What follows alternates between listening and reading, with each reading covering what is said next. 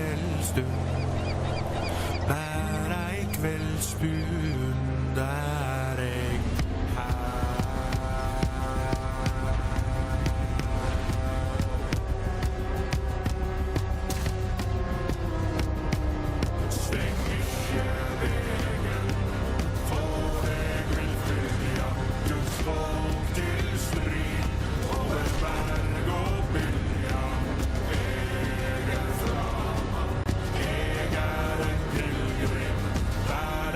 kveldsstund, vær ei kveldsstund er jeg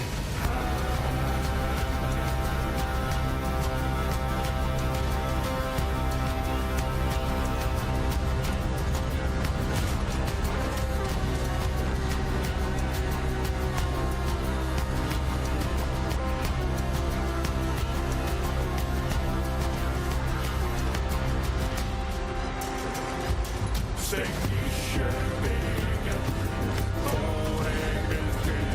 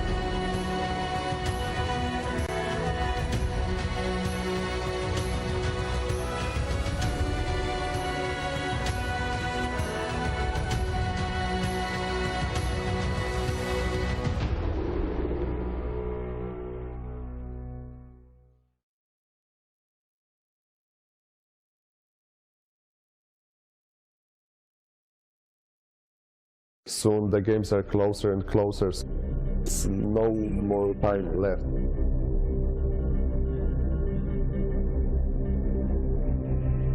We just, took the power. On the stage, we are the, competitors. Like, it was hard work. Very proud of them. You overcome all challenges. Keep in mind that you have to, in the end, face me.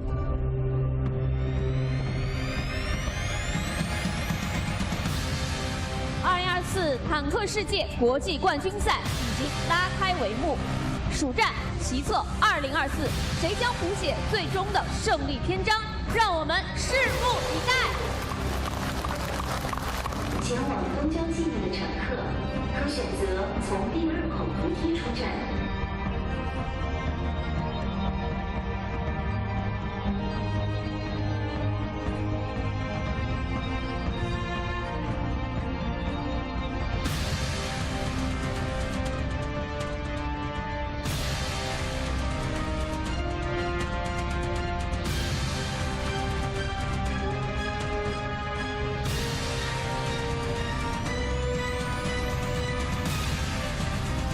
没错，其实从彩还是能看得出来啊。那我们此时还是全场的掌声，给到 Storm 拿下了本场比赛5比0。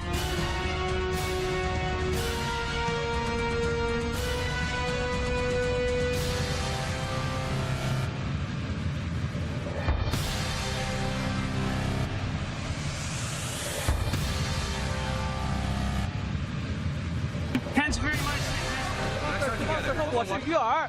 但是鱼咬钩了吗？还能再吃吗？鱼饵没有被吃掉。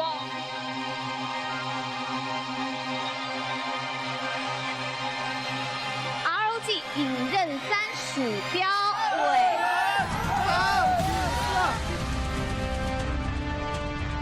再输出一下。没有关系啊，他们也是在恭喜着黑神乱拿下了这场比赛5比2。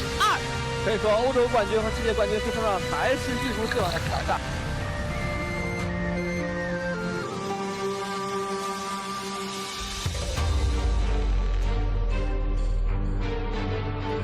这种情况，我需要有5个人处理一个。对。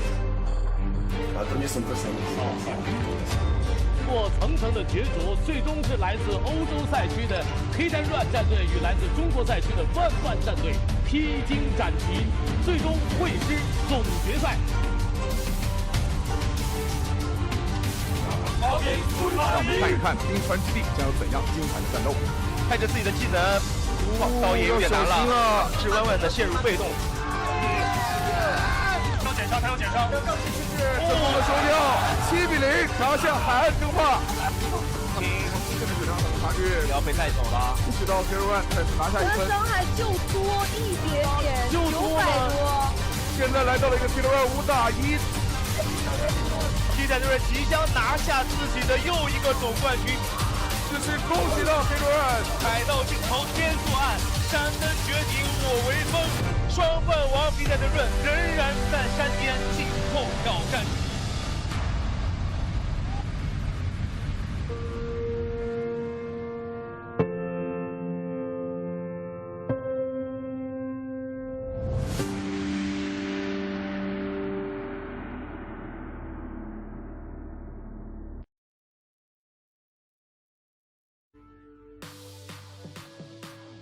Well, hello there people, welcome back to the second day of the group stage, and here with me we have Phil.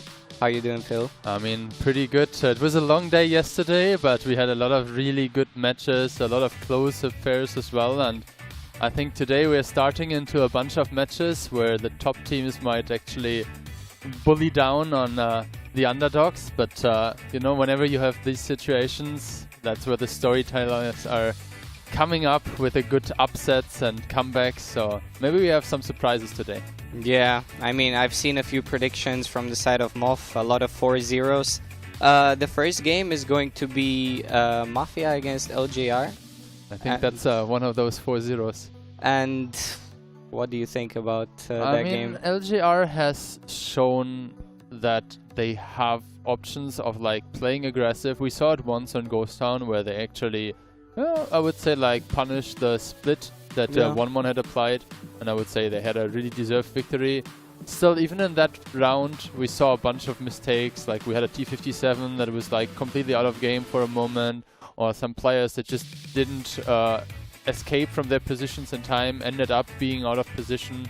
You remember an Ends ground where like there was an Inspire medium kind of caught off guard. Fully off guard. I mean, dying full HP for nothing is not going to work against Mafia. On the other hand, like Mafia also lost with the same score, 1-4. But I feel like their matches were just much more difficult because you can see in their group Hit and Run definitely the strongest opponent. Today they will play against LJR and 1-1, while in Group A we already had 4 matches out of the 6, and they will play only 1 match today. And in the group stage, obviously 12 matches in total, and today we have the second half. Yeah, I mean, here we can see the schedule. As we said before, LJR against Mafia to open up the day. Then we will have 1-1 against Hit, GCAT W, stacked against 2072. LJR with their second tough opponent, Hit. And then Mafia against 1-1. So kind of a tough day for both LJR and 1-1. They will have to both face the Polish Giants, and not sure if they are looking forward to it too much. Yeah, I mean, it's the good old story that I like to tell, how, you know, the Asian players end up in an elevator with the Hit and Run team. And I mean, you have seen them. They're all like 190, like 6 foot plus. And then you have Monster, Decha, like he also was one of the original giraffes. The story of the WGL team with the tall players. So yeah, a big task for them to come up. But so is 1-1 in the same boat. They also will play both those Polish teams. Here we can see the lineup of LJR. King, their captain, Tanakornci, the returner, Sonics, Natavat, Viruns, and Astronomical. Yeah, and on the other side we see the lineup of Mafia with Kono, Orzech, Rexar, Konrad, Prufus, Yolo, and Yuzek to finish it off. You brought it up earlier, Yuzek with a bit of a new haircut compared to last year. But we can see those are the stats from yesterday, I believe, right? So their damage already went down. I think they had 22k before, and now they went down to 18k. They didn't look completely out of shape against 1-1. They had at least like 2 rounds where they had a chance. Yeah. I think 1 round they had a good advantage on Ensk, and then they just kind of failed to translate that into a victory. But the pen rate is a bit concerning. Usually 80% is the minimum you want to have. Yeah, bare minimum, I would say. And as you said, they had some small glimpses of light there. They managed to pick up an early tank on the first round on Ensk, but they couldn't manage to finish it off. And here we see the team of Mafia. They had a tough game against Hit, but obviously these games are always going to be close. And even though it was 4-1, I feel like it was like a hard-fought game. We see that the pen rate is much higher compared to LJR, and the hit rate as well. And yeah, overall, I would say decent stats. I mean, they lost the game against Hit, but they're doing our boy Yuzek dirty here. Yuzek needs a bit more games in this. I mean, yeah, we see here the stats. Yuzek with 2.2k. Yeah, I mean, they did struggle a bit against... Yeah, I think there was 1 round that LJR won, and Natawat was the MVP of that one. So him with 3.3k average damage is definitely a good result, especially considering that they only had 1 victory. Also a good hit and pen rate. Yeah, very good. Overall, I think he was one of their better performing players. Well, let's talk about the elephant in the room. Everyone going for 4-0. I think you broke your curse yesterday already, so... Yeah, I'm on a 2-game streak. I'm looking forward to... I'm looking for the hat-trick. And I mean, 4-0, you could say it's a bit harsh, but from what we've seen, I feel like it's a fair prediction. However, anything can happen in this game mode. I mean, we saw LJR, you know, they took the games very aggressively, and we might see an upset, even though I'm not too sure about that. Yeah, I think sometimes there's just this pressure on the underdog team that if you play standard stuff and the other team plays standard stuff as well, they're just more experienced maybe, and they just like manage to figure out those small things and then snowball a lead step by step. Yeah. Yeah. So your alternative is basically you play something aggressive, try to surprise, but if you're playing aggressive, it's much harder to avoid mistakes. And then we saw what happened yesterday, right? Yeah, I mean, I feel like LJR are gonna have a very tough matchup, and I feel like Mafia is the kind of team that does very well against these type of teams that are underdogs, just because they play this slower type of game, control, they take it step by step, and yeah, as you said, it's just a good play style to have against these underdogs. Sure. I hope that this will not demotivate LJR. I met them, I mean you met them as well, and they're like such a friendly bunch of people, like really good-hearted and very positive spirit. We can take a quick look at the pick and ban. We start with 2 bans obviously, Mafia excluding Tundra. I think they did have the same situation yesterday? Yeah, I'm pretty sure they did ban Tundra. We see LJR banning Westfield as well, and the first pick of the game is Pilsen. Good pick for Mafia Classic, right? Very solid pick. Yeah, LJR picking up Himmelsdorf, definitely a map where with a lot of brawling you can make things happen, but individual traits are as important, and Mafia definitely has a really good team. Sand River being banned, so is Cliff. I think it's a good choice as a good team to ban Cliff at the beginning, just to not be surprised. Ensk, our 3rd map, with Ghost Town being banned, and Morovanka a potential tiebreaker, even though I doubt we'll get there. Yeah, I mean LJR picking Ensk and Himmels, both are close like city maps, and it seems that they're gonna go at it on Mafia. We'll have to see how they approach this game. I feel like they are kind of forced to try and surprise, just as you said, because it's very hard to surprise a team like Mafia in the long run. Yeah. Obviously, they are aware as well that Mafia are super experienced and that they are good at playing this style. So I think they have to try and surprise them in some way. Yeah, I mean, we saw actually Mafia playing... Was this the only round that they won? Yeah, that was the round they won yesterday in Morovanka, where they played 6 BZs. And we were very skeptical. But I think a team like Mafia that is known to be a more like slower pace, controlled game team, they will still be able to like get an edge on you by basically playing something that might be normal for other teams. So it's not something risky, it's just something that they are not used to playing. Yeah. And yeah, just surprise you with like a full BZ push and overall you on a certain side. Yeah. What do we think about the maps? Pilsen? I think Pilsen is one of those maps where we'll see tanks like E4s and tanks that just at least at the beginning do stationary trades. And I think that Mafia is just a team that knows the angles very well, has the players that are not going for greedy, unnecessary trades or peaks. And with those situations, I'm often afraid that we just end up snowballing into like 2, 3, even 5 KHP advantages without any big actions, and then Mafia will just take a grip on the game and not let go of it. Yeah, anyways, we see here the pictures of the players, and soon we will start the games.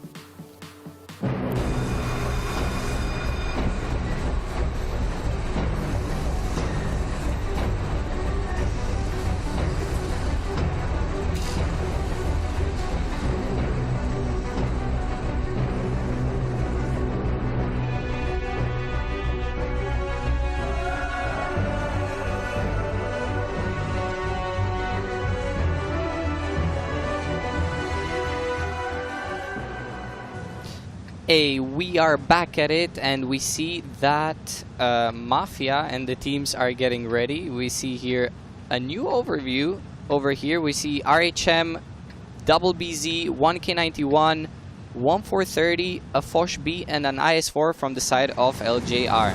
Yeah, I feel like Mafia did a dirty one on us, picking all different tanks, just so we have to double check what they are actually picking. So the triple E4, I mentioned that before, is something that is amazing to just hold stationary position, trade on single shot high alpha guns, and the BZs now pushing on the eastern side.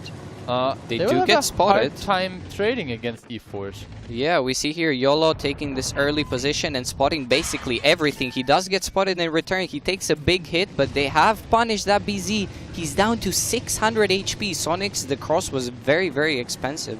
Yeah, and that immediately reflects in the HP advantage as well. 2k up for Mafia.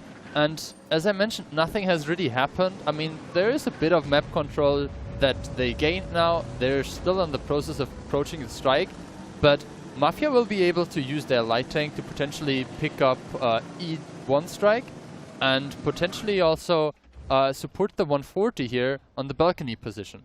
Yeah, I mean, Mafia are just playing slowly. They have been quite, I would say, quite successful with the first volley on that BZ, and they are slowly applying cap pressure. We've seen Mafia do this many times. Meanwhile, LJR are just wandering around in the field, not much happening. They left an IS-4 alone to cover the city, and Mafia will start picking up the strike.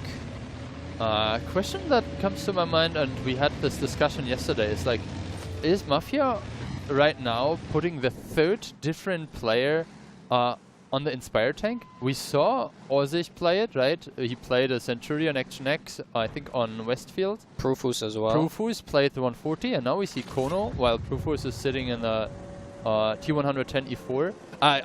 King just got spotted. Kono paying well. LJR used the strike as well, excuse me for interrupting you there, but they have no strike, and Mafia are applying pressure here. Do we know where the strike ended up? Because Rexa was spotted by Vyruns, and Conrad is going to boost away. He boosts away in time to avoid Tanakorn. They have cancelled the cap, and Yuzek is slightly... I mean, he's going back. Big hit there on Astronomical from the side of Conrad, and Yuzek is going back, and it feels like LJR have been, you know, slightly baited to come back. They haven't really managed to catch anything, and we might see a rotation of Mafia towards the field. The RHM is going to try to take the info.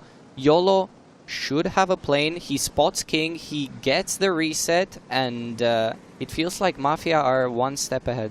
Yeah, but I have to also say that even though there are some trades going in either way right now, LGR has managed to stabilize the HP disadvantage that they had after the initial trades. We see Yusek just with a good shot into the Foch B, also no abilities or no healing happening there on the side of Returner. But Yusek lost some HP, so did Kono, so did Ozich. So the HPs, for a moment at least until the recent trades that happened, were not looking that bad for them. Yeah. However, we've seen on the top of the screen that Mafia have collected 3 strikes. They have 3 strikes under their belt, and yeah, LJR did manage to stabilize, but 3 strikes on the side of Mafia. We see here they will place one on Sonics, the second one coming in as well, and he does go down. Prufus manages to pick him up with the strike. I think at this point, good shout out to the observers. Very well done. Indeed, indeed, indeed. And we see Mafia applying pressure. They did get reset, or they left the cap. They put another strike on Tanakorn C, and this is just Mafia style. They keep pressuring the cap. They try to bait you in. There is some action there on the field. We see that the RHM is trying to go around the strike there. He will get a decap maybe? No, he's just driving. I don't know exactly what's happening on that side. Yeah, you can see Conrad just got attempted to be decapped, but they missed. So now Rexa got a decap. 10 seconds left. They decide to boost out of the cap. YOLO seems to have managed to pick up King in his RHM. So Mafia still with all tanks in the game, while 2 tanks down for the team of LJR. Yeah, I mean, we see YOLO here running around the field. Astronomical is not going to catch him. Yuzek in the Type 5 just dishing out damage, and so far a solid round from Mafia. We see here the Foch trying to clip Prufus, which puts back a shot into him. Wayne Runes goes down to one shot, and it looks like the round is gonna be over.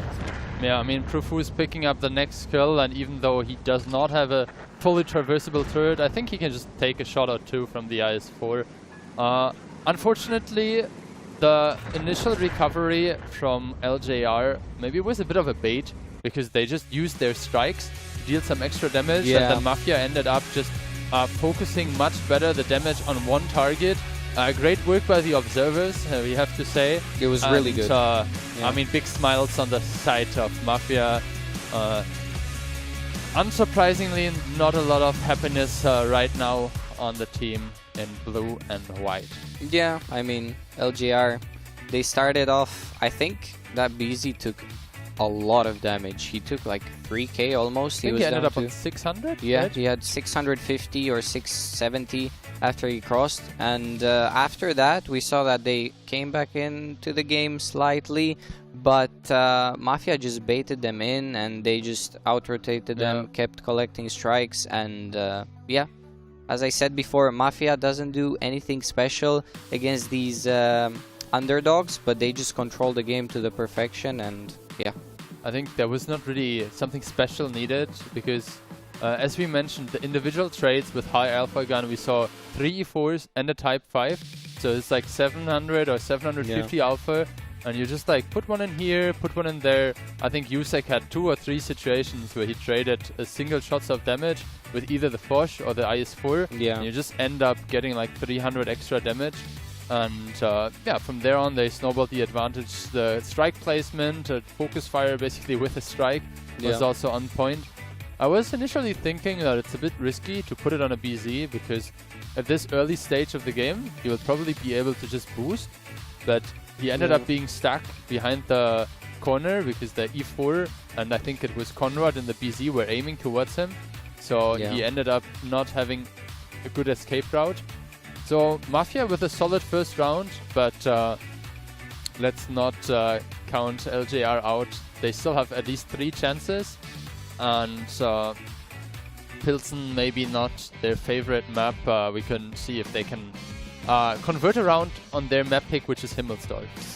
Yeah, we see here the overview, 0-7 in the first game. LJR didn't manage to pick up any tanks from the side of Mafia. We see here Kono and Yusek topping the charts, 23% of their team damage, and Yusek 19%. I mean, yeah, look at the hit rate and pen rate from the side of Mafia. They just don't miss. Also, you mentioned Yusek, you know, peeking in the type and doing some trades here and there. Their players know, you know, Yusek has a lot of HP. He knows that he has to trade, and it's in the benefit of the team. And yeah, overall, good stats all over the board from Mafia. Not so good from the side of LJR. We see that they do like to play a lot with RHM. We've seen King playing light tanks, and we see here the MVP of the round is Kono.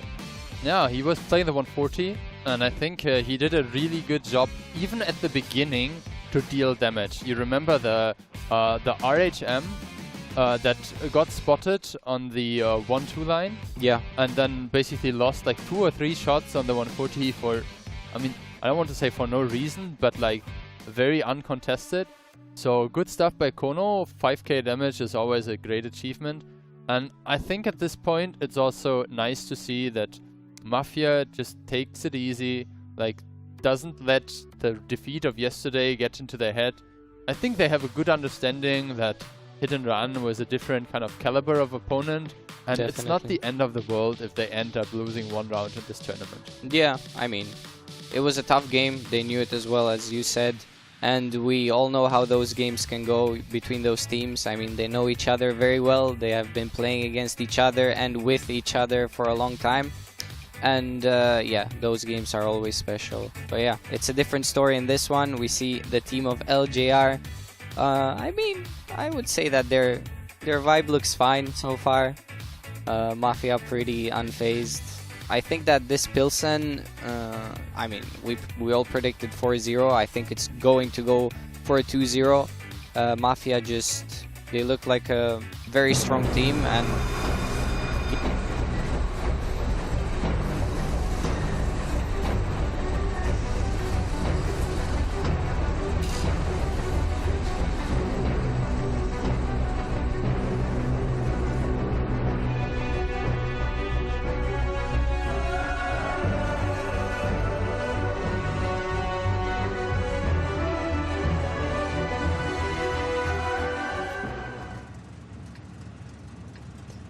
So we're back in the game and we see that I think they'll try to boost something like middle aggression on the 4 line again. They again you mentioned it, they like to play with RHM. They also brought a Foch B, a 140 and an IS-4, so very similar setup to what we have seen before. Yeah, I mean, they are bringing quite an aggressive setup. The plane from the side of YOLO did spot the BZ, so Mafia do have the info. This means that they can take the field very aggressively, and I like this very much. The 140 is already taking the full info. Meanwhile, Tanakorn C already took a shot, and Mafia have full info right now. They are taking the strike already. They have everything under control. However, LGR are trying to get that double strike. However, the one in the middle is very hard to take. Yeah, I mean, you can see here, Mafia knows all the angles. Good HE as well, just to ensure that there's a decap. He has the mindset you saw, like he had a good idea of like putting the plane where he expects the lights to be. I think they're sending the 140 there, great shooting, and even a penetrating hit. And yeah, I think sometimes it's also great to see that Mafia do those small things correctly. While I'm speaking, look at where the RHM is from LJR. He was just spotted on A8. Yeah, he was on A8. Meanwhile, they have picked off the first BZ going down, and we see that Mafia just have every angle down. It feels like LJR don't really know how to react to this. I mean, they did put the initial pressure, but they need to react. Yeah, I mean, it's just a matter of like now defending your RHM. I think there is a chase happening on B8 and A8. You can see the RHM is running away from the 140. RHM gets replaned by YOLO. YOLO obviously still fairly healthy in terms of HP. And yeah, the trades are going in favor of Mafia. Yeah, I mean, Mafia slowly out trading the RHM a bit left alone there. The 140 from the team of LJR is coming now to help his RHM, but it's a bit too late, I feel like. Kono has lost quite some HP actually. Yeah, Kono is down to 1200. You see here the BZ's getting mini-striked. Orzech with the very big hit into Tanakorn, which is one shot. We see YOLO joining here the fight. He puts an HE into the 140. Meanwhile, King in the AMX-50B, Foch B goes down, and it looks like the game is pretty much over in terms of HP. We see here Natawad putting in a big hit into the RHM of Mafia, but Mafia are just going to overrun the city. We see Prufus driving in, putting shot after shot into the IS-4, and LJR are going down. I mean, you can see the last damage is being dealt. Triple kill for Mafia, and I'm sorry to say, but this is not looking any close at all. Yeah, I mean, it wasn't really close. We saw the BZs. They were spotted. They made their way towards the cap. They actually decided to commit a BZ into the middle strike while they didn't really have much on the field. It's very basic that if you don't play field, you can't really take the strike in the middle. But they still decided to do so. And yeah, Mafia played the typical control. They had a lot of angles and took the game home. Yeah, especially also with the positioning of the RHM.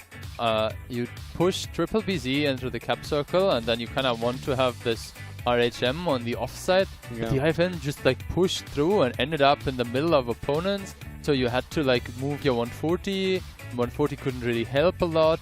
So a bit of like maybe disjointed gameplay on the side of LJR, but I like that Mafia was paying attention to all the smaller things. Like when they were deciding who picks up the strike, they used Conrad in the CS, so if he gets the extra prestige points, he gets another mini strike from putting in a decap, a big strike. So it's like the small things. Like we immediately saw YOLO using the intuition skill to get a safe decap, also finding the nice angle there in between like the cracks of the concrete in the factory. So yeah, well played by Mafia, and yeah, they just played correct. As you said, YOLO. Also, I really like that he's not greedy. you would have some people firing. I mean, Heat is a bit hard because there are a lot of things in front of him, but he just HEs them. He knows that his job is to reset the cap. He got an HE pen as well in one of the BZs. And yeah, solid stuff from Mafia. We are going to go into the map of Himmels, and I feel like on Himmels they could surprise them a bit more. But we see here the damage, the match stats. I mean, it was a stomp, let's be honest. No, and I think the pen rate is also something that is, in this kind of games, like not necessarily telling the whole story. We have decap shots fired with HE. I mean, the hit rate is also usually reduced on Pilsen if someone like shoots one of the factory doors to get early information about like who is crossing in there. Yeah, taking a quick look at the post-game stats, Profus standout performance. He was farming with a K91, also grabbing a kill towards the end of the game. Orsay, he immediately put some good shots with the E4s, punishing the BZs, and overall just a very well-rounded result with everyone dealing good damage. Yeah, we see the MVP of the round, Profus. I mean, playing that K91, he was in the corner of the map just farming those BZs. Also the mini strike. Yeah, good stuff from him. 93% pen rate. And I mean, he also contributed to the cap defense, right? You can see the 100. This is not 0 out of 100. This means he didn't capture the base, but he took 100 base points. Yeah, so he did good decaps, and yeah, overall, as we said before, Mafia is a very strong team on Pilsen. I think that on Himmels, LJR have a chance to surprise a bit more. Himmels is a map that can be, you know, you can cook some things on, but I don't think that they will take any rounds. I mean, I don't want to be harsh, but I mean, maybe. I don't want to be too... I think for this kind of a situation, you have seen that with like more standard strategies, it's not working. At this point, if you just want to surprise, I would pick some autoloader heavy setup. I'm thinking about multiple T57s, multiple Foch Bs, either of them, and then just like try to overwhelm on one side, maybe like try a trap. Himmelsdorf doesn't have that great vision game in terms of like easy access to the points of interest. So you either have to drive on top of the hill or you have to drive into the middle. So maybe with like autoloaders. Yeah. Anyways, we're gonna head into Himmels.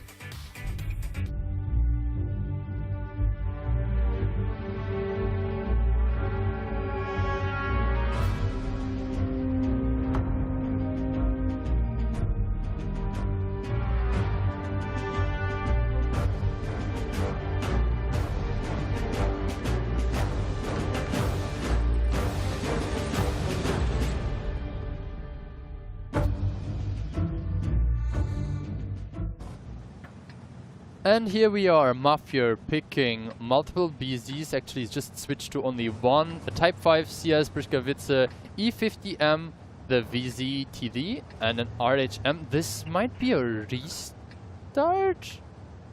Could be, I mean, let's take a look at the other setup. A 430U looks like no restart. Double BZ, multiple E4s, and 140 for return. Yeah, and we see both of the teams opening towards this 3-line. Mafia do have 2 BZs that are going to push through the middle. They haven't spotted anything. We see here tanks getting spotted, and it seems that Mafia are going to try to put pressure. The double BZ from the side of LJR are spotted. Rexar taking a big hit. Oh, Amorak from Rexar, and yeah, that's a bit tough.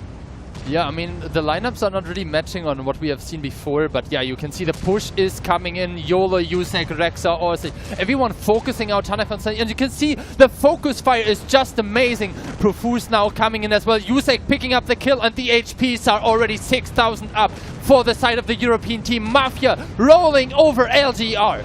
Yeah, LJR taking that Amorak, and we see Kono taking the strike as well. The focus fire from Mafia is incredible. Prufus DPMing down everything. King is down to one shot. He goes down. Sonics as well, getting rammed, strike by everyone, and the round is over in super quickly. I mean, it hasn't even been 2 minutes, and the team of LJR are absolutely done. Yeah, I mean, they're falling apart, and the coordination of Mafia was just amazing. Sure, it was a bit unlucky that the first tank gets immediately blown up, but I'm also sure that there was maybe 1 or 2 shots that just went into the rack because there were 4 tanks aimed, and the second tank gave him the blow-up, so there would have definitely been some additional damage flying into him immediately. Yeah, I mean, we see there Mafia smiling, Music saying something to the teammates. I mean, 3-0, and this game was super quick. Like, yeah, I think it was less than 2 minutes. Yeah, like, under 2 minutes. When you minutes. mentioned it, it was like 1 minute 20, and it just like 1:40 that was left to be tidied up. Unfortunately for LJR, the next question to be asked is no longer can they pick up a game, but can they pick up a kill? Yeah, I mean, third 7-0 in a row. Yeah, 7-0 all across the board, and it looks pretty tough. I mean, we saw Mafia, as you said, despite the Amorak, they reacted very well on the info that they had. The double BZ went mid from the side of Mafia. They didn't spot anything. They saw that they picked up a kill very well, and they instantly pushed in together with the BZs that were in the cap and just went for the next BZ. Yeah, I was so confused when I saw the lineup, and I was like, yeah, light tank, a BZTD, and then I look on the map and there's just like 4 BZs pushing in. So maybe like some overlay issue, but definitely Mafia playing to their strength, like picking good tanks, making good decisions, and then just like punishing over-aggression. I feel like it was a bit unfortunate that it started immediately with an ammo rack. A bit harsh but, from the game. I mean, the game not not helping. to injury was a bit unfortunate. This was the map pick of LJR. Maybe they have something up their sleeve for the potential last round. Mafia now on a hit, on a match point. 3-0 after 3 rounds. Do you think there's a chance for a comeback, or...? No. I'm sorry to be harsh, but I really like the way Mafia play. No, I mean, obviously not only in this game. I think that it's just a very solid team, and they play correct. And when you play this way against underdogs, you will very hardly struggle. I mean, they're just cruising through this matchup. We see Kono dealing 5k damage. He did pick up that strike as well, and he gets the MVP as well. And yeah, good stuff from Kono. Second MVP of the match. I mean, 100% pen rate as well. I mean, with the E50M, your task is to basically dish out damage wherever you can, and he did exactly that. We saw 2 of the BZs from LJR with 0 damage.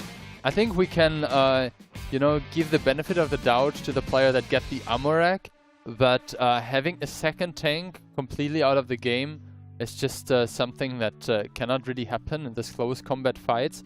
I mean, maybe you bounce 1, but you're not supposed to bounce 2 in a row immediately. Yeah. One thing that I want to say as well is like Mafia did a really good job managing their HP pools. We saw a bunch of tanks on like 1.5k HP, so they took like 2 or even 3 shots, but then retreated in time to make sure they are keeping the full team DPM alive. And on the other hand, LJR was just not able to fully like focus out individual tanks.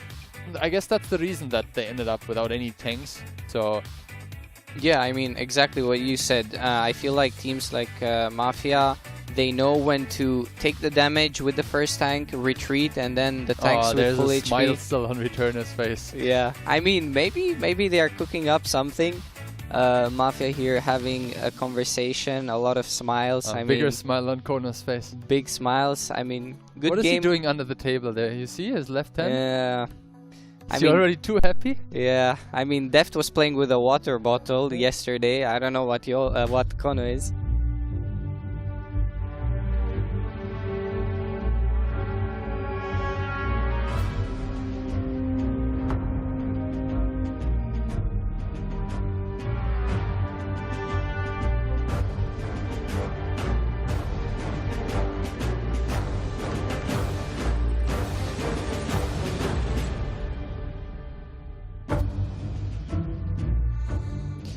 And we are back on Himmels, and we see the lineup of Mafia with a BZ, a type. Actually, it might be wrong, so we will go with the lineup of LJR, which will have a Foch triple double E4, 1140, a type, and some mediums. We see here Mafia. Double medium again. 140 and the E50M. I think they're running back a very similar setup. LJR with an E3. That's very odd, no? I mean, the E3 can hold positions on the 3 line very well. You can even put it on this like 2-3 line, like ditch, that is like on G23. Yeah. But Natavat, two big hits. Gave a good shot. Yeah, Rexar committing into the cap, and we see that Returner made it into that position, and he is not going to get penned there. But he's also not able to deal any damage as long as Mafia is not overpicking, right? Yeah, like I mean, Rexar will just be stationary behind the rubble there. In the meanwhile, it's not easy to see, but on the very edge there, on the hill, one of the tank destroyers, the Foch B of King, just made it up the hill, and I think he will have good shots into the back of Rexar. Yeah, we saw that Tanakorn C actually has a decap angle from here. However, he did fire APCR, a bit greedy, and King is on the hill. He is gonna keep driving, and he might start clipping. He starts clipping Orge. He puts 2 hits, 3rd shot. There goes the 4th, but he will not have the clip potential. I mean, he does very good damage. But now he is reloading. Avoided the shot of the second tank aiming for him. So the HP's slightly in favor of LJR. Yusek can boost cap, I think, right now. I mean, I think Virons will just take some HP and get a safe decap here. Yeah. The E3, by the way, bounced on the BZ. So yeah, there goes that strategy with holding the good angle. Mafia now putting Profuse on the hill. I think he will try to contest the second clip of the Foch B. King did a good job with his first clip, but now it will obviously be known where he is. Kono overextending maybe a tiny bit. Good first shot by this is good for King. Profuse. Yeah, I was about to say, do you think this might have been, I don't want to say intentional, but maybe it was. Yeah, I mean, for sure, it was probably not intentional, but they called this, and Profuse is on a run now. I mean, they give him a few shots from the downside as well, and he is going to finish off King. King puts 2 shots into him. He will put a 3rd, but he should go down, and Profuse claims the hill. Meanwhile, Rexar taking a lot of damage. He goes down. First kill. The reaction from LJR is very good. I mean, Sonic's advancing there in the E4, astronomical as well, but they should be careful to not overextend now. Yeah, Allsage is also pretty low, and one thing that we have seen yesterday in one of the matches is the 140 from the hill is very dangerous if you give him time to farm. And Virons and astronomical might be safe for a moment there, but those are big tanks, like Profuse sooner or later will put in the hurt, and the Type 5 cannot really hide. Yeah, I mean, they have 2 tanks a bit in the open. Astronomical is trying to get safe. Meanwhile, Returner is not very useful in that E3. He's trying to look for some shots. The Type goes down, Astronomical goes down, and we see Tanakorn C putting a big hit into YOLO. YOLO is going to go down to 1 shot, and I don't know. I mean, he should be able to pick him up. Meanwhile, Natawat bounces 1 shot. YOLO trying to boost around. Tanakorn C does get the kill. And Mafia are, I think, still in pretty good positions. I mean, Profuse is taking the strike. He's not on the hill anymore. Wayne Rune's taking a big hit there. And it feels like Mafia still have this game under control. Yeah, I know that you're a football fan, but there is no N. It's not Wayne Rooney. Okay, now we can see the double strike from Mafia has just arrived. The first taking up the kill, the second one taking the remaining HP of Sonic's. Yusek is reloading, puts in another good shot into Returner, and now 5 against 4 tanks, but look at the HP. Mafia with double the HP, Profuse coming in as well, picking up the next kill, and 3 tanks remaining on the side of LGR. Yeah, I mean, Mafia just finishing off the job. Tanakorn C is low HP. Yuzek goes down, but Conrad manages to pick up Sonics. Meanwhile, Tanakorn is also dead, and the last man standing is Natawat. He goes down as well, and the Mafia complete our prediction with a 4-0.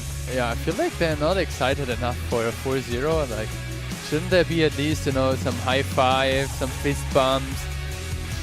Yeah. Or do you think we should be the one cheering? No, we are obviously impartial here, right? Yeah. I mean, they probably knew that they are the favorites. But it's their so job. feeling good to basically ensure that you have the safe victory that you had already kind of written down in your book after you lost yesterday against Hitchin. A fairly clear result in the end. Yeah, and you talked about no fist bumps and stuff. I think in these kind of offline events, it's very important to have a good vibe, you know, to keep the energy up.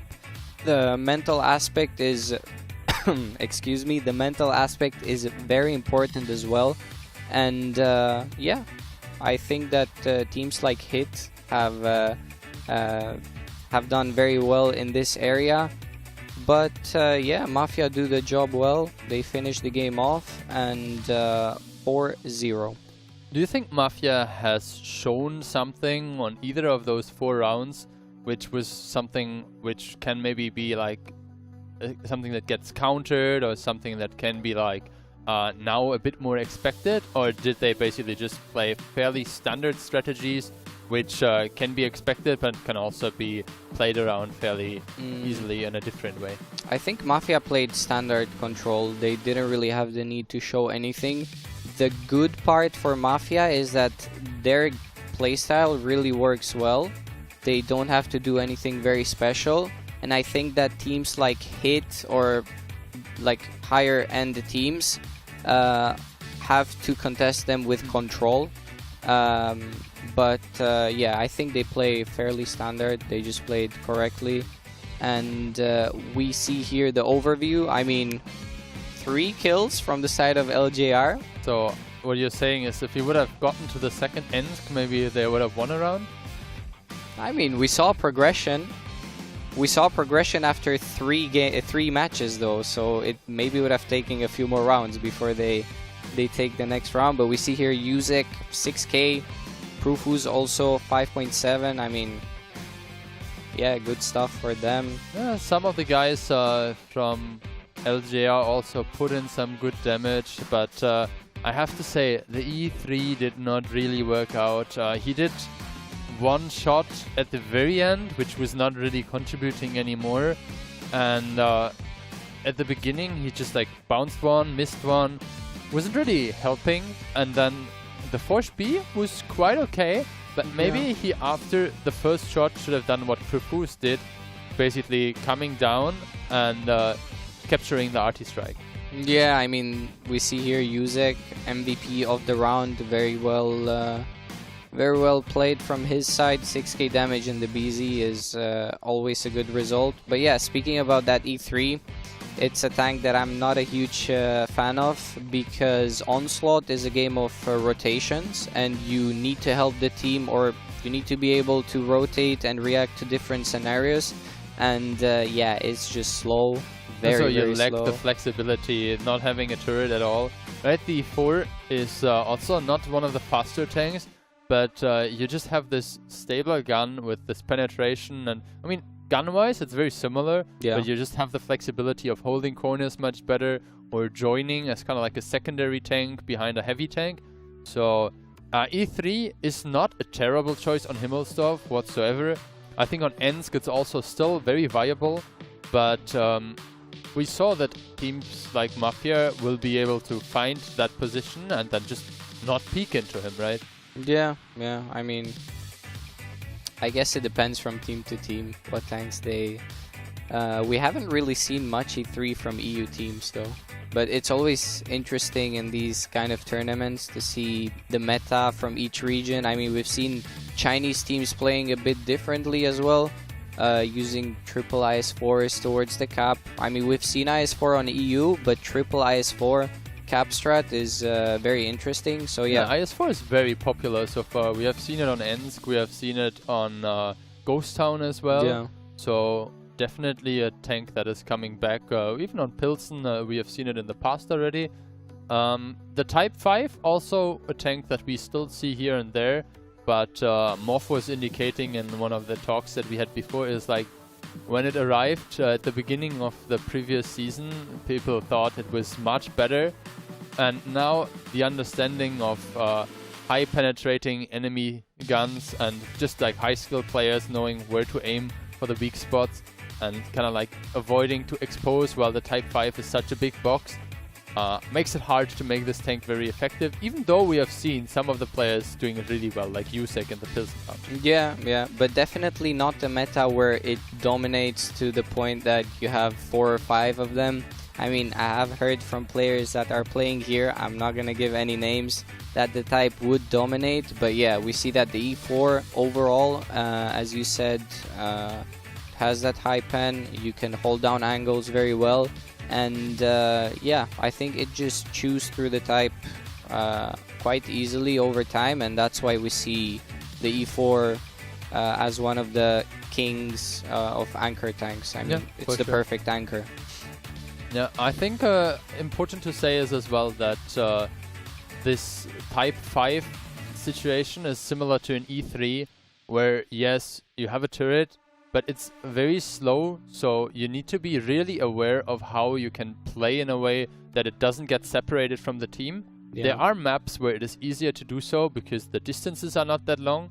So we saw it on Himmelsdorf, we saw it on Pilsen, we saw it on, I think, Ghost Town as well, where the type was basically used close to the cap circle. Ensk as well. Ensk for sure.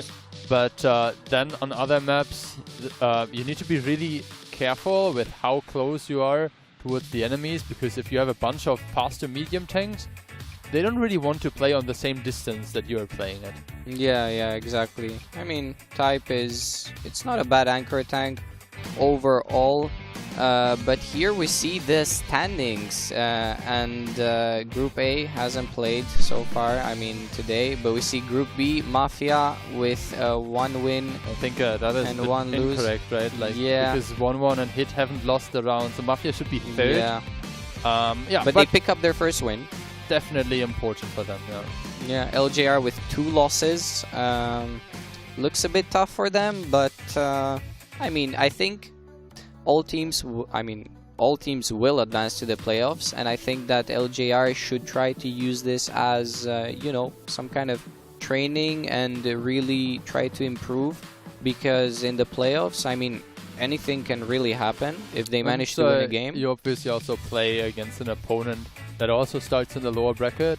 So assuming that they will start as 4th seed of their group, they will play against the 3rd seed of the other group. And maybe that's like a team that is more your caliber, especially with an additional week of practice that you will have. Yeah, definitely. And as I said before, I mean, they can take these games as training games. They should for sure watch replays after they are done. And I think that they might bounce back in playoffs. I mean, it's not impossible. Yeah, at least in the first rounds, where maybe the opponents are a bit easier. Even though, obviously, realistically speaking, all the teams that are here are the best from their individual regions. And definitely. Even though we might see a team lose 4-0 here, this is still a team that has made it through the qualifier. And I think for all the viewers, we should also keep in mind that those teams have earned our respect by being just simply first in their own region, right? And just because it looks like they have no chance maybe in one of the matches, that doesn't mean that they're a bad team at all. Yeah, and at this level, for the people watching at home, they for sure know, but like the games are very close, and even in the game with 4-0, I mean, we see there the match highlights, the BZ taking huge hits after crossing, and yeah, I mean, in this round, it felt like LJR tried to get back into the game, but Mafia controlled the map very well.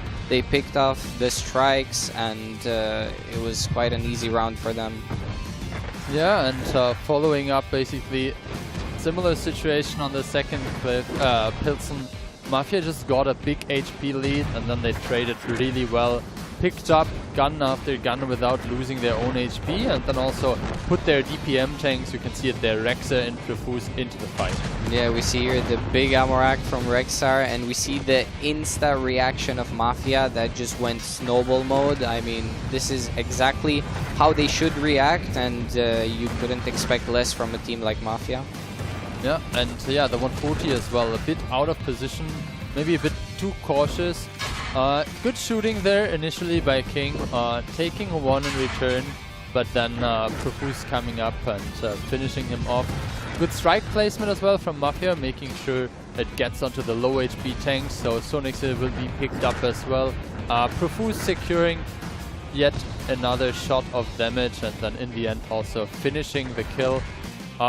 Very good team play by Mafia, I think that's exactly what we expected, but both those teams will have another match today. Exactly. I think Mafia will play against 1-1, which is an opponent they should be able to best as well. Maybe not as clean and easy. And LJR have a second, you mentioned it earlier, very tough Polish juggernaut in their way. Hit and Run, the defending 2-time champion.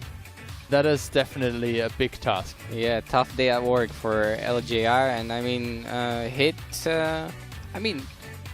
honestly, if I could see LJR taking a round, Hit could, Hit play a bit more aggressively, maybe they can surprise them, but overall, yeah, Hit, an established team, it's gonna be a tough matchup. But enough of that, we will see you later after a break with another game, and yeah, see you later.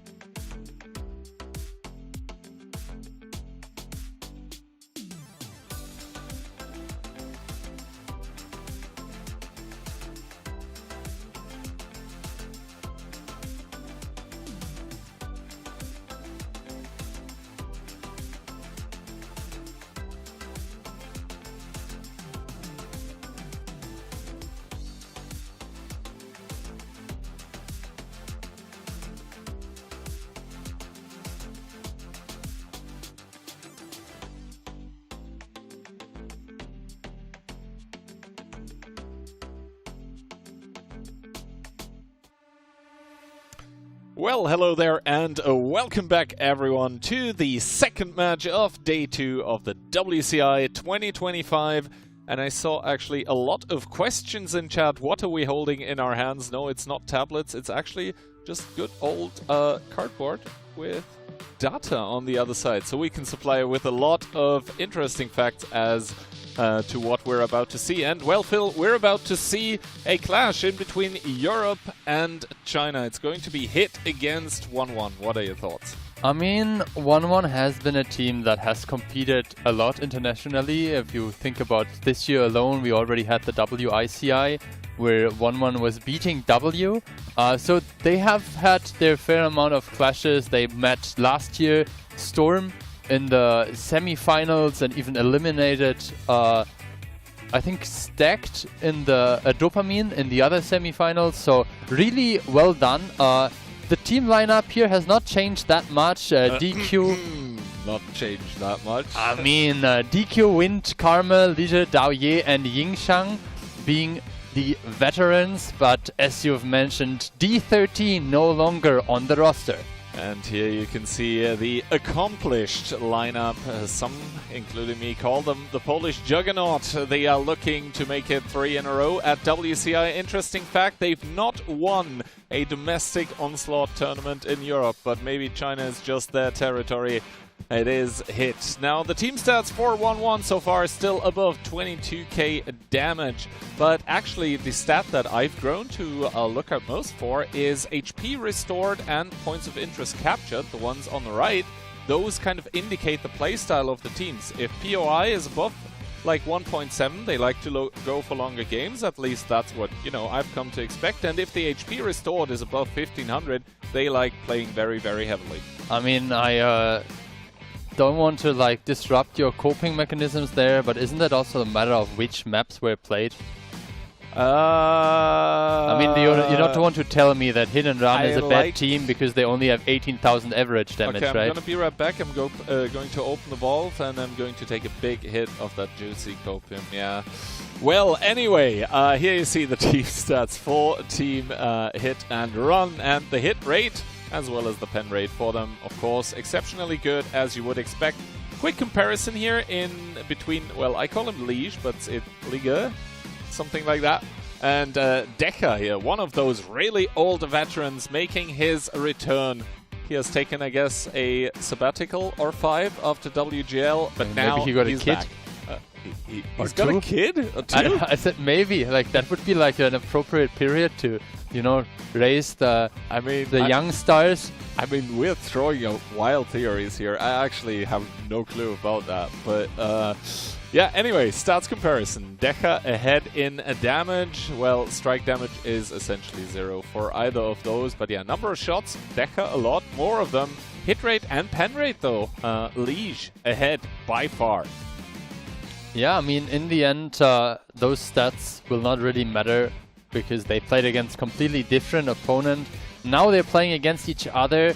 We have 3 people with a 4-1 score, and I have to admit I was initially also one of the 4-1 believers, but I ended up just looking at the maps and I was like, they're not getting around today.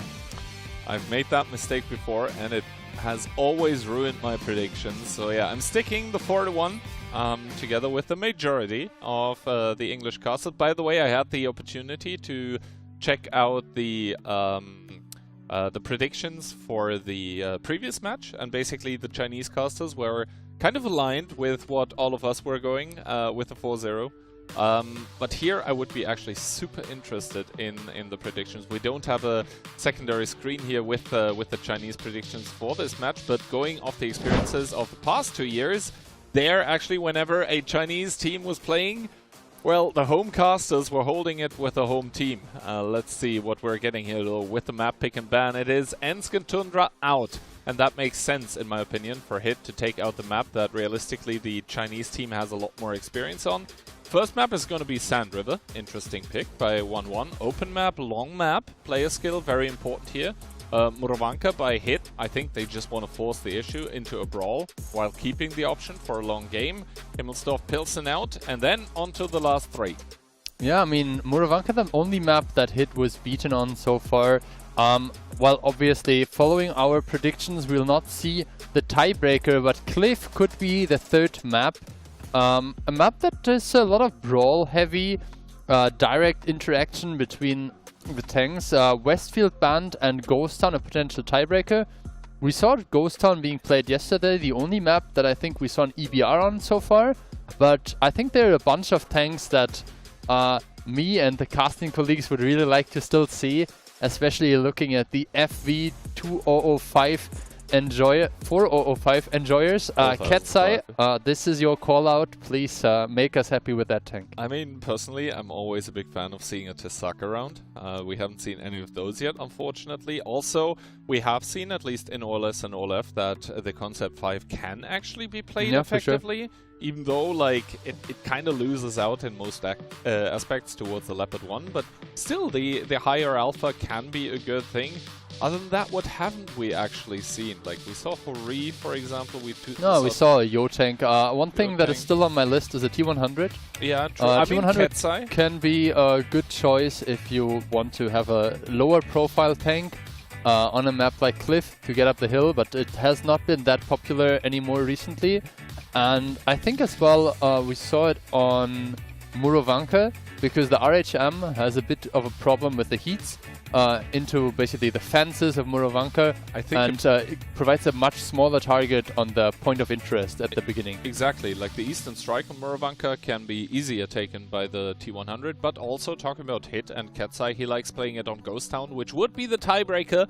But, well, there's going to be quite a few rounds before that. I think both teams are looking calm, looking confident for now. I mean, yeah, not much more to make from this one. One of the Chinese players yawning in the background. It is, let me actually check on my phone what time it is, but it is like 5 PM. Is he really that much of a gamer that he just woke up? Maybe he just like woke up very early and now it's starting to be like the siesta time. I mean, like you did yesterday when you suddenly disappeared and came back like 2 hours later looking much more fresh than before. I claim technical issues, but yeah, up to your guess what we were actually doing there. But yeah, I think the players just about look ready. So we'll see what we're going to get here. Of course, Sand River lying on top there, the printed out map. So let's see what we're gonna get in this match.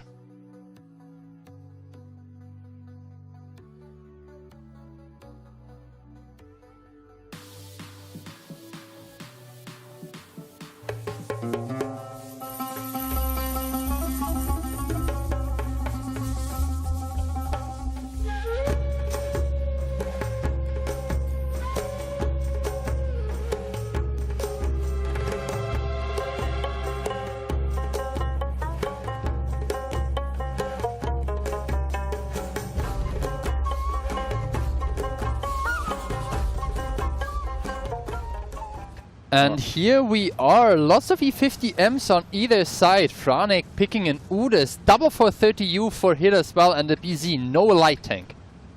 And for the team of 1-1, the home team to be first. They want to do that with a triple BZ75, double E50M, a Centurion Action X, and an RHM Panzerwagen.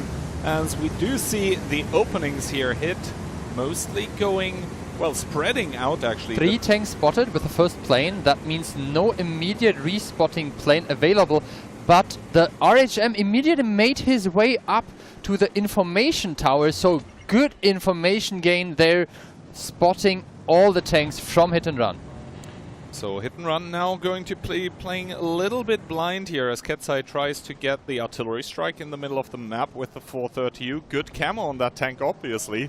But meanwhile, 1-1 have sent a hit squad of WE50M and BZ75 towards the middle. The captain of Monster needs to be very careful, but Franek already on the case here supporting his teammate as Katsai also gets pushed in that 430 in the middle of the map. The E50M of Leash putting shots as well, but Karma from above. Currently 1-1 with more tanks in the fight, but Hit and Run are making their guns sing as well. Yeah, double E50M farming in from the side. Monster might be the first one to fall. The question is, will he be able to put in another shot? He heals enough, puts in one more maybe into the E50M. Good kill pickup on the BZ. Monster making it around the corner. Now hidden behind the stone. Katsai also alive.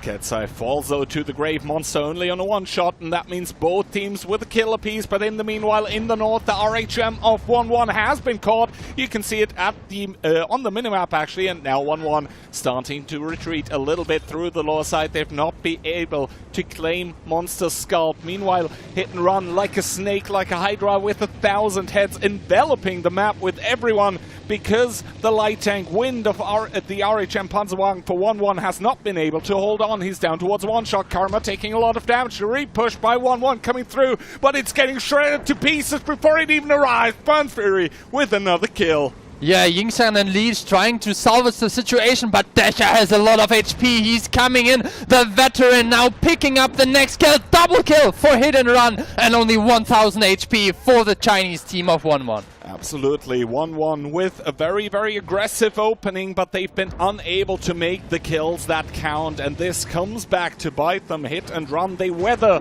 the onslaught here. They kill Ying Yi, and that is going to be it for the Chinese team in round number 1. Instead, the Polish juggernaut is going to claim it 1-0.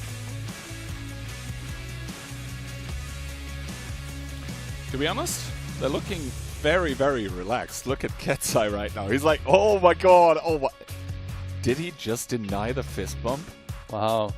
That is a Oh, and that is a picture that speaks quite for itself. Look at the Chinese players. Oh my god. Everyone looking at his own screen. Shocked. Yeah, I mean, it didn't look too bad for them. They started off with an HP advantage. Even though they had a light tank, they got great information both from the initial plane, giving initial indication, and then allowing you, because you know where the tanks not are, to get the information tower. The spotting was on point, 7 spots, and then they just didn't convert the information game. It's like the missile, right? If you know where they are not, you can determine where they are, right? I'm sorry, that one just popped into my head. But yeah, in this first round here, to be honest, I think a little bit concerning for 1-1, because the opening, like, it was good, but really good individual plays here. I want to call out Monster for just staying alive. The heal coming in absolutely clutch. He was a one-shot for the E50M, but then staying alive on 90 until basically the end of the game. Yep. That means just additional damage, and when you leave one of those BZ-75s alive on like a one-shot, it can be all the more annoying because it just has to expose for a very short amount of time for rather large damage, and then you go back, you go immediately unspotted, you just focus on reloading. So yeah, good stuff here from Hit and Run, figuring out the opening from 1-1 and then just slowly grinding them to death. And then also through the north and the south, they recognize the opposing team has a light tank. We can just take the 1-for-1. Okay, that was the first round of Sand River. I'm not sure if either team prefers a site on Sand River. There has been in the past some like assumption that certain sites are better, but this was a fairly even start. It was just the implementation. You can see it, the hit rate, the pen rate, and the amount of kills in the end were just not enough on the side of 1-1 to get this initial ball rolling. I mean, you see as well, damage dealt, 5 purple players on top here. And the stats, they also kind of tell the name of the game. There have been only 3 kills done by 1-1. And nobody over 3,000 damage. Nobody over 3,000, yeah. That means nobody deals their own HP in damage. That's critical. I mean, not even the RHM, because that one has like 2.1k, and I think in Onslaught, depending on if you run hardening or not, you have 2.5 or 2.9k.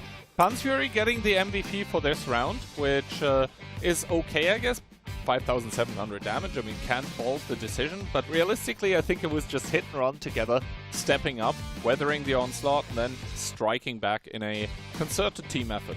Yeah, if I see this video of the MVP as a player, I'm not sure if I want to play another round against that guy.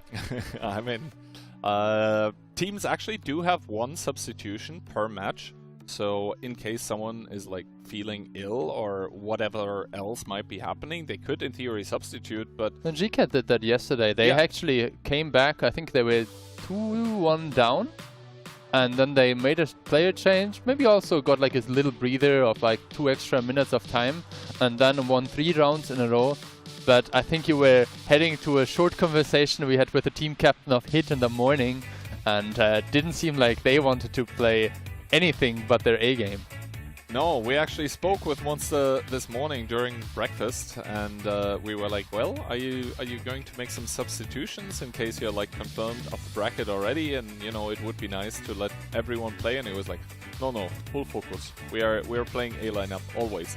No, I mean, they don't want to drop any rounds today. No, and as well they might if they continue like this, because it was very, very clean coming out from Hit, but obviously they need to reconfirm it. Keep in mind, Sand River is 1-1's map pick. Let's take it away.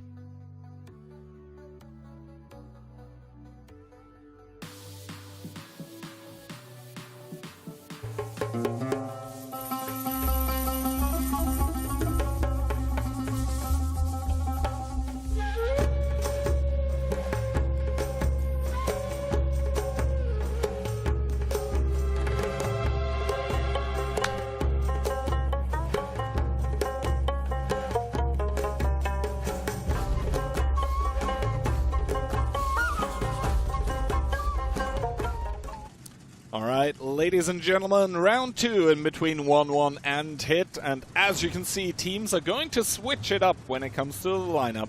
1-1 going with an entirely different approach. No BZ75s this time, IS7 and a Yo together with WCS, E50M and RHM. Yeah, Hit also playing a Yo. They stick to their 430U, E50 and a K91, so no light tank for the Polish team, same as in the previous round. Yeah, all combat tanks here. I think Hit and Run might be a little bit worried of some all-out push coming from 1-1, just try to overwhelm them. But Franek here with the newly buffed K91 is sort of able to scout out that IS-7 immediately, gets a shot of damage as well. The camo they're holding up until shooting, but now we see 1-1, they actually have a plan. They've been boosting the E50M with the CS63. Pansfury is like, oh no, that is 2 Tier 10 mediums that are coming by way. We can see Ketsa and Deckard trying to reinforce. Liege and Jiangshan already taking a lot of damage, but the same can be said for Pansfury, who's down towards 1200. Make that 900. Yeah, Pansfury in a heap of trouble now, shooting back, but yeah, shots coming in. DJ bouncing from the back, and first kill being picked up now by Yingshan, but that was very expensive. They are down 3,500 HP. One might say this was absolutely prohibitively expensive. Basically 2 tanks already down and out. Jiangshan and Liege barely holding on here. Wind with that RHM trying to provide cover fire on towards Ketsai and DJ. He does find some damage, but it feels a little bit like 1-1 with this push through the north have run out of steam. They are currently holding positions. They do have the crossfire, so Hit do not want to re-aggress, but taking a look at the HP that is in the game currently, Hit have managed to bleed 1-1 that do have the kill though. Yeah, so what can we expect to happen next? We have a 1 versus 1 situation in the south of the map where both the MVUs are kind of like looking at each other, trying to figure out if there is something they can do. Monster has taken a shot, but Karma seems to have taken at least 2. Slight advantage there. I don't think either of them will immediately aggress forward, even though there's a lot of information that the teams already have, because committing into the artist strike might just be a bit too aggressive for now. DQ driving forward, taking a bunch of damage, down to 16 HP, and I think DJ has the reload, picking up the kill, and now nearly double the HP for Hit and Run.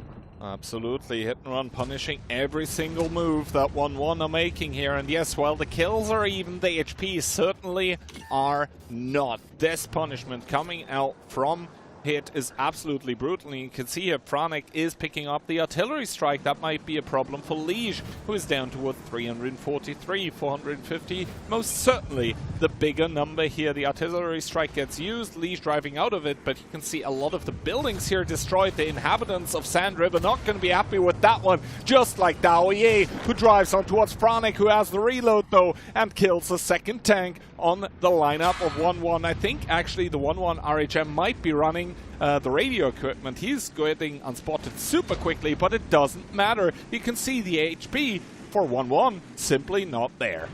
Yeah, now Yingshan trying to put in some more shots. He is the one holding the crossfire, but with 6 versus 4 now, 3 versus 4 tanks, and this kind of HP disadvantage is a bit of a lost cause. Absolutely. 1-1 once again. Try with a very, very aggressive opening, but Hit and Run are like, yes, thank you, and please drive in towards our guns.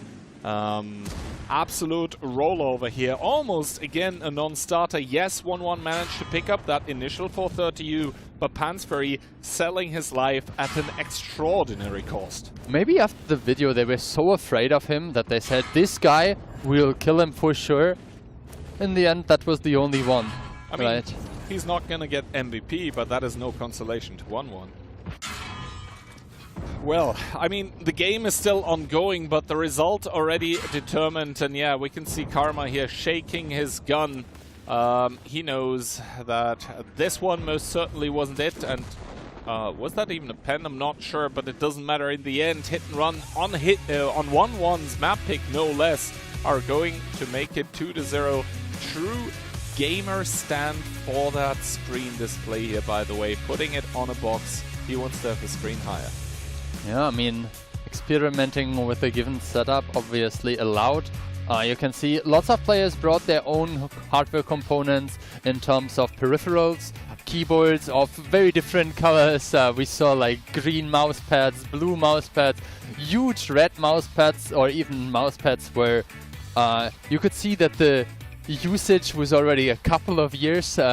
But I'm happy that everyone is feeling comfortable there. We saw even some players playing without shoes and coming in the hotel slippers. So you know, Jackpa actually has 2 different pads on his table. He has one for his keyboard and one for the mouse, because he told me, like, at home he has a wooden table that's kind of cold and he doesn't like that, so he needs like padding everywhere for his arm. Yeah. But yeah, anyway, scoreline-wise, we are at a 2-0 for Hit here, and 1-1 on their map pick of Sand River. I mean, we could see they had some ideas behind their openings, but Hit, normally a team known for a lot of aggression, instead here hanging back a little bit and just letting 1-1 do the mistakes. Yeah, I feel like comparing this to the previous match, Mafia kind of playing the Hit style, picking lots of BZs, driving in, getting some early kill pickups, and Hit taking it a bit more easy. And I feel like both of those Sand River rounds kind of ended up being the same step-by-step program. We saw a push from 1-1, we saw like some supposedly separated tank, and then we saw all the support that was there and how expensive it is to get those initial kill pickups. I mean, for Hit as well, I think the decision-making, especially in this round number 2, was extremely mature. You could see they were losing Pansperry, but they were dealing a lot of damage. And then there was like 1 and 2 shot remaining by 1-1 from this push, but Hit didn't immediately like repush with full HPs trying to finish them off. Instead, they were like, okay, well, there are 1-shots there. Are they able to leave? No. Let's just let them sit there and re-aggress. And now, oh, Decker coming out. The WGL veteran, 6,000 damage to his name and the kill on top. Yeah, I have to admit, when I saw him driving forward that far, I was not sure if that might have been a bit over-eager, but he had the support of his allies, he stayed hull down, and he did a very good job dishing out damage and retributing onto Pansperry, who still ended up with a decent amount considering that he was the first target to be pushed on. Yeah, readjusting his glasses is Decker as he sets his sight on, I think, I'm not even sure, no, it's definitely not his first MVP this tournament, but yeah, with 6,000 damage and 100% pen rate, who are we to blame anyone? Good job by him. Yeah, and I think that seems to be like a trend, those kind of glasses we saw earlier, Profuse with a pretty much same picture, like sending a bit diagonal, looking through his glasses, very clever. And I mean, so do we, right? Absolutely. We will switch to the second map, this time selected by Hit and Run, Murovanka. A map that they have played yesterday against Mafia. You could even argue the only map that they're not undefeated on. They missed the decap shot so far. They missed the decap shot, I would say like very close in terms of timing. Mafia was pushing in with 6 BZs. Very interesting strategy. We did not see a lot of light tank play with those two teams on this specific map, but that can obviously change. We saw Cat's Eye playing the RHM, and I think both teams are definitely capable of employing different strategies, which we have actually also seen in the second match where we had who is playing on Murovanka with the double or triple K91 yesterday? It escapes my mind. Yeah, I mean, definitely lots of different strategies, and I think that's also the beauty of Onslaught, is you can kind of hide your initial ideas with a fog of war, and then get the positions that you want, or maybe get the tanks into positions that are maybe a bit more dangerous on the way there. And we have seen 2 tanks, we have seen 3 tanks pushes into the cap circle. I think LJR was one of the teams that was very aggressive towards the cap and then kind of wasn't able to fully hold it. We saw a bunch of interesting ideas, and I think we even saw one game of the red strat yesterday, where Stacked was playing against W. I mean, Stacked in that game, in my opinion, they really learned a lesson that a lot of European teams have learned in the past, and that is against W. You do not try to cap Murovanka. It's as simple as that. Just don't. Yeah, but I mean, it's not always that easy to force a fight. I just want to remind you that W made a great adjustment when it comes to their tank selection. Sure, the CS is great, the Leopard is great for sniping and for getting the additional small arty strike, but they decided to play double E50M, so pushing into them is not as easy as just overrolling lightly armored mediums. The E50Ms will definitely return fire and put on the hurt on the way towards them. I think it's also paying respect to the fact that the Baby Strike was nerfed, so you don't really need that ability. Instead, you go for the firepower. But yeah, we'll see what the teams do on Murovanka round 3.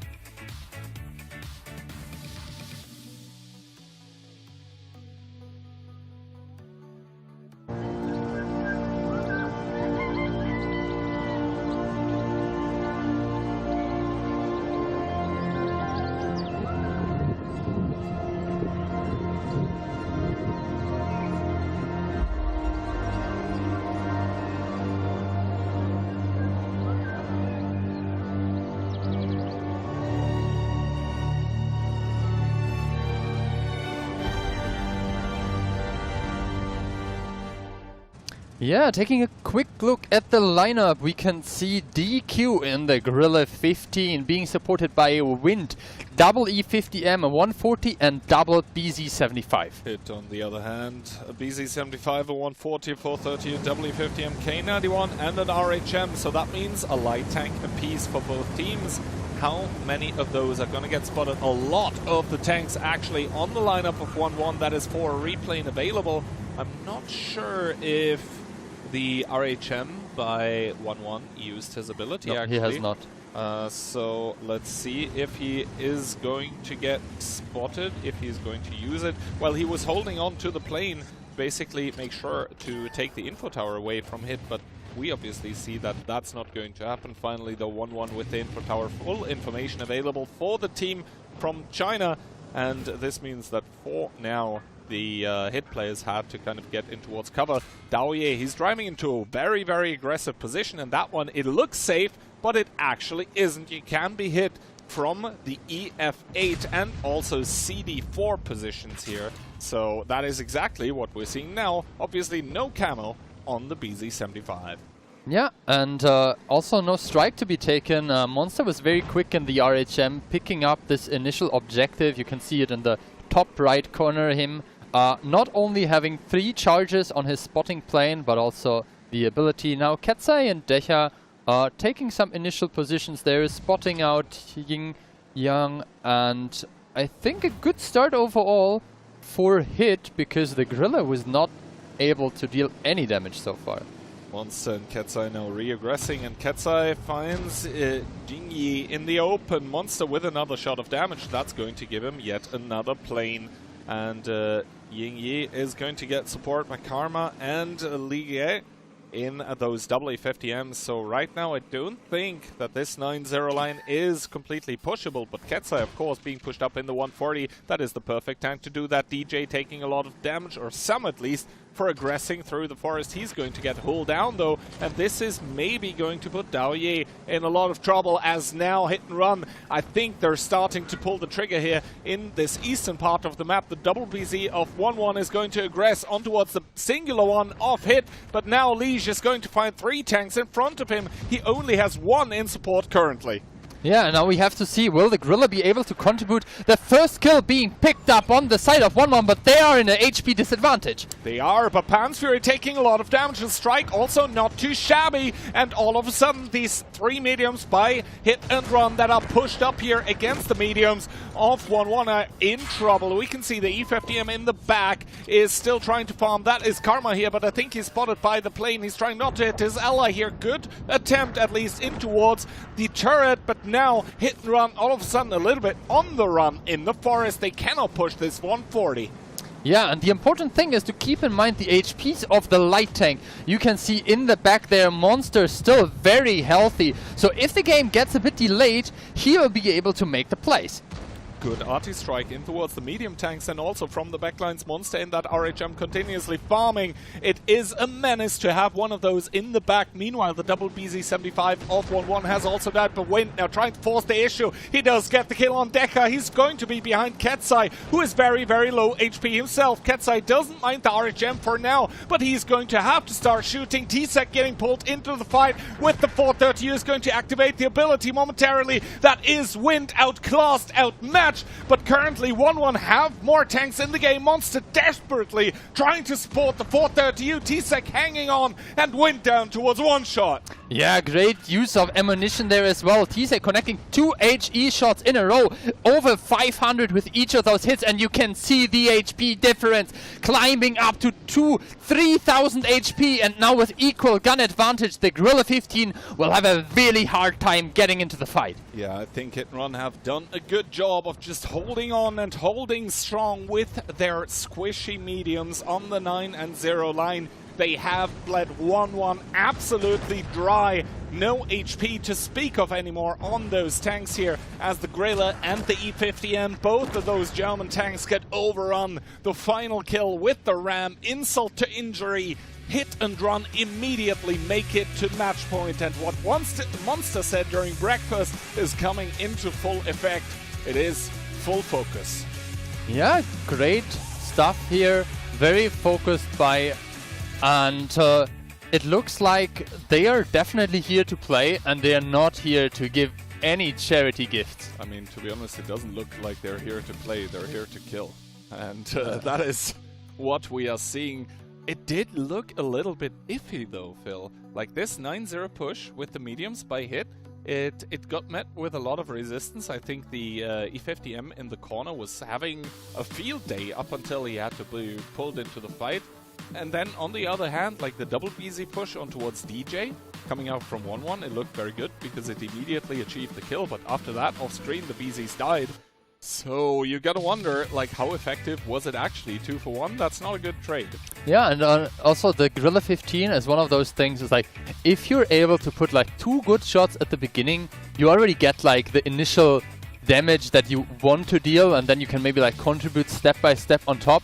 You know, 2k damage with the with the better aiming and the higher alpha is like definitely something doable, but the tank stayed so low on the water side that he wasn't really able to contribute, and Monster was also like just peeking up, quickly retreating. DJ in the BZ, I think he might have taken a shot, but still, like, taking a shot with a 3.5k damage, like HP chunky heavy tank is not the end of the world.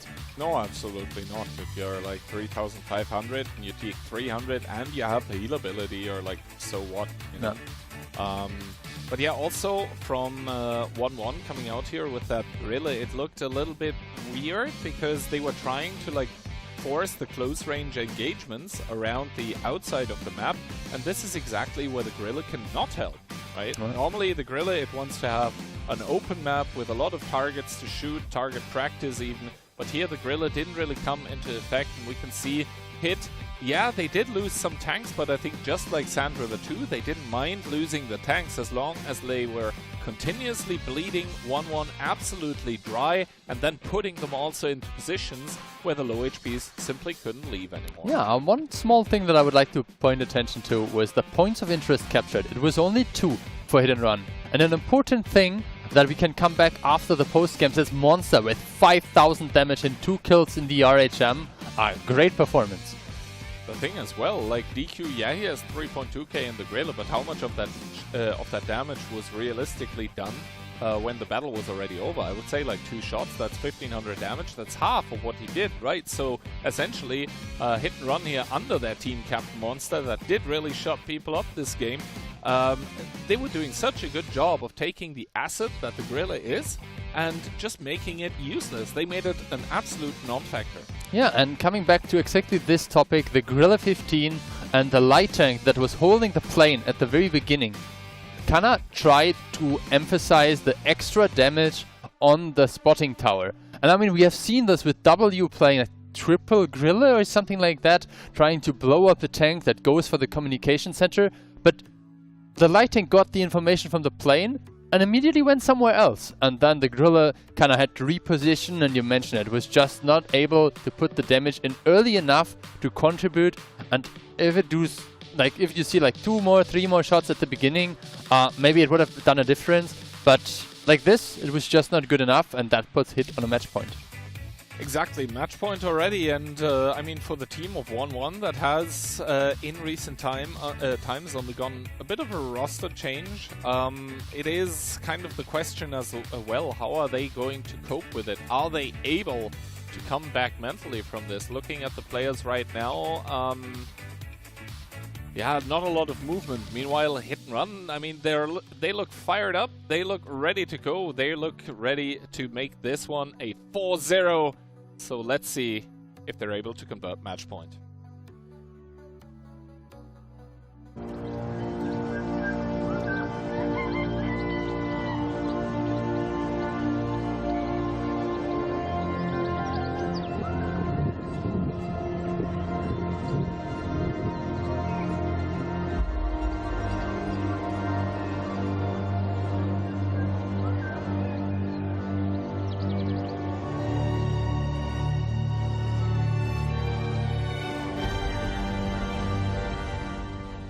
Round number 4 in between Hit and 1-1, and Hit already looking for the knockout punch. Double BZ 75 together with a 140, a 430, E50M K91 and an RHM. Yeah, the BZs are back. Triple BZ on the side of 1-1. No Gorilla this time, but a double E50M for damage. Inspire Tank and the RHM. Opening wise, Monster immediately using the plane, the same for the RHM of 1-1, but where on Hit only DJ gets spotted, that is 6 tanks spotted for one or on the side of Hit and Run, and since they also had 1 spotted on their end, that means Hit is essentially playing with full information here. 1-1 omitting the spotting tower, and we can see Hit already driving towards the left. They know that the west is absolutely empty and they're making full use of it. Some damage taken already on Jiangshan. And yeah, Hit, I mean, T-Sec bleeding though, for how much of a reason? I think that peak was a bit too over-eager. Yeah, interesting to see that Hit basically abandoned both RT strikes, now trying to get some information. I really feel like they need to push out the light tank on the C3-4 position quickly, so they are not giving up too much of the map control. Franek gets spotted now as well, but the low-profile tank should have avoided maybe staying for that long. This is a pretty good start for 1-1. Really good start for 1-1. Win, though, getting hit by the plane of Monster. Does he take damage is the question, because that would mean replaying for Monster. Yes, indeed, he does. Monster has a replay, and I think that was from a shot from him, though. Daoye being very far pushed up, and Ketsai here, he's been laying down the law with that 430 on towards the E50M. I think he's too far up. He is. He might be too far up. I mean, right now he's not really rotating. So far now, the 140 actually on the K-line, a little bit of the undoing of 1-1 here. They have... they've not respected the fact that the 140 has the 340 recently buffed alpha damage. That is a lot of DPM. They're sending no one to alleviate the pressure. This is a mistake because they took damage early on. They knew he was there. Yeah, and Ketzai was spotted on multiple occasions. Now the spotting tower as well coming in, helping out 1-1. But Ketzai found a nice position to stay safe, and Hit and Run managed to pretty much claw back the HP disadvantage they had at the beginning. Now it is though 1-1 respecting the threat that the 140 poses, sending leash, sending the artillery strike, sending everything, throwing everything, including the kitchen sink at that annoying 140. And I think, Phil, they're going to get at leash, taking some damage here, but he should be able to take him out. First kill for the home team. Yeah, it was pretty expensive looking at the HPs remaining on this E50M. 660 left, and the HP advantage has shrunk to less than 1,000. Less than 1,000 here. Hit and Run actually trailing though. And Daoye taking 2 big ones. The plane is once again going to come down on towards DJ and Deca, but no follow-up damage, meaning no replane for now for Wind.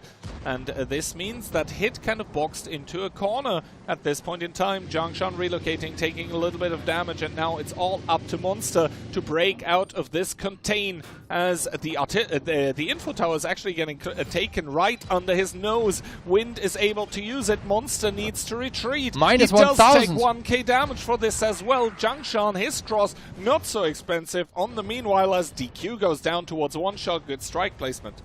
Yeah, and this was very expensive for Monster. He lost the majority of his HPs, and Wind still on 2.1k HP. I would say 1-1 has a significant advantage. Indeed, as the plane once again going to connect on towards 2 tanks as T-Sec peaks, but he takes a big one from the back as he's able to retaliate on towards Karma. But now Pansferry from the back lines, he's one of the tanks with HP still on the hit and run lineup. He is going to try and shut it down. He's trying to generate the kills as Jiangshan quietly coming around the corner in the BZ-75, but it's Daoye to pick it up. 2 unanswered kills, and the team of Hit and Run look like they're in trouble. Yeah, and now they continue pushing in here. 1-1, smell blood in the water, and next kill pickup now on Decha. There's the K91 desperately trying to dish out the damage, but it's just no longer enough damage from this medium tank here. No, he has a lot of DPM, but he doesn't have a lot of alpha. 2 kills getting traded on each side, but Pansferry now the next focus of the team in orange here, as only 2 purple players remain. And Hit and Run, they wanted to make it a 4-0, but 1-1 say no to this first match point. And now Monster here, I mean, still alive, trying to pad the stats a little, but we all, and including him, actually know that this one is not going to be Hit's round. Instead, 1-1 are going to put one on the board. They do make it a match. They split Hit's map pick 1-1, so it's going to be 3-1 in the total score department. Yeah, I mean, not a lot of relief on the player faces there. Definitely still appreciated by everyone to take a bit of a, you know, like a bit of a dampener towards the success that Hit had so far. Monster still motivating, talking to his players, making sure everyone stays on board. That means we'll see a third map picked by Hit, Cliff. What do you think about that map? I mean, first of all, we have to say that deep into the pick and ban, right? Both teams are going to be fine with playing it. But Cliff, I think it's problematic for 1-1, just because it's such a coin flip map, and you're up against 2 match points on the map. It doesn't bode well for them, like just vibe-wise. Yes, they just won a round, but I much rather want to talk about the fact that Ketzai kind of gave the game away by overstaying. In my opinion. I mean, you mentioned that initially he had some really good damage there coming out from the 140, but then it was just like, either they support him properly, put like the double K91 in the back, maybe also like one of the BZs can help, but you can't give up the map control and leave the tank so far outside unprotected, and then it was just a bit of a snowball here and there. I think the second important situation was the situation where Monster got caught. Maybe it was a bit unlucky timing.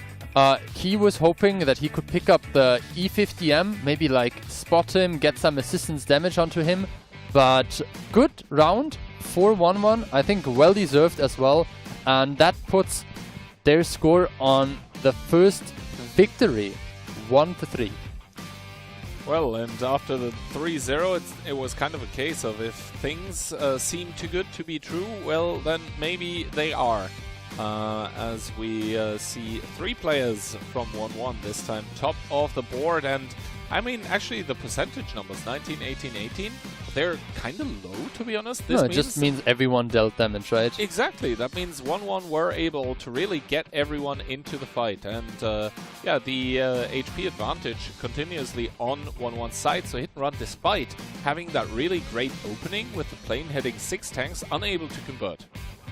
Yeah, and we can see now the BZs, those were the tanks overpeaking, trying to get in some shots. DJ and T-Sec not really able to dish out essential damage, and also not really able to support Katsai there, who ended up with okay damage, but the 140 really needs to stay alive, because the Inspire tank just boosts the whole performance of the team. Karma, the MVP, really amazing performance also during the previous WCI here in his E50M, picking up over 4,000 damage.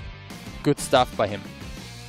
Absolutely, but I think this round, just like the first 2 Sand River rounds, it was a concerted team effort. This time though by 1-1, who really face-checked and exploited the mistakes that Hit and Run was doing.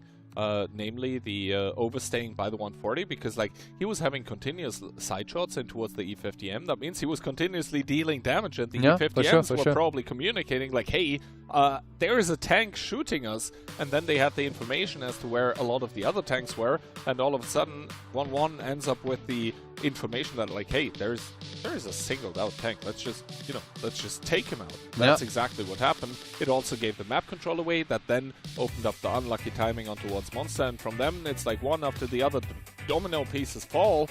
So let's see if Hit, well, not so happy anymore. Katsai still smiling though, despite his, I will call it a misplay last round. Maybe it was an FC call though to stay there, we'll never know. But yeah, 1-1. For them, fundamentally, situation unchanged. They need to win. Let's go.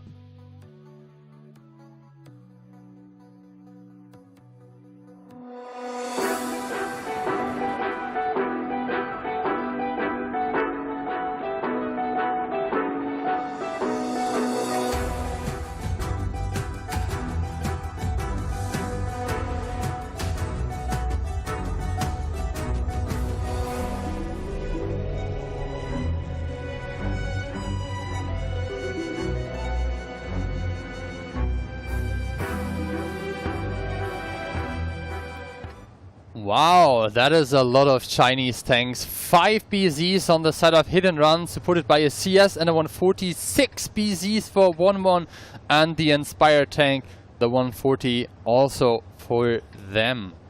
You know how many BZs that is? Lots of BZs. 1-1, 11. Let's see if it bodes well though for the home team from China here, that are not really holding up with any kind of finesse. That is 7 tanks, the Viper Centro, 7 tanks towards the middle of the map. And Hit and Run, meanwhile, are going to split up one of those BZs towards the 1-2, sending everyone to the middle. Monster, though, with the cross towards the donut, towards the balcony in G2. He's going to spot a lot of those tanks. That is important information for Hit, that now know that they should be careful from getting overrun. The lineup here by 1-1 is very brawl focused. Are they going to overpush is the question. The answer is yes. Wind, the first one to take the brunt of the damage down towards a 2-shot here. But now it is the problem for Hit and Run that they actually have less in the game. But Katsai with a great ram.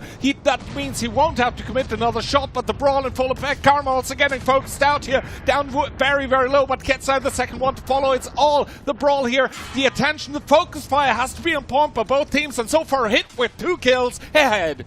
Yeah, and you can see the 140 there trying to stay alive, trying to inspire the tanks, now getting pushed by DJ, taking some essential shots. Dao Ye being sandwiched by T-Sec, who might actually be able to take another shot. 43 HP left on Dao Ye. Jingtan trying to shield him. T-Sec hopefully the next one to fall for them, but no, the heal comes in, another shot being used for it, and Hit and Run with the HP advantage. Hit and Run with the HP advantage. They managed to pick up Daoye as well. And now the next focus on Zhangshan, who's down towards a one-shot. Maybe the heal can keep him alive. For now, that seems to be the case. And you can see the BZs bullying each other around. A lot of one-shots. DQ, Zhangshan, both of them dropping simultaneously. And Hit with 5 players remaining. They have made it. They've held on in the middle of Cliff. They absolutely demolished 1-1, and they're going to make both of our predictions, I believe. No, actually only mine come true. It is going to be 4-1.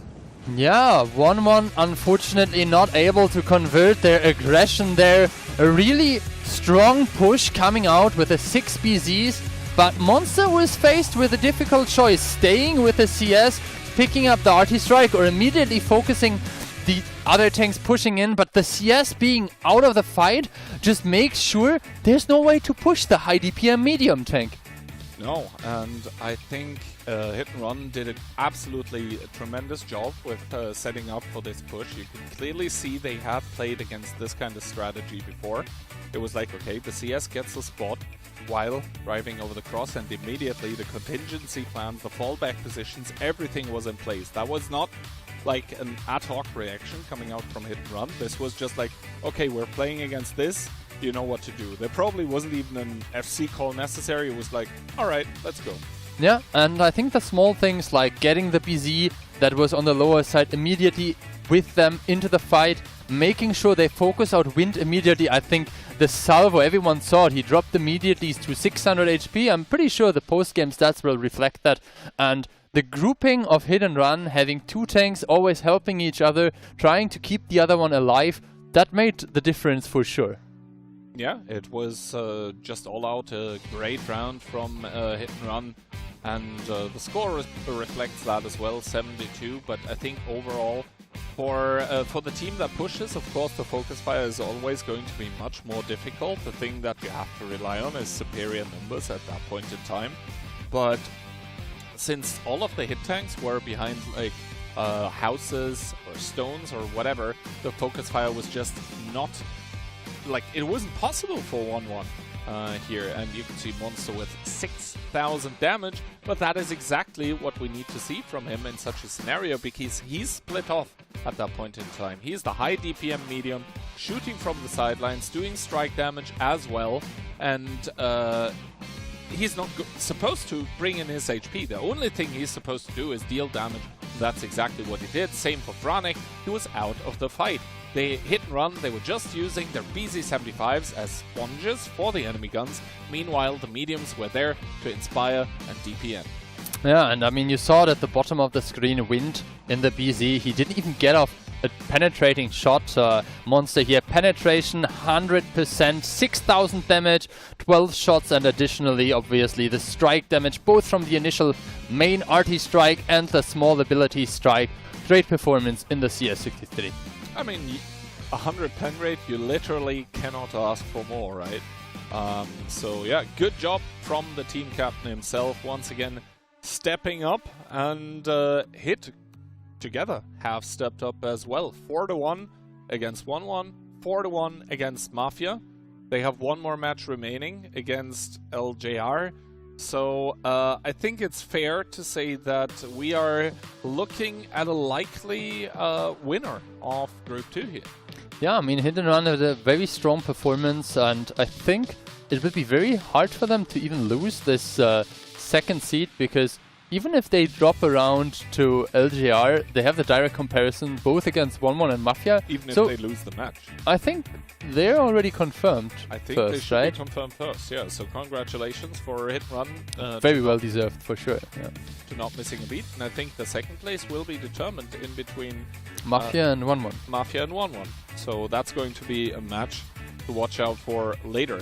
But yeah, we just had 2 matches in group number 2. That means we are going to switch back over for the next 2 matches to group number 1 again.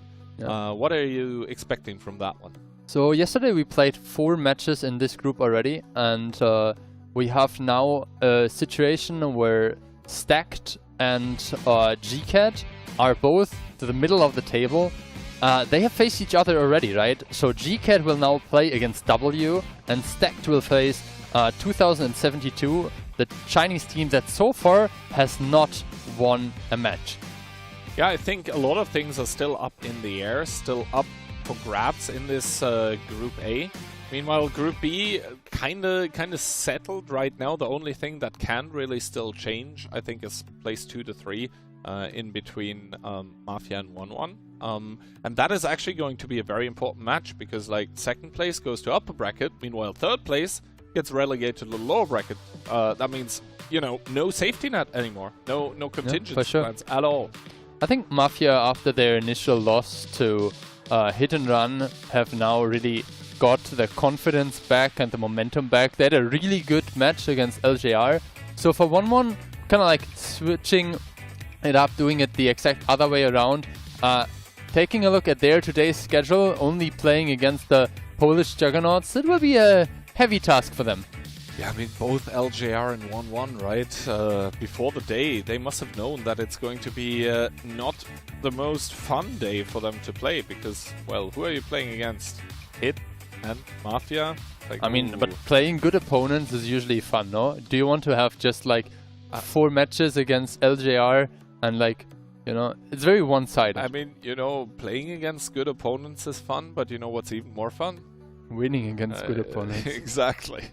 So, yeah, not sure how fun the matches were for LJR or 1-1. And I think, like, LJR for me still passes the vibe check, but 1-1 for them, the players were kind of looking a little bit shocked as to how easily some of those rounds were actually not going in their favor. And I think they, especially in the last Cliff round, they tried to like overwhelm Hit and Run. But I think, as like on Cliff, if you get spotted like that, going to the middle, you have to assume that Hit have played 1,000 times against someone trying to overpush middle, and no. I think Hit also had a good setup for this. I mean, those BZs, they're really able to sponge the damage very well. And keep in mind that this is not the last match. We'll have 4 more matches coming. So after a short break, we'll be back.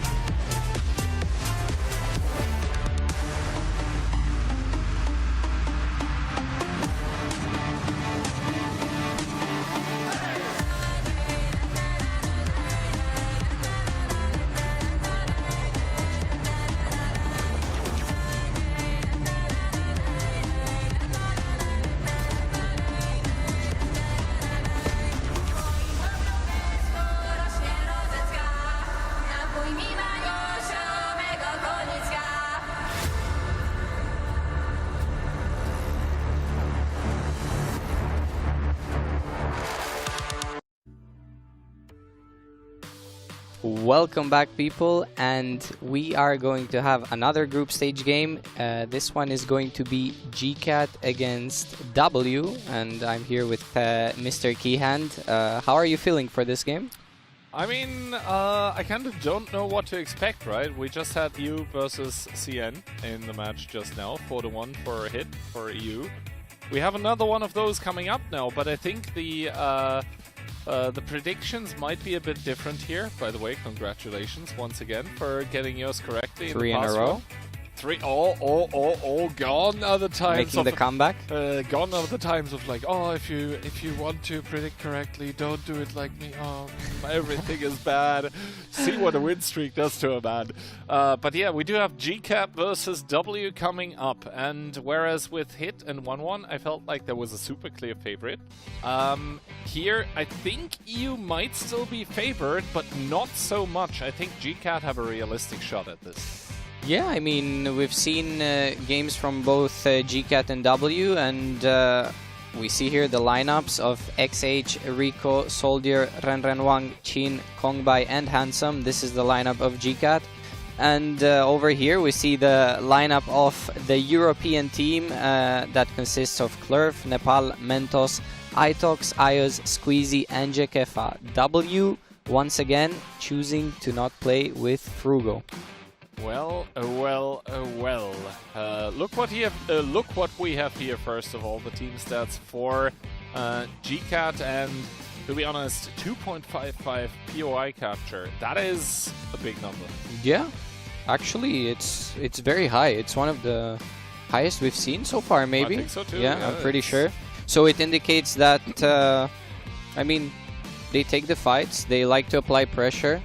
Overall, they also have quite some HP restored.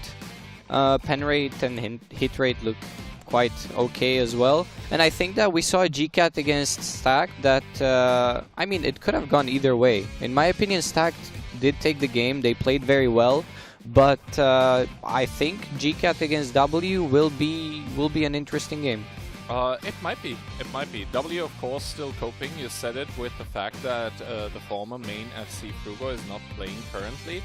So I think for the other teams, something that might be exploitable is the fact that maybe some of the contingency plans are not really in place for some of the tactics. Because, well, you can copy an opening, but you cannot really copy a strategy, because only the person that invents the strategy is going to know what exactly they meant by putting all the set pieces in play, whereas if you just copy it, you're sending the tank to the same position, sure, but you don't necessarily know how the tank is supposed to react.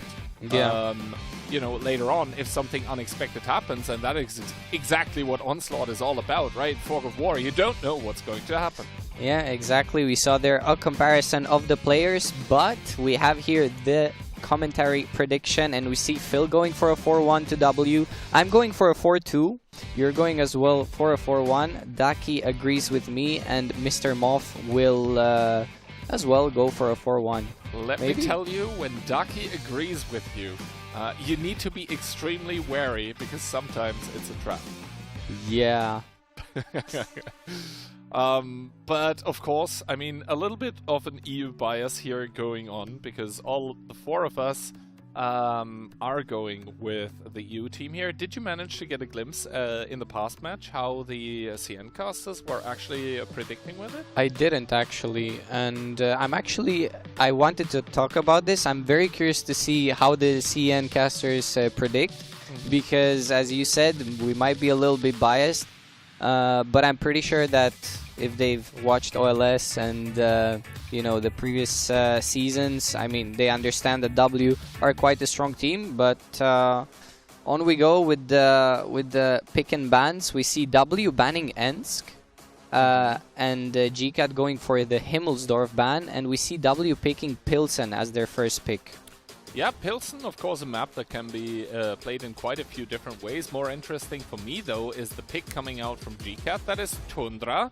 That is the map that is not in the map pool for W, so GCAT may be smelling an advantage that makes the ban of W all the more interesting, because it has not been Tundra. They left the map open, maybe deliberately. Cliff would be map number 3, Ghost Town could be the decider, but I think really, I mean, Pilsen, kind of a, you know, standard pick. I mean, could be 1-1, could be 2-0 either way. I think W might be favored here, but the thing to keep wary of is really that Tundra. I think that's going to be the make or break of the match. Yeah, and as you said, W left it open. They decided to ban Ensk, which is a map that they do well on normally.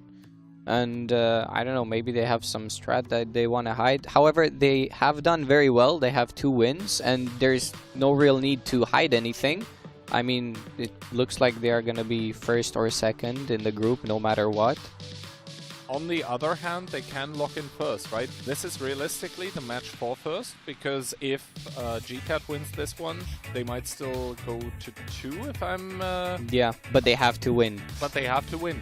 Then again, if W win this one, then they're confirmed first. So actually, it doesn't matter what happens here, the winner is going to be first. Yeah, and we've talked about this with the fans, and the fact that W have to really, you know... Let's go to game.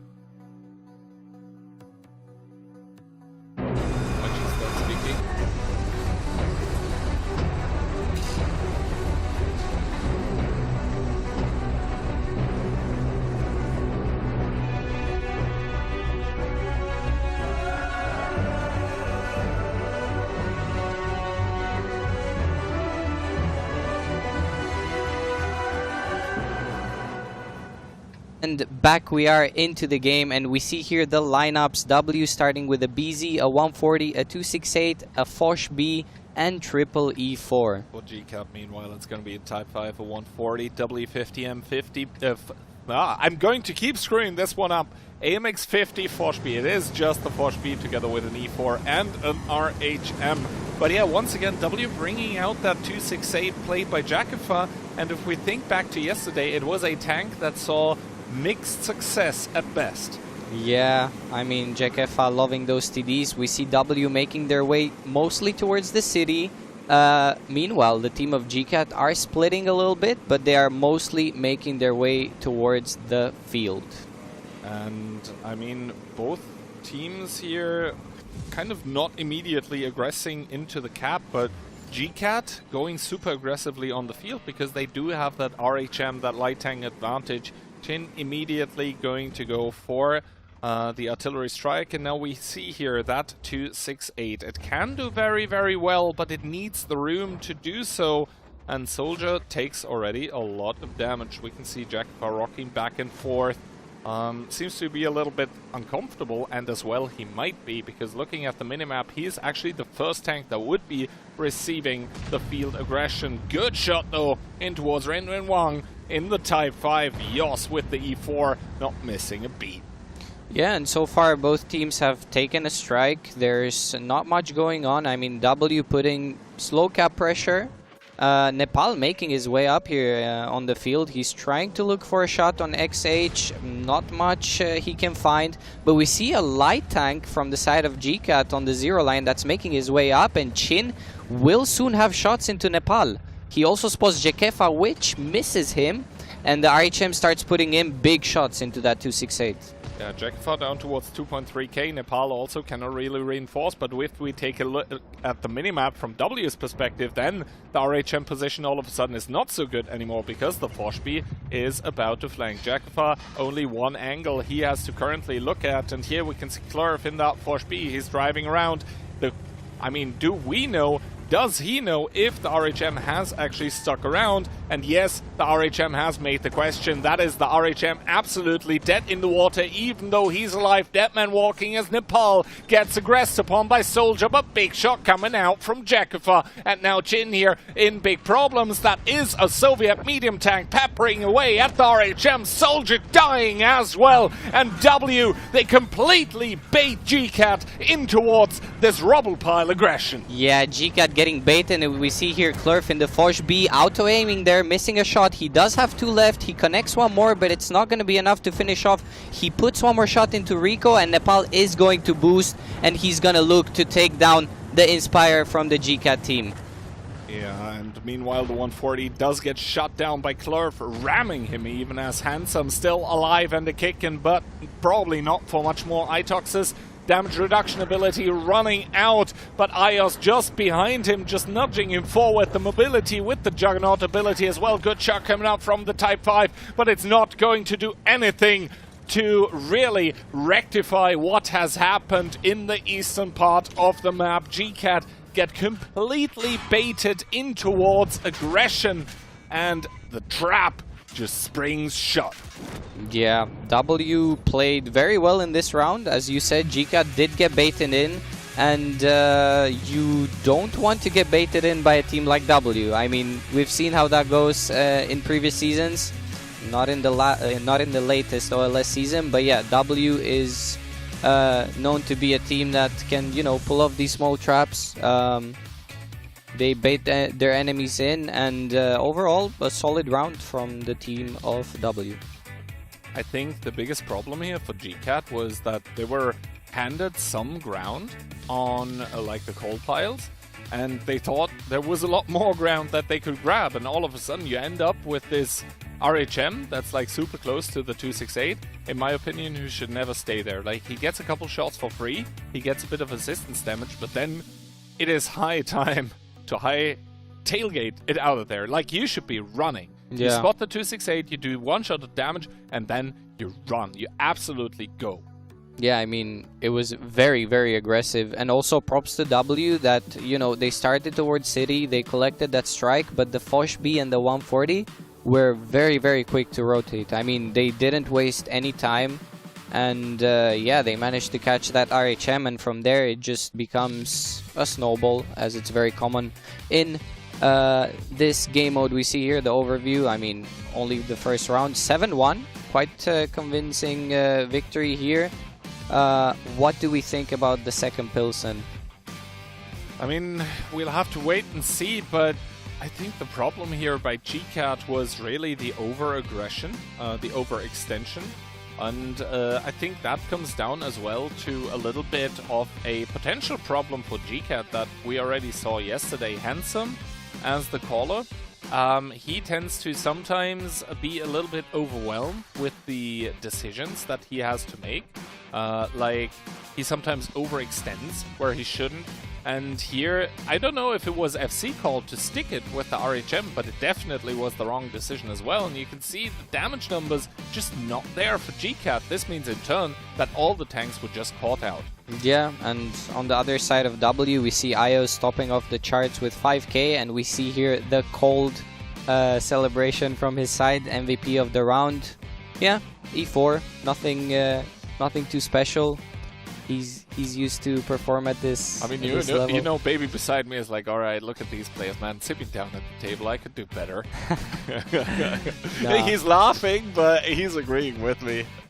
I mean, 100% pen rate with the E4 is impeccable. It's something you would do as well, is what you're saying. You wouldn't play E4 in the first place, probably. I would be baiting in the 140, as always. But yeah, I mean, good first round for W, and all they had to do was wait for GCAT to make mistakes and react accordingly. If we get down to like the nitty-gritty of it. Also, the initial trades, I think, were going in W's favor as well. Like, we saw damage popping up on the side of GCAT done by W with like the E4 against the Type 5, for example, where you know, GCAT wasn't really able to respond. I think that is also something that gets overlooked a lot of times, but these initial shots of the game, in my opinion, can really be the most important shots of the game, because that is basically damage that you deal for free, and you don't have to do it later in the shootout. That is effective DPM that you don't need to use when it actually comes down to it. Yeah, and also, oh, we see here the team of GCAT getting ready for the next round. I mean, we'll have to wait and see. They seem a little bit, yeah, once again shocked. And on the other side, we see W very, very calm. They seem ready, just like we are for round 2.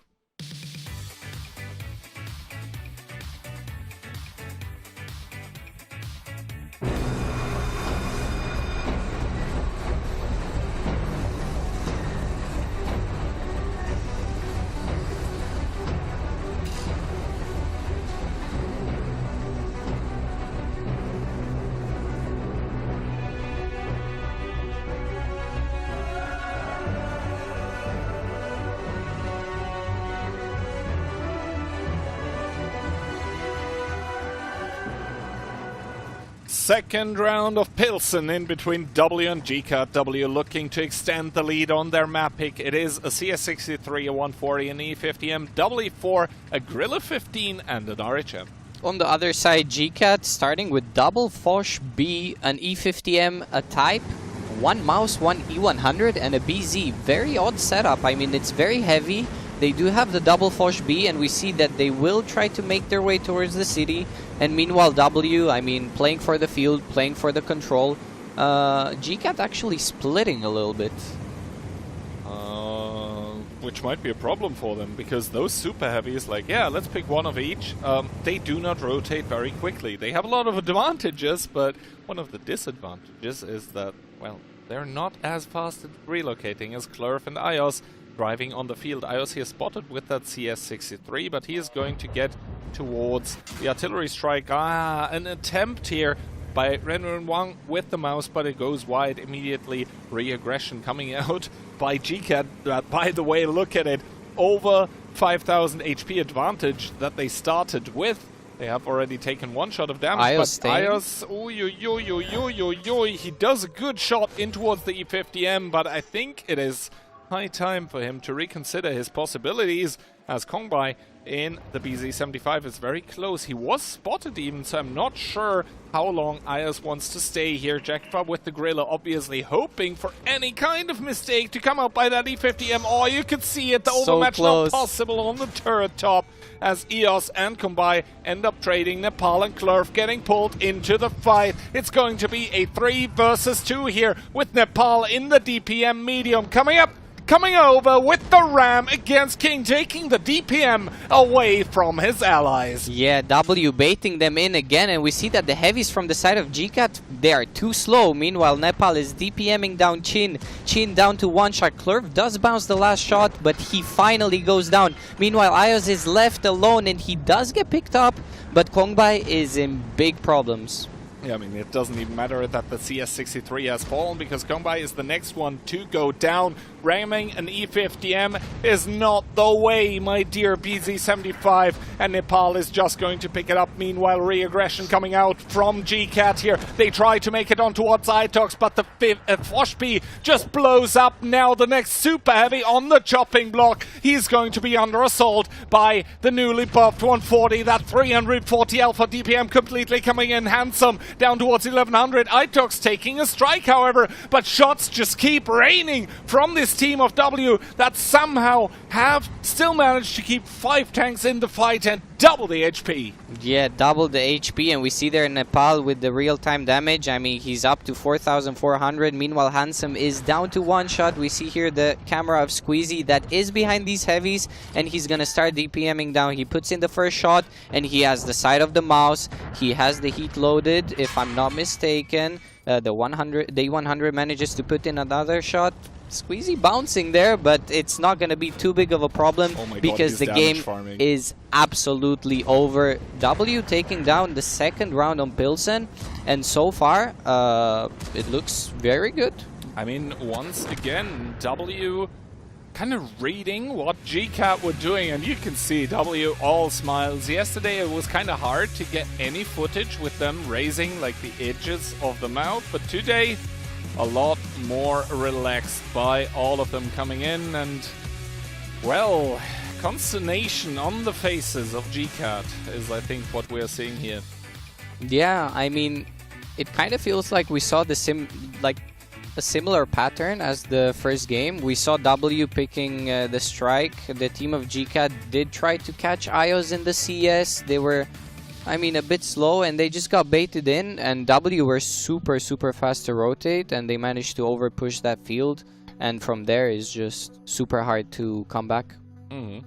And all of this off of the fact that the Gorilla, I mean, it was kind of out of the game as well. We'll see in the damage stats how much he was actually able to farm, but the initial and the most important engagement, which was the mediums and the heavy tanks together with the RHM on the coal piles, the Gorilla Well, we saw he wasn't able to get a shot there, which is super, super annoying, but I think it was the correct decision to not shoot there, actually. But yeah, I think the problem for GCAT was that they had picked this lineup of super heavy tanks, but they were not utilizing them correctly. Instead, the tanks that got caught out in a skirmish were the faster heavy tanks and the mediums. And if you're then left with super heavies, whose whereabouts are known, then you're robbed of so many options. You don't have anything in your toolkit anymore to respond. Yeah, exactly. I mean, GCAT picked a very, very heavy lineup, and they just, I feel like they were over-aggressive on the field. A bit greedy, right? I mean, they're aware that they have a very heavy lineup, and yeah, they got baited in by IOs, and we see here the overview. I mean, GCAT took one more round than in the first, one more kill than in the first round. Nepal with 7,000 damage, 25% of the team's damage. Jekefa as well in the grille with 5k. I mean, classic Jekefa on the red line with the grille. I mean, yeah, in the first game he wasn't finding too much success with the 268, so he was like, okay, even more sniper it has to be. But yeah, 7k from Nepal, that is quite the number, and to be honest, the opposing team made it easy. If you pick tanks with a lot of HP, well, it is a lot to farm for those DPM medium tanks. And yeah, for GCAT, I mean, it was kind of weird to see that they seemed really set on this idea of, hey, we need to you know, go against them on the coal pile. Nice video for Nepal, by the way. But yeah, it was weird to see, because normally if you pick this many super heavies, you want them to drive in and take the damage and not your other tanks. Yeah, exactly. It just feels like they were a bit, like the coordination wasn't really there. They picked a very heavy lineup and they decided to make a move on the field. And yeah, good stuff from Nepal and the team of W.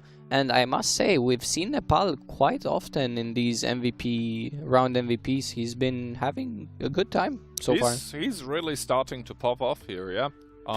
Chapeau to him, I guess. But I think W as a team together, like in these first two Pilsen rounds, they've really taken what GCAT has given them and turned it into gold. Like every time GCAT makes a mistake, W is absolutely there to capitalize and immediately goes for the killing blow. There is no hesitation, and that is also what makes out a really great team, is that you are going to have bad calls. Like at some point in time there are going to be bad calls, but you can turn them into something good for your team if you do something with conviction. And that is sometimes the problem. You can have a good call, but if you fail to execute it with conviction, it can be really, really bad. But if you have a bad call and you do it well, then it can still be good. You know, sometimes bad timing can be bad, but sometimes bad timing can be good. Let's see the timing on GCAT's pick of Tundra, though.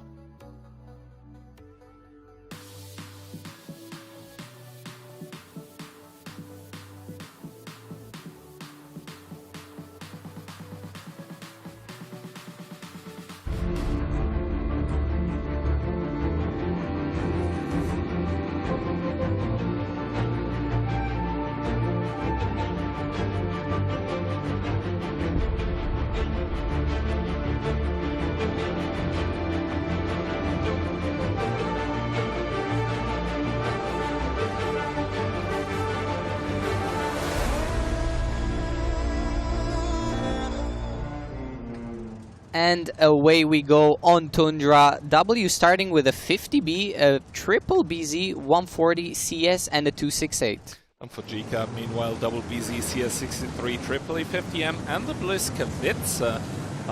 Quite the difference in lineups, philosophies even, you might say here.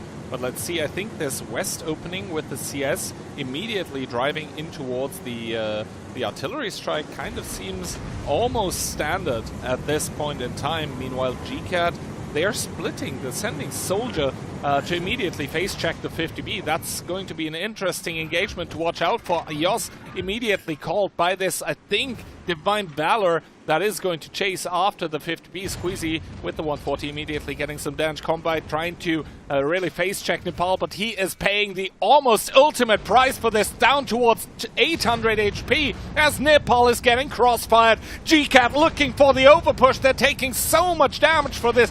Can they get Nepal out of the equation is the question. Nepal looking for the kill. He does get the arty strike out, and this all of a sudden crumbles for GCAT. Less than 5,000 HP separating the teams, but at this point in time, that is humongous. Yeah, GCAT trying the aggressive pushes, but it's not working really well. Handsome down to 700 HP. Chin finally goes down. The team of W picking off the tanks, and the difference is starting to get bigger and bigger. We see Squeezy in the 140 joining in as well, DPMing down all of the tanks of GCAT, and W are looking like very, very strong. I mean, the HP difference is big, and it keeps getting bigger. And we do see all of those tanks by W driving in now. They know they have won. There is nothing anymore that GCAT have left in the tank. There is only the Bliskowitzer that does admittedly have a lot of DPM, but what it does not have is a turret or allies.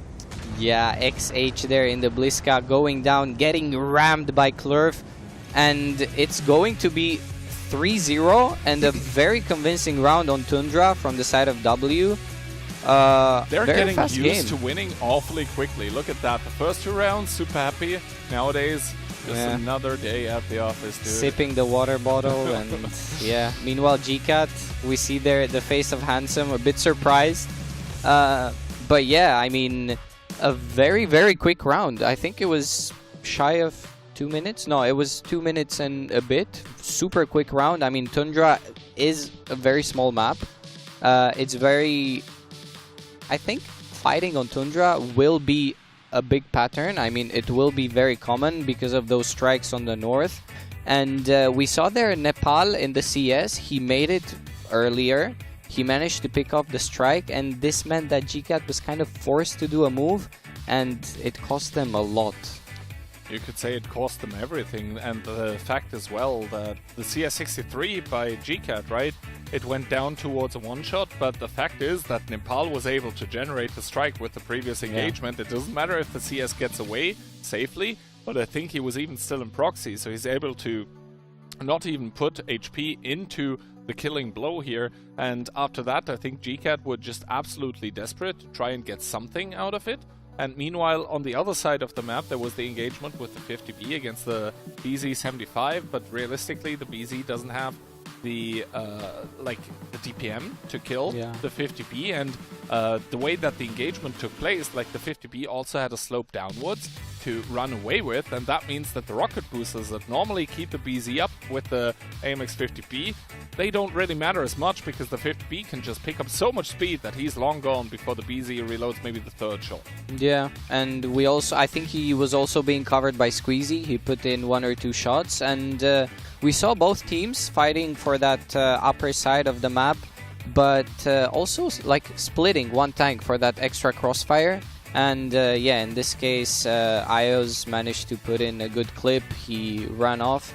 And also, again, Squeezy, W, always rotating fast. I mean, he didn't waste any extra time. He helped Ios. He put in 1 or 2 shots, and then he was super quick to join the fight and help his team snowball the game.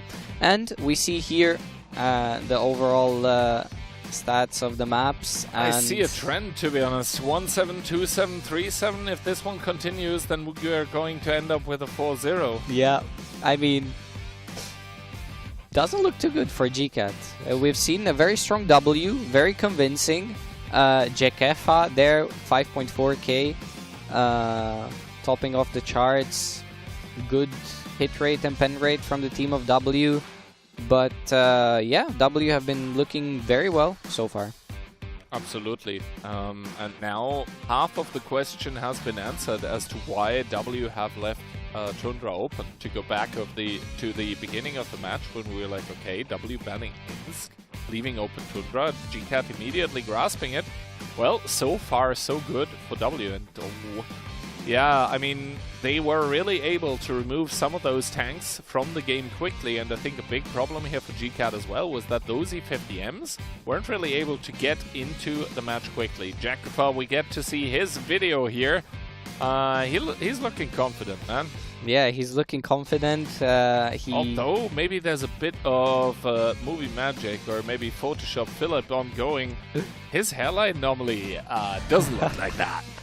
Yeah, Jekefa in the 268 again, another TD. I mean, he really thrives in that role. Enjoyer. An absolute TD enjoyer. But yeah, we saw the charts there, and I don't want to give any names, but I will give names. And Handsome again in that E50. I mean, he's been struggling so far from what we've seen, and I think it's kind of a pattern. Like GCAT have been, they have good ideas, but I feel like they don't make fast enough decisions to finish off those ideas. Yeah, and that once again comes down to that thing that I was talking about earlier, is like you can have a good call but a bad execution, but you can also have a bad call and a good execution. Both of it requires, or rather the second one, for it to come out well for your team, it essentially requires for all the players to believe in what they're doing. And I think while we see this belief in the W players, we currently don't really see it in GCAT. It's like that last percent that you really need to push things over the line, it's currently not there. Either it is like with the tactic, the execution, the reaction most likely being a little bit too slow, or individual overextensions from GCAT. And those are mistakes that can be fixed, but I'm not sure if it can be adjusted on the fly in a match.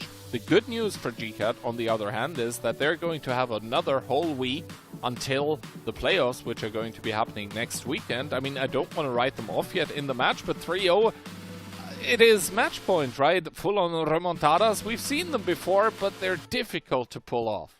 Yeah, I mean, they don't look so happy. I mean, no one would be in this situation. If I was down 0-3, I wouldn't look happy. Yeah, especially in this style, I mean. But yeah, we'll have to wait and see for the next round. It could be the last round, and off we go.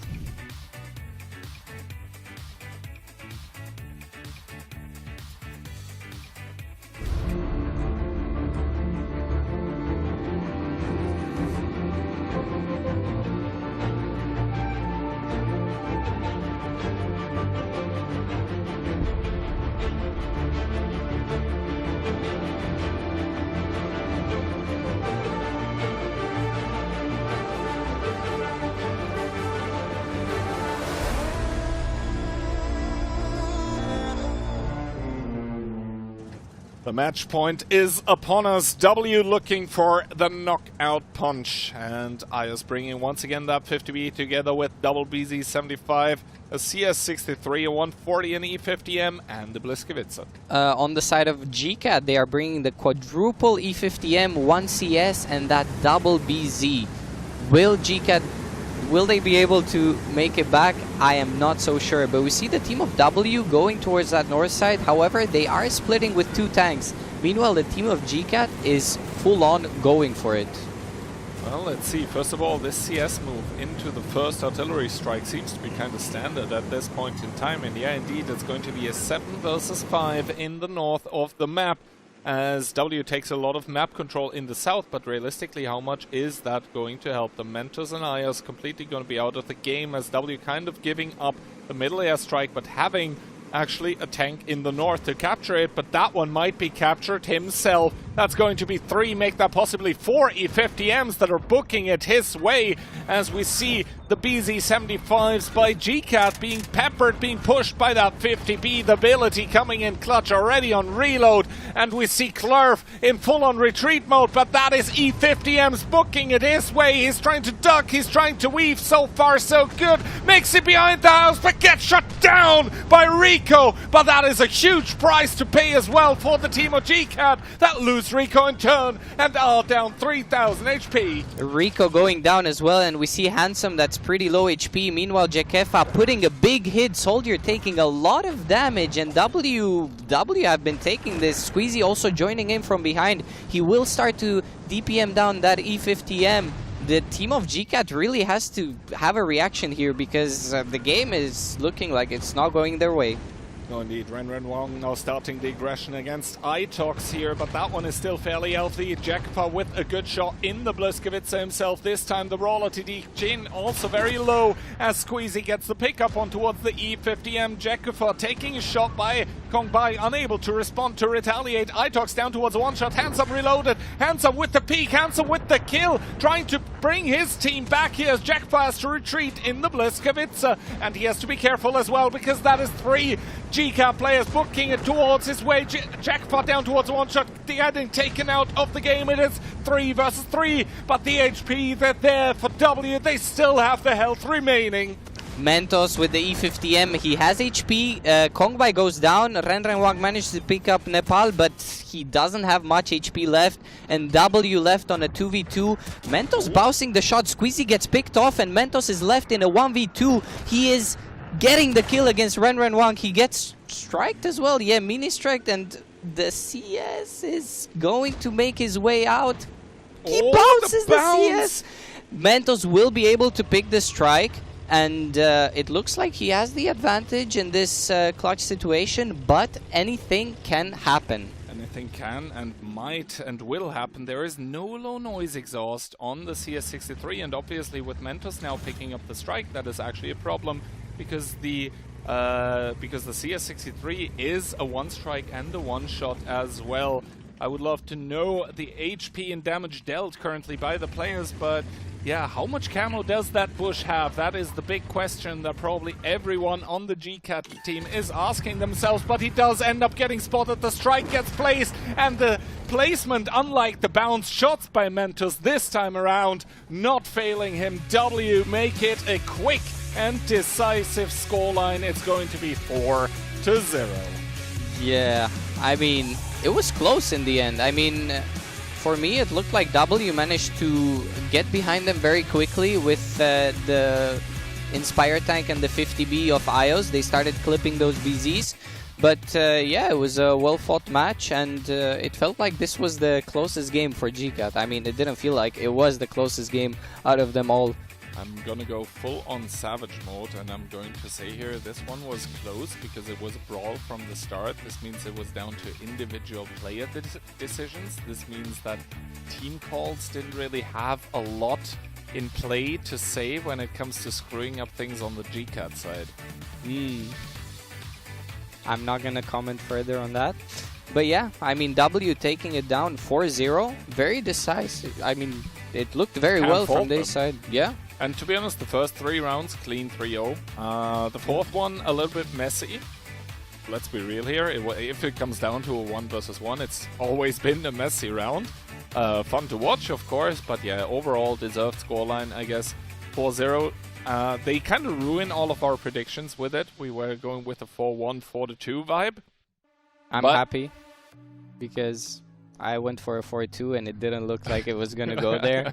But yeah, I mean, we talked about, you know, W have made a very big change. They've decided to play without their main caller until now, and it looks like so far it's going good for them. I mean, 3 games. They do have an easier group on paper. However, I mean, they are there to play, and so far they have won.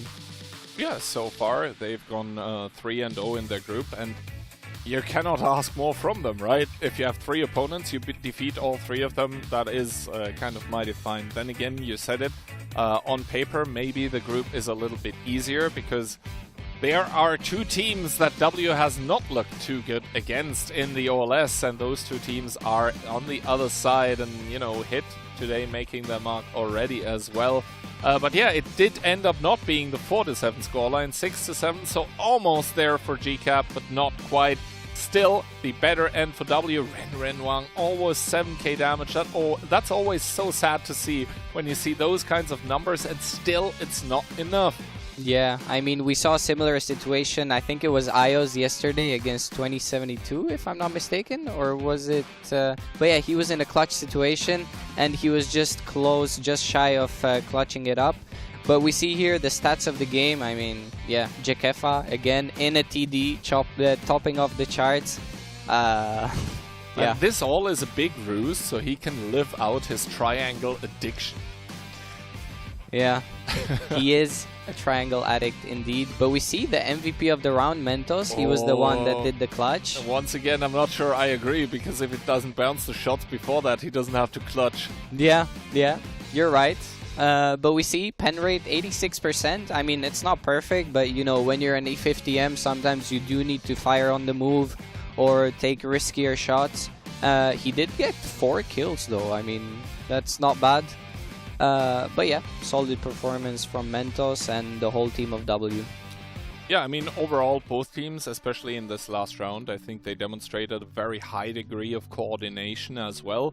Of course, at the end of the day, if it comes down to a 1v1 and one of the tanks is a one-shot and the other one is not, it's kind of hard for the one-shot to win, especially if the other tank ends up being in the scenario where he gets an artillery strike as well. It's like kind of unwinnable. Yeah. So, yeah, there's that. But congratulations for W for a clean sweep, 4-0.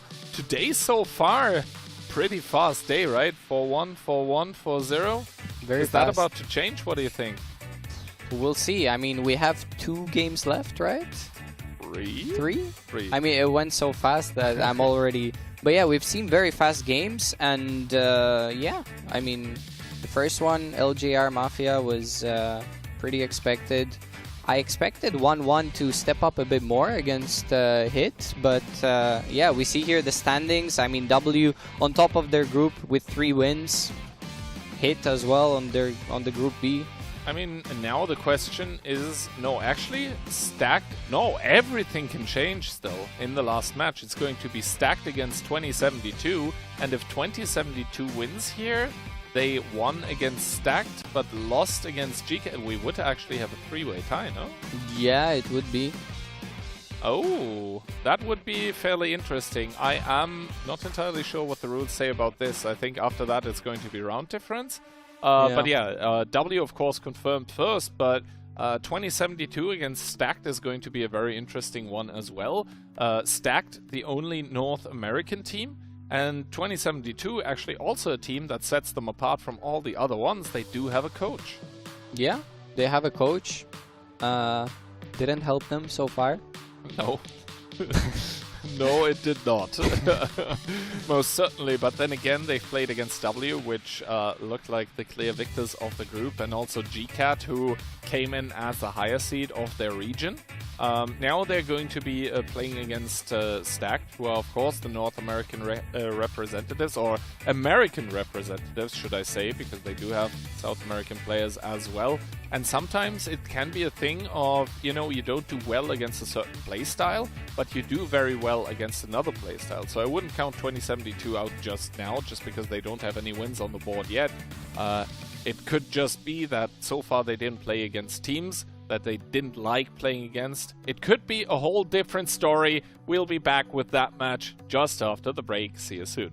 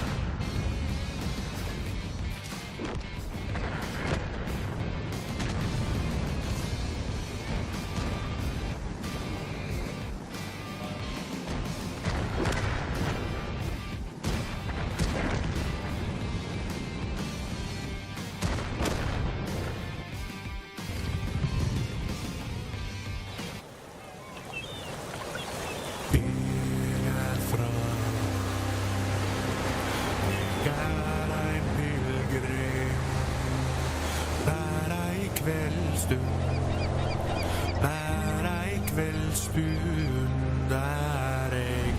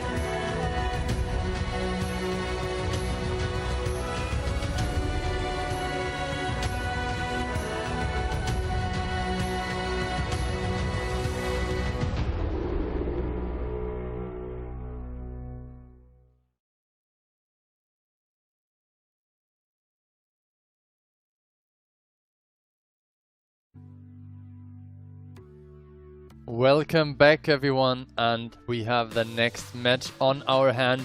Stacked versus 2072. Alex, what are the excitement levels telling you? I'm pretty excited, actually, because I feel like this can be or will be a chaotic game. I mean, we've seen Stacked being a very creative team, and both teams, I mean, Stacked do have one win, right? They won against GCAT. 2072 haven't really found that form yet, but I feel like they could surprise Stacked. I don't feel like Stacked are a team, you know, with the similar playstyle of Mafia that does well against these type of teams. And yeah, also they are fighting for that top 2, if I'm not mistaken. Stacked need the win to be top 2 and make it to the upper bracket next week, which is very important if you play in, you know, on the stage, because that means basically you get one more chance in case you lose, and the nerves will be quite high, I would say. Yeah, and I mean, in theory, we could even have 2072 still be second, because as Mafia, as W won all 3 matches, that leaves the other teams all on maximum 1 win right now. If Stacked loses, they are also just on 1. Yeah, and we see here the lineup of Stacked: OP Hacker, Koman, Deft, Sebastian, Kenway, John, and Vova. Fluky still hasn't been playing, but yeah, overall solid lineup from the team of Stacked. A lot of nationalities representing the North American team, and yeah, we see here the lineup of 2072. Yeah, I mean, we saw a bit of rotation happening in the match that they played against GCAT.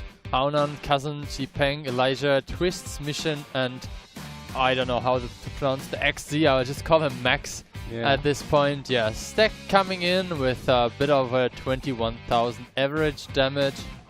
Good hit and pen rate, both over 80%. I think that's usually our threshold for good performance. 85 definitely in that area, and 2000 HP restored, as Kian would say, is quite a lot. Yeah, it is quite a lot, and I mean, it shows that they are a team that love their BZs. We've seen them use double Foch B, I think, as well. And over here we see the team of 2072 with similar stats, but a bit higher hit rate and pen rate. And HP restored slightly lower. But yeah, overall. So does that mean they are winning? They did more average damage so far? Looks like not. So damage doesn't equal better always. That's for all debaters. I think we also had like a couple of games where we just had quick cap victories here. Max with 3.1k damage. A really good hit rate of nearly 90%, but the pen rate better on OP Hacker's side. And considering that some of the players might just blind shot a bit or destroy some of the buildings that prevent you from getting better shots, I think hit rate is not always the most important stat. Yeah. We see over here the commentary predictions. You're going for a 4-2 for Stacked. I'm going for a 4-1. Keyhand and Daki will also go for a 4-2. And Moff going for the 4-3. Yeah, it's everyone on the same page when it comes to the team winning, but different results predicted in this match. Yeah, I think it's going to be a very interesting game, as I said, chaotic. But I do think that Stacked have this upper edge. I just think that their players are strong. They need to work on their reactions a bit better. We saw their game against W. They had a few rounds where they could have taken the match, like on that ends. And we'll see what they can do in this game. But enough of that. We have the pick and bans, and we see that Stacked are banning Sand River.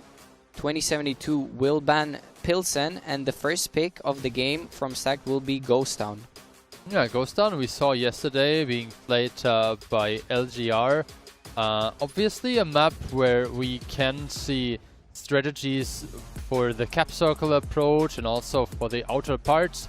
Himmelsdorf, something we have seen 2072 play as well. To medium success, I would say. Westfield banned, Ensk banned, Murovankar, a map that we have seen multiple times today. Even yesterday we saw a round or two. And after Tundra ban, we have a tiebreaker on Cliff. Yeah, that tiebreaker is just like throwing a coin up in the air. I mean, I've been a fan of Cliff for a long time, but I feel like even the teams, they're aware that Cliff is a very opening dependent map, and it's quite a risky map to play. But it's also about reactions, right? You remember the round that we've just seen where Hit and Run was getting early information on the CS and then just repositioned properly to receive the push. Yeah, I mean, you do need good reactions as well. And first map is going to be Pilsen? I mean, we just saw it. Yeah, Ghost Town, no? Ghost Town, yeah. I think Pilsen was the first... ban, maybe? Yeah, the first ban. You have it also on yeah, Ghost Town... I think Ghost Town is a map that really suits Stacked. We have seen them play aggressively. We saw some of the Chinese teams as well, 1-1 using the triple IS-4. I really like that. I think it was very good. Yeah, I mean, it was very interesting. And but they won that round and lost the round after immediately, right? That was the one where LGA pushed on the cap circle. Yeah. They kind of tried to defend their BZs, but they just had sniping mediums there. I mean, in the end, it's also a mix of like combination of what you have prepared and how you react to basically whatever the enemy is throwing at you. And I think we have seen a couple of rounds that really were decided just by good initial reactions, Hit and Run, setting up this defensive line on Cliff, or even basically teams that just decided to not take a fight initially, and then maybe just find a different angle to approach the game. So Ghost Town, a map that has a lot of variety, and I'm definitely interested to see if teams are able to play good control games, because that's one of the things that you will have to do to win against the better teams in the playoffs.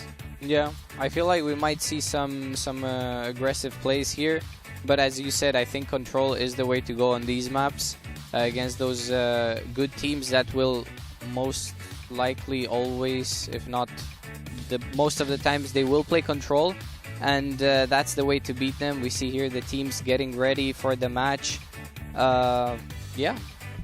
Yeah, with that being said, we are about to head into our first round. The players are nearly ready. Ghost Town, round 1.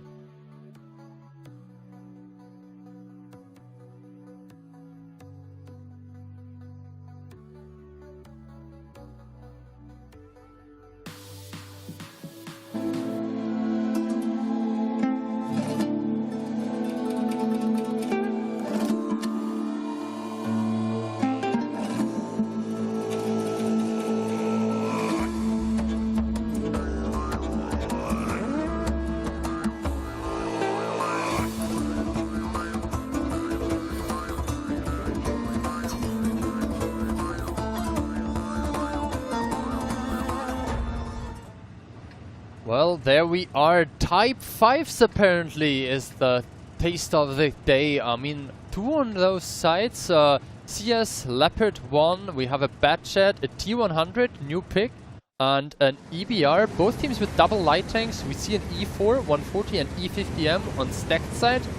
Interesting. Yeah, very interesting. Both teams with double light, and we see that both teams are kind of splitting. The team of 2072 are a bit heavier on this side of the field, and we see Deft making it through the bushes.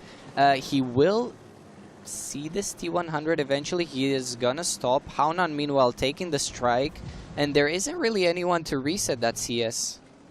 I mean, Deft will not dare to shoot because he understands that initially there was a plane that spotted his team, so a light tank can be anywhere, and the moment he gets spotted there will be a plane on him and he will be spotted for at least 2 shots of each tank aiming on that side. Yeah, I mean, he goes out of the bush here. He does spot Jipeng and Haunan. Haunan is leaving and he does take a shot. He doesn't take further shots. He actually takes one more, and that's important damage. I mean, it wasn't that cheap to take that strike, but yeah, both teams having one strike. The type of OP hacker slowly advancing in the city, looking for more shots. But we see that 2072 is re-aggressing here on the field, and Twist is taking quite some ground here. Will he spot Vova?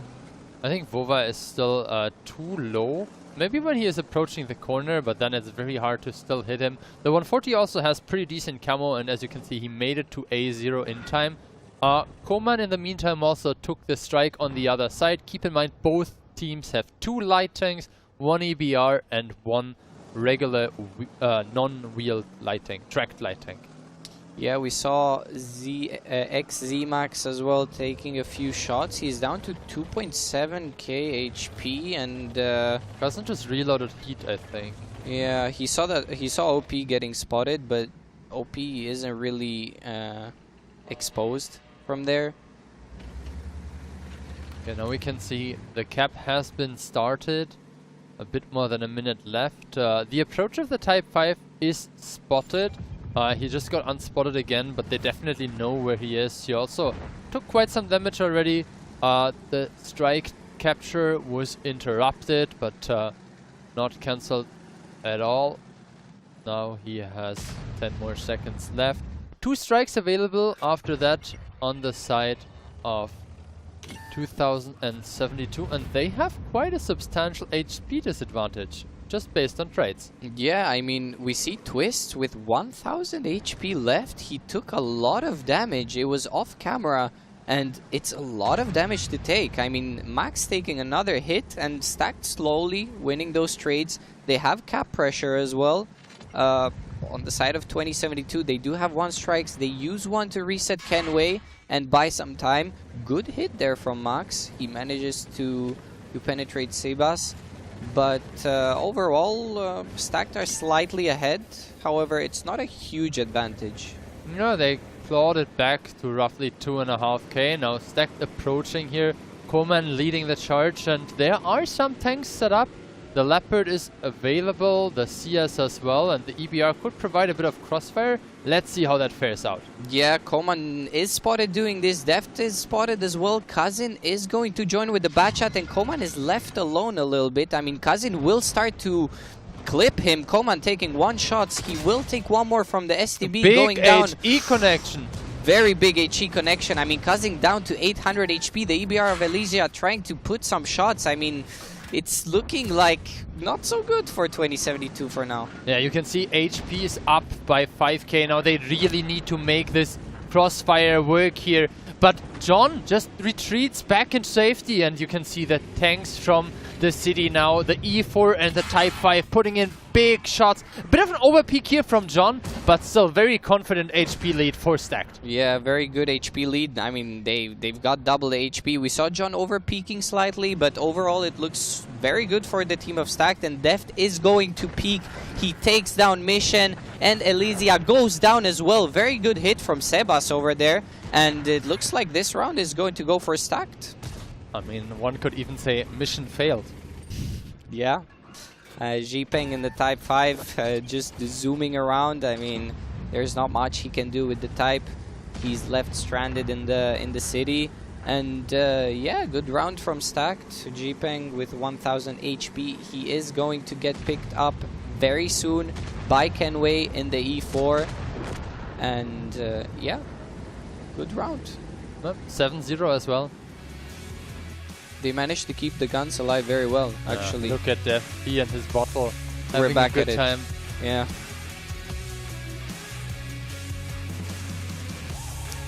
Not very happy. I mean, it's only the first round. The team of 2072 also quite focused.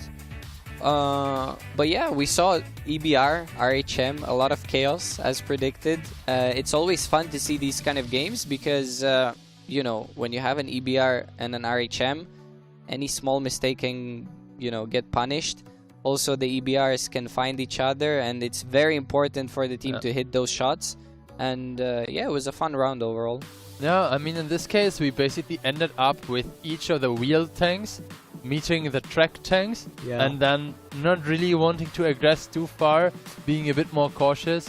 But yeah, our first appearance of a T100, if I remember correctly. Yeah. Adding another one to the block. And it's interesting to see how the teams decide at the same time to play double light tank and double Type 5. While we had other rounds where there were neither types nor light tanks. good to see that the teams kind of are on the same page, because that means that the matter is still like not fully decided. Yeah, yeah, it was very interesting. We saw there mid-game, they were kind of splitting. The game was slow. At one point, we mentioned that Stacked were trading slightly better, and we didn't see it on screen, but the T100 took very big hits. He was down to like 900 HP, and yeah, 7-0 from Stacked on the first round. Can they keep it up and claim that second spot in the group? I mean, I bet they want to. Yeah, I mean, it was their map pick, and definitely a very good start into this match. With a best of 7, they will have to win 4 matches or 3 more, and good beginning as well for Sivas and OP. Over 4,000 damage, contributing a lot to their team's success.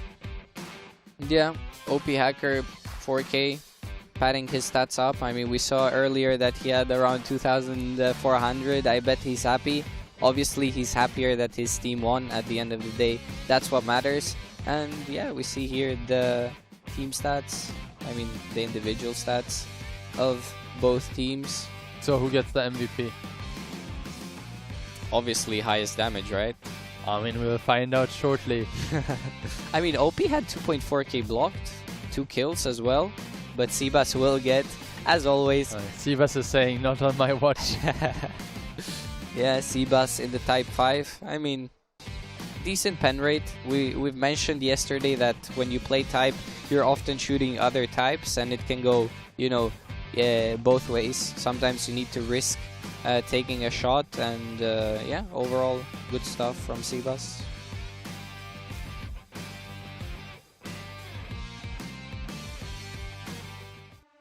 Yeah, I mean, now we will start heading into the second round of Ghost Town, and one important thing that you mentioned yesterday is the advantage of converting the first map in your favor.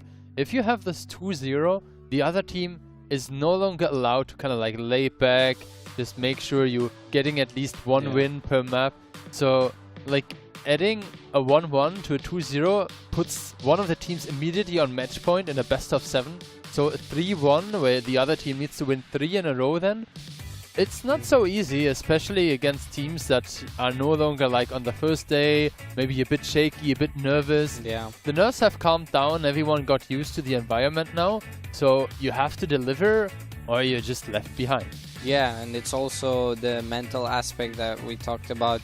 I mean, all of these games are very, you know, very close. It's very tough to win, and when you go down 2-0, I mean, it's very tough to recover. There are not many teams that can, you know, make it back up. We've also seen, I mean, for now, I've seen only Hit, you know, really pushing each other up and hyping each other up. I think Monster does that very well, and we've seen that the vibe is up. But yeah, I mean, we see them talking here. I think it's actually the captain talking there, second one on the left side.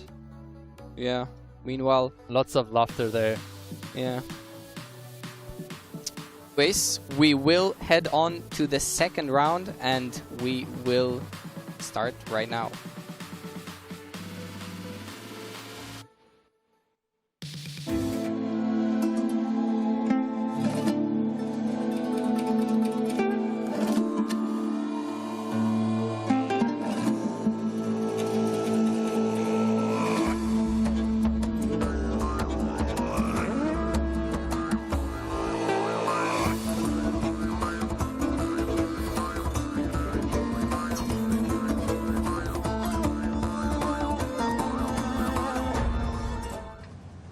And we are back on the second round, and we see Stacked going for the double type again, 1140 and E50M and E4, and the RHM and the EBR. Mirrored setup for now, I think. Yeah, but Mirrored is not the light tank duo there. We have double E50M for 2072.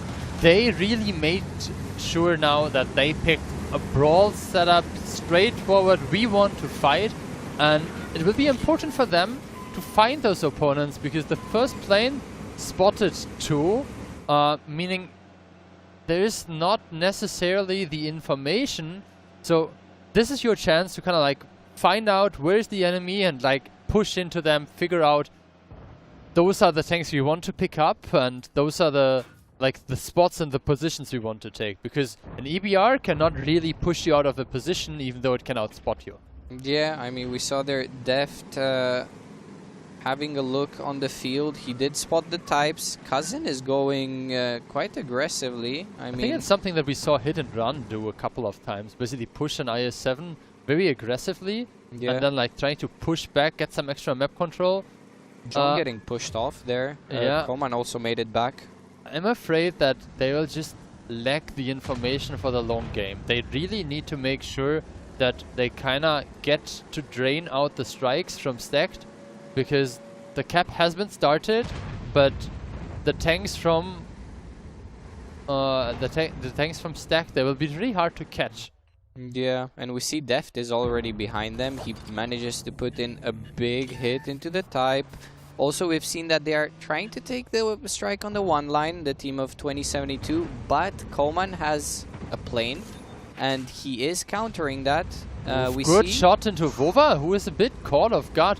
The question is, can they respot him? Because the 140 has pretty good camo, they don't have any airplanes. John here trying his best to bounce a shot or two. You can use your gun to block the heats. He's doing a decent job as well. He stays on over 2k, returns fire. I think he just put another good shot in. And looking at the HP, it looks much more in favor of Stacked now. Yeah, I mean, it looks like 2072 are kind of forced to make a move. They've probably noticed that Stacked have a light, and they are taking a lot of damage. We see Cousin in the open going down. What a disaster for the IS-7 of 2072. And we see Max trying to push, but he's pushing against two tanks, and I'm not sure how good this will go. Yeah, you can see he's getting two-tapped on each of those tanks' sites, and double the HP now for Stacked. This was a bit of an over-eager stop of the cap, I believe. The cap wasn't looking too bad, considering that they were still controlling the one line. There was only one strike. They didn't have any CS or Leopards with additional small strikes. Do you see a reason for them to immediately abandon it? I'm not sure. I mean, we've discussed before that good teams like Hit or Mafia are very good on playing, you know, without that info that shows on screen, and maybe they just misjudged a little bit. They were over-eager. Probably the EBR shooting them in the back. They were like, hey, we're getting shot in the back. Let's start the push. But, yeah. But it was the type that was on the other side that got shot. Like, the cap was safe. You can't shoot. Yeah. But maybe they were like, yeah, let's just push. I mean, they have one tank behind us. Maybe we can catch something. We saw them trying to make a move on one line. It was a bit chaotic. And you mentioned it at the start of the round. I mean, let's see if they can pull off a push without info. And we've seen that it's super hard. Yeah, and I mean, this was just not it. I feel like the moment they reached the cap, they were in an okay state, and I feel like the important thing with a cap circle is that you can pressure your enemy to get closer. And they just didn't wait for that. They got reset once by the strike, and then you need to continue capping, because then the strike is gone, they don't have any sniper tanks with the mini strikes, and they don't have that much time to get to the other strikes, because the west was controlled by 2072. The other strike, where Cousin drove over earlier, was also untouched. Yeah. There's only one strike that they can get on the big staircase there, kind of like giving you a hold-on position, but there was no like can opener or anything that could have played it. I think they were a bit over-eager with this push, and maybe even a bit impatient. Yeah, I definitely agree. I mean, as you said, you can put cap pressure, and then the enemy team is forced to either come close and decap, or they use their strikes, and then they have to go for another strike. Yeah, and as you said, they had the E50s on the one line. It was really only one strike that the team of Stacked could have taken, and then they can use that to react and, you know, keep playing from there. So yeah, double 7-0 for the team of Stacked on Ghost Town. I mean, it was their map pick. I mean, you can't be more clear winning on your map pick 7-0 and 4-0. John and Kenway over 5k damage, but the top 5 damage dealers all on the side of Stacked. Yeah, a lot of damage, a lot of damage. Oh, we can even see at the very beginning it was like 3.4k HP up, and then it all went the way of Stacked. All went downhill. I mean, Only 11,000 damage from the team of 2072. They didn't catch anything. I mean, 7-0. And look at the pen rates as well. Yeah. The IS-7 dying with one shot. Type as well. I mean, in the Type, you have 4,000 HP. He didn't get caught that badly as well. I mean, he was just trading and it just didn't go his way. And then from the team of Stacked, we see that good damage. I mean, I think John really did a good job repositioning. He was the one that was behind the rock there, and then he was kind of like side scraping, and whenever he fired his shot, he turned his turret around, tried to block a bit with his gun. Well-deserved MVP. Yeah, well-deserved MVP, and I also like that, you know, he dares to play. I mean, he was there side scraping, and, you know, different types of... I mean, there are some players that could be a bit scared, you know, fighting against E50 and trading, but he showed confidence. He was side scraping properly. He traded well. 88% win rate. Pen rate. Win rate. Yeah. 100% win rate. Yeah, good stuff there from John and Stacked. Let's see if they can continue on the next map.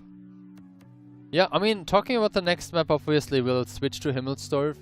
Himmelsdorf is a map that we have seen players playing, obviously, much heavier setups. We even saw an E3. I would not like to see that again, especially played like this. Yeah. We saw even like E100s being played earlier, also on other maps. I think Mentos played it on Muro. This is a tank that we have not seen as much as when it came out. Players maybe feel like the alpha damage is not good enough to compete with an E4, which is very popular.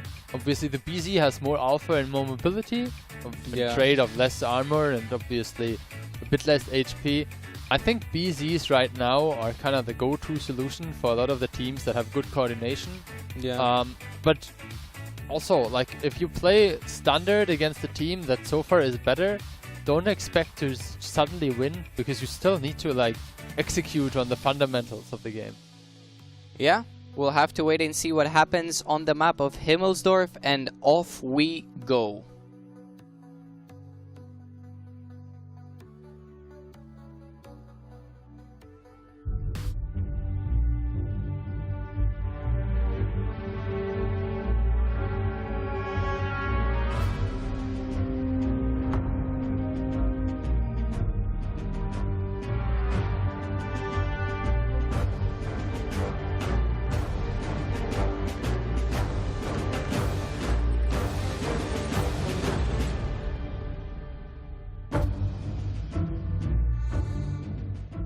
And off we go on Himmelsdorf. We see Stacked readying up with triple BZ, 1140 and triple E4. Yeah, double Brischkowitze, an E50M Inspire tank as well, and triple BZ for 2072. I think they just switched one more tank, so 4 E4s now on the side of Stacked. Yeah, quadruple E4. I mean, they might try to play a bit slower. Those E4 are very good at punishing. We see the team of 2072 making their way towards the 3 line.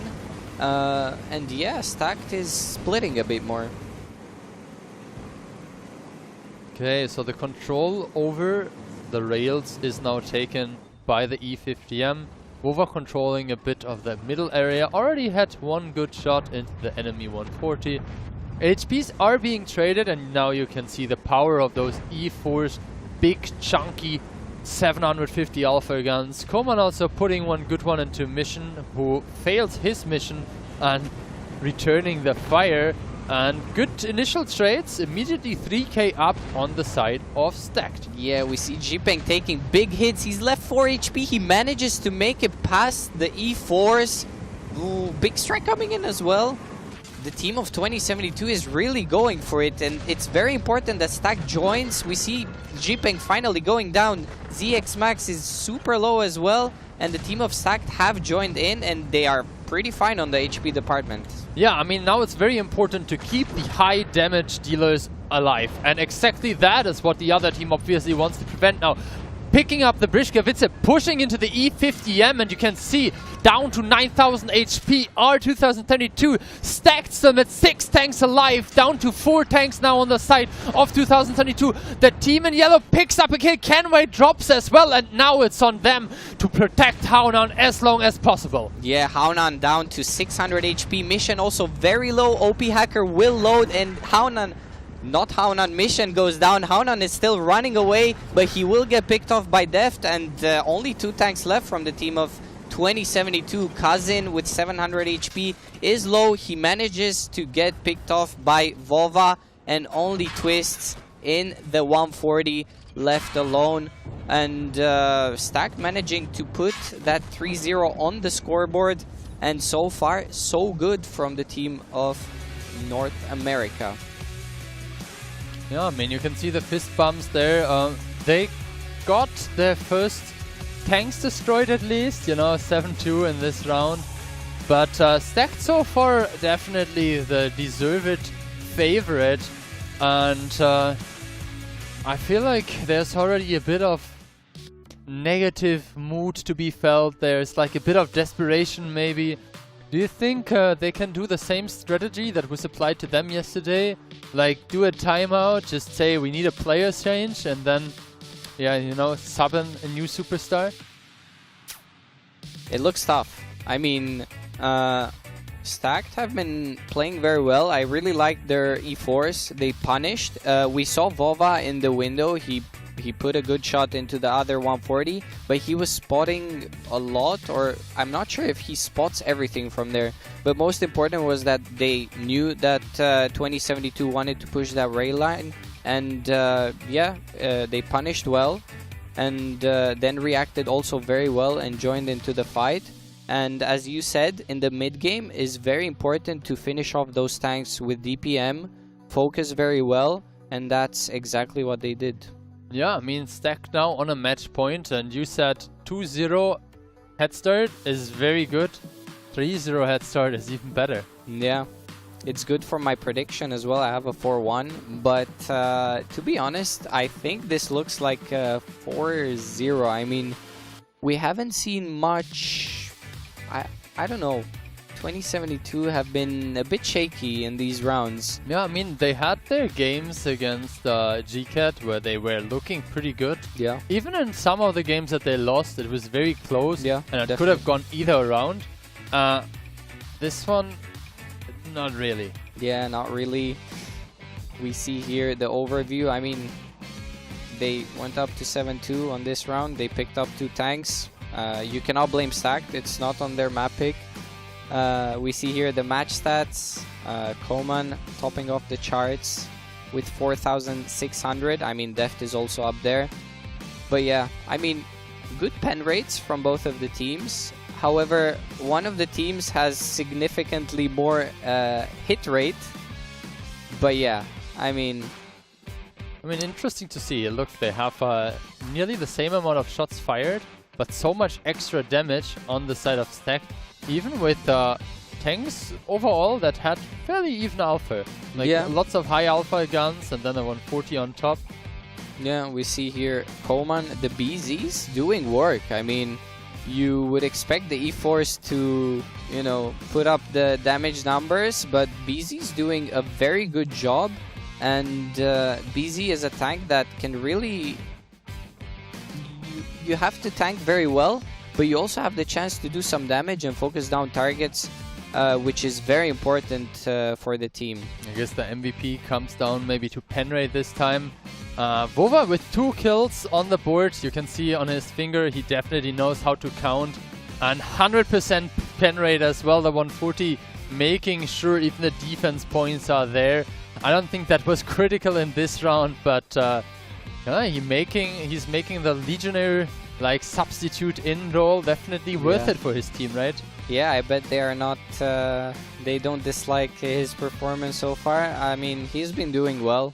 Vova is a well-known player in the NA region, and he has been performing very well in every team that he's played on. In the 3 different teams that he has been while he was coming to WCI as well, right?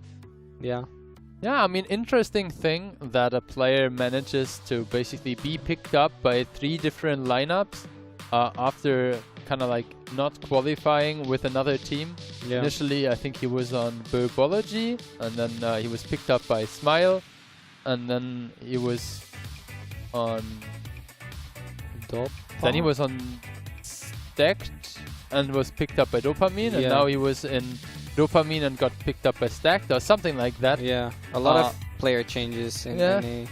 I mean, from what I heard is that he will go back to his current team, like Dopamine, but definitely a good player to pick up. Yeah, we'll have to wait and see if Stacked can manage to finish it off, and off we go on the last round.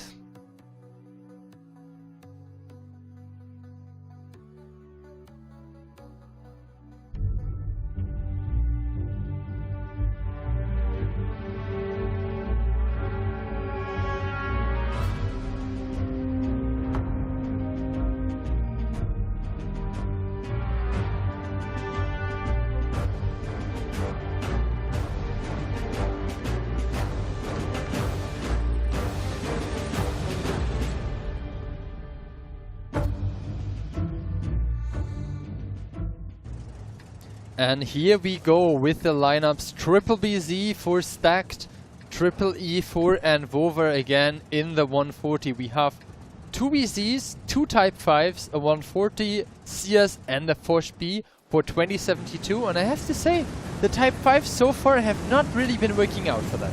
Yeah, neither have the Foshes in general. I think the lineup of Stacked is looking very strong. We see the CS of 2072 making his way up towards that hill, and Stacked overall splitting. They are going to commit towards the middle, and Deft and Koman are aiming for this. G-Peng got spotted for a second there.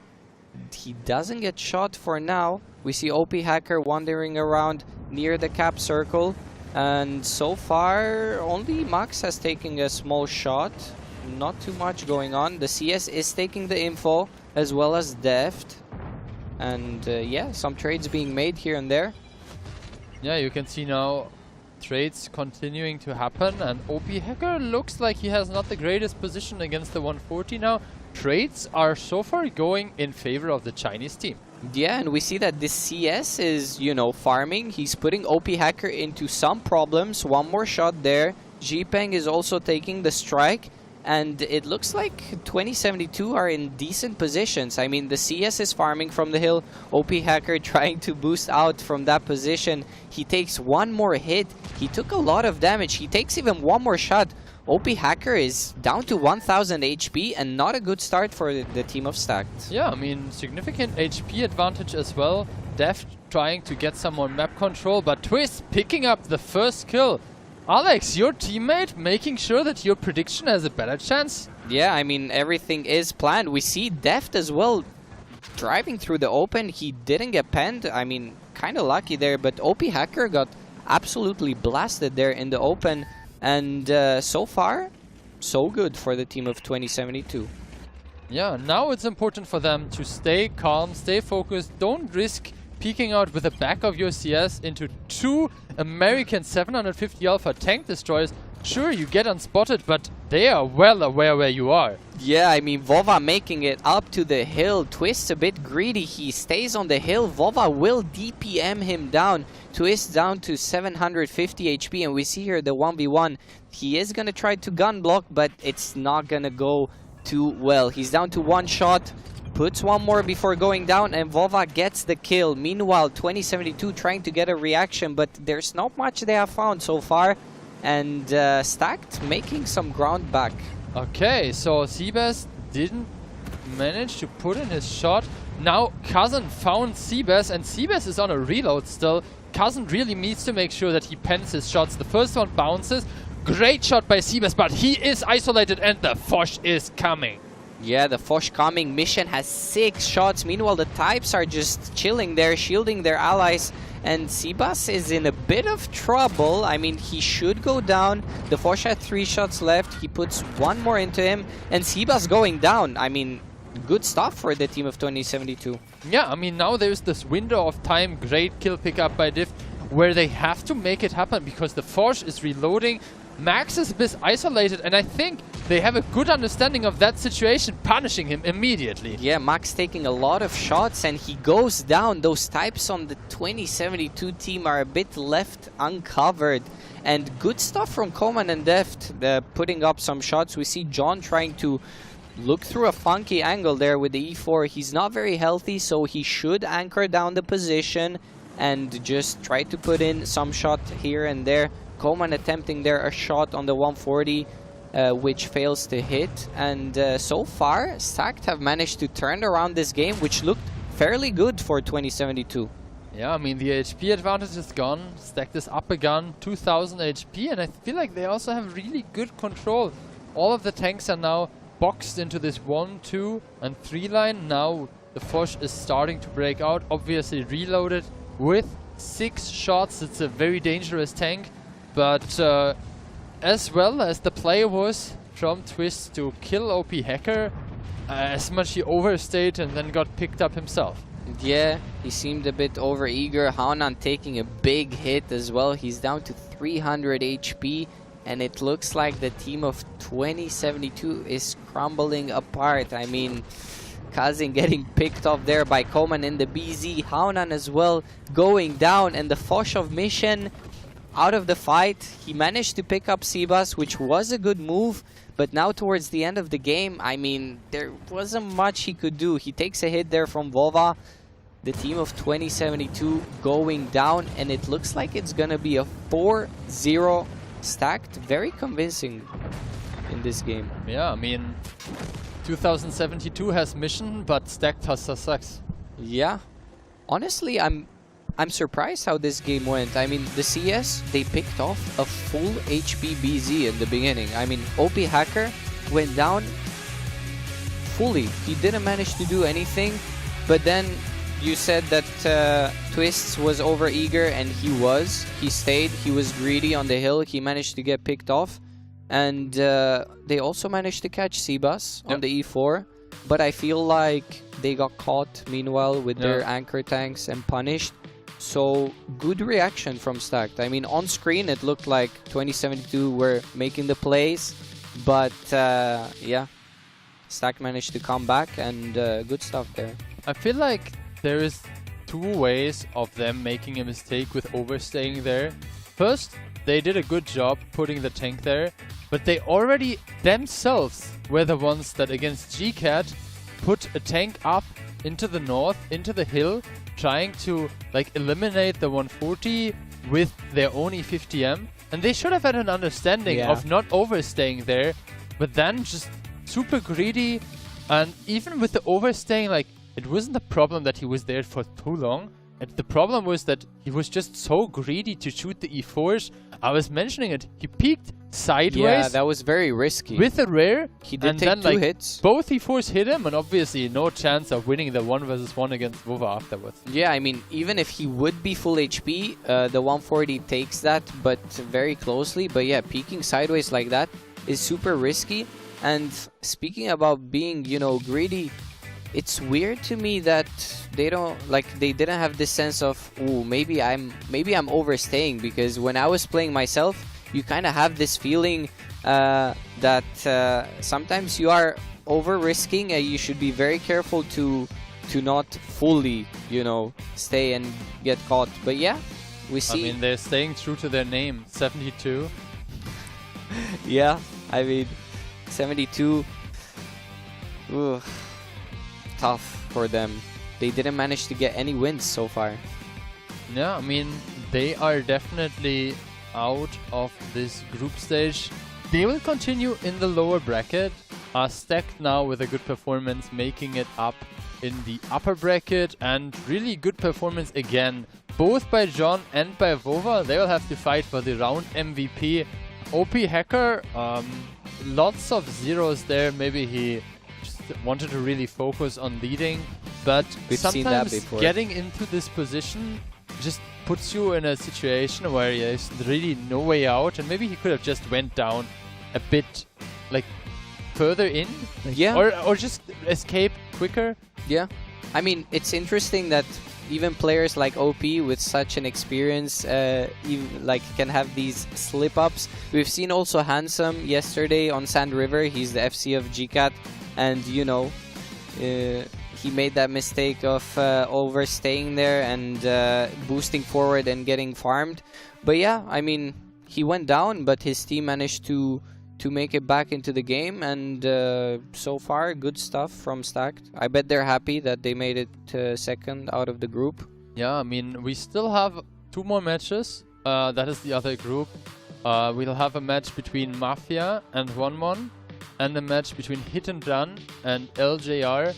I think both of those matches have clear favorites. Yeah. I have to admit, we both thought this match would be maybe a bit closer. Yeah.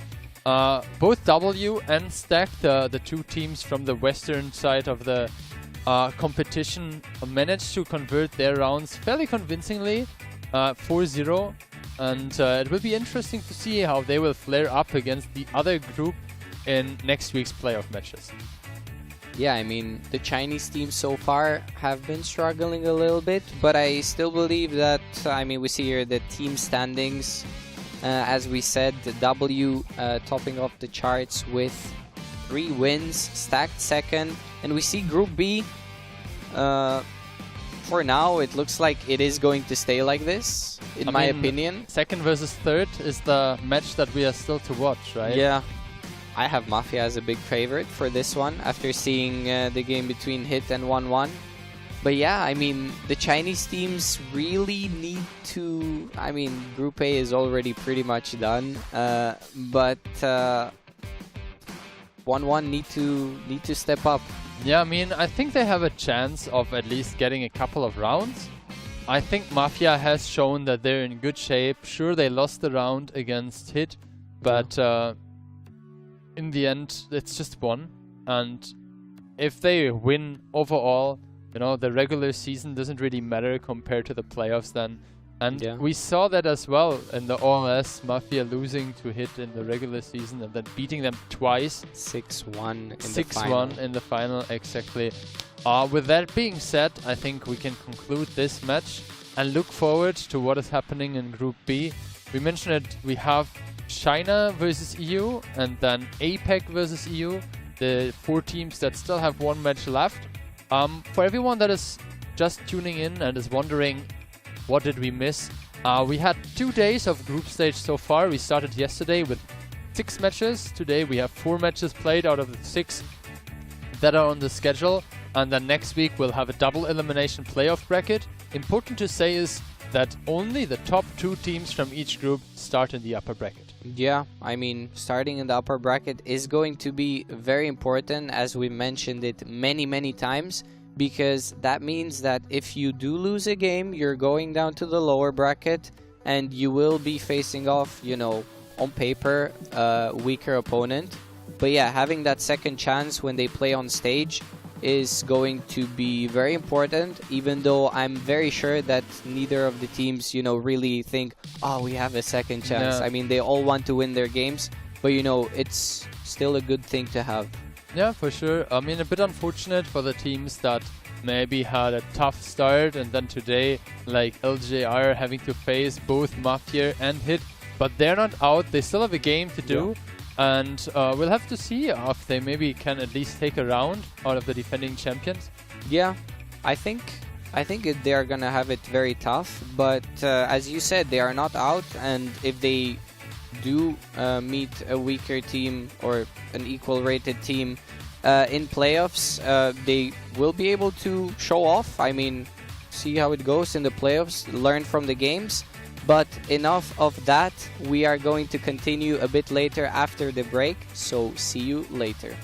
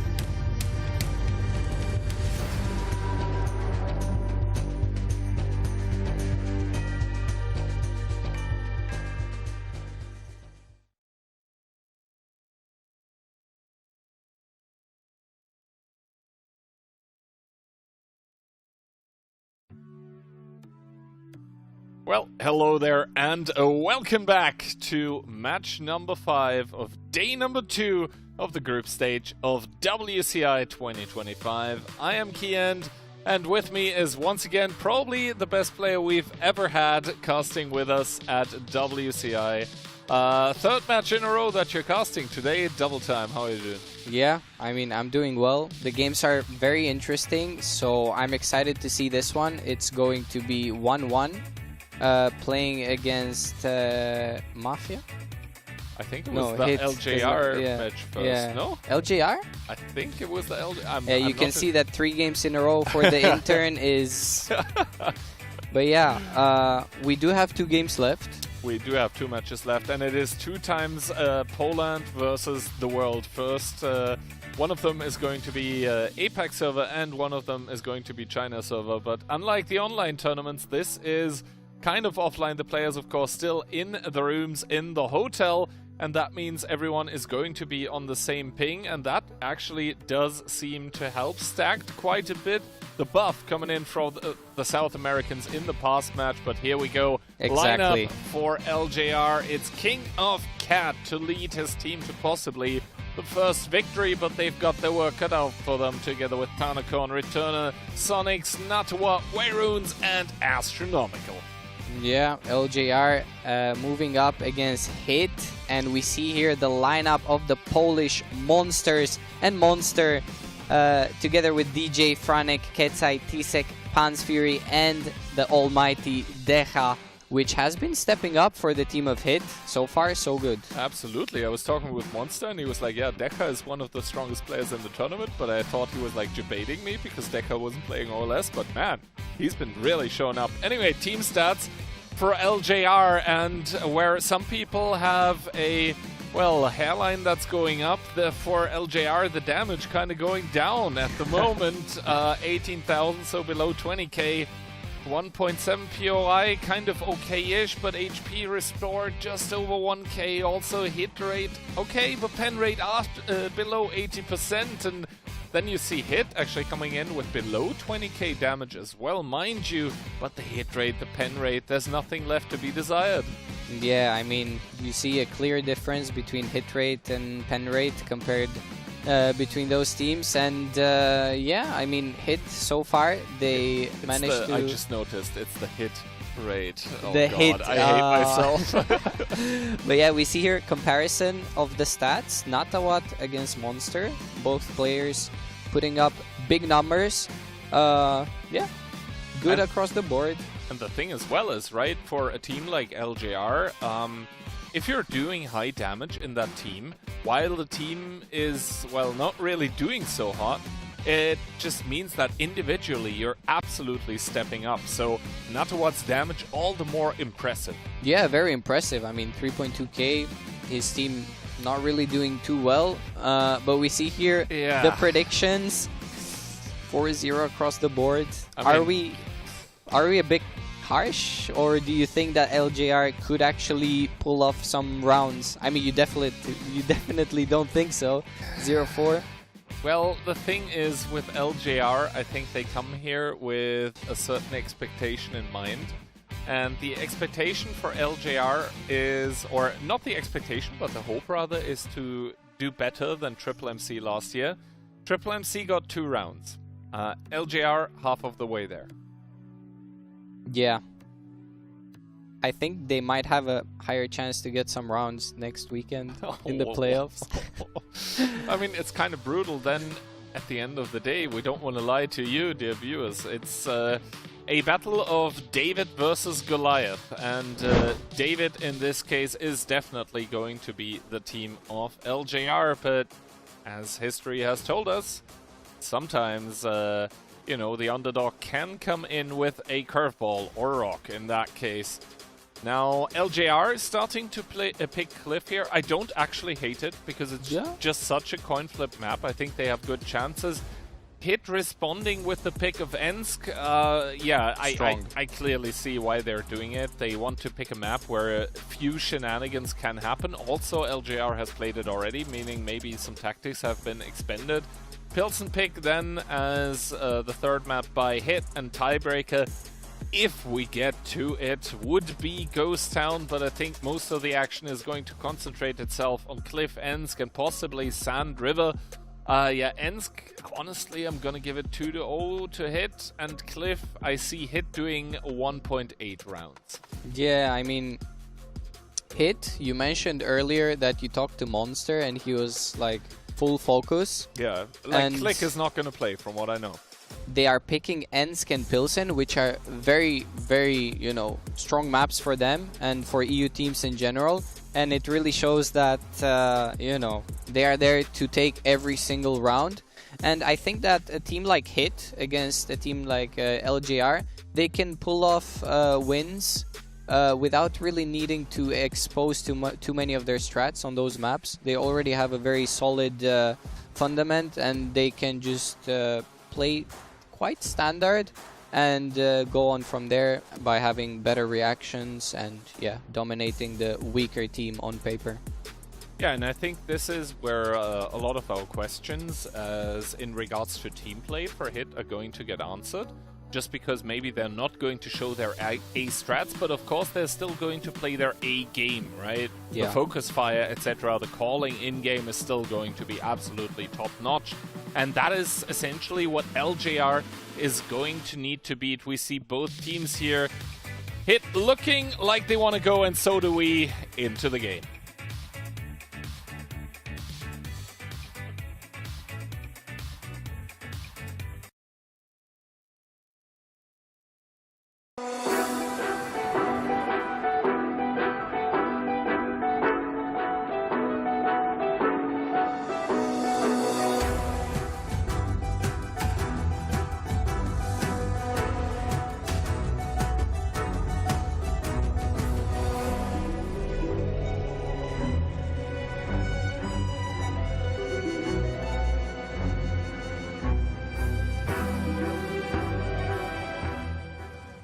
And off we go. First round of the game, LJR versus Hit. LJR starting with triple BZ, double CS, one Foch, and a Grilla. Double GD for LJR. Alright, Hit coming in with triple BZ 75, a 140, double CS 63, and an E50M.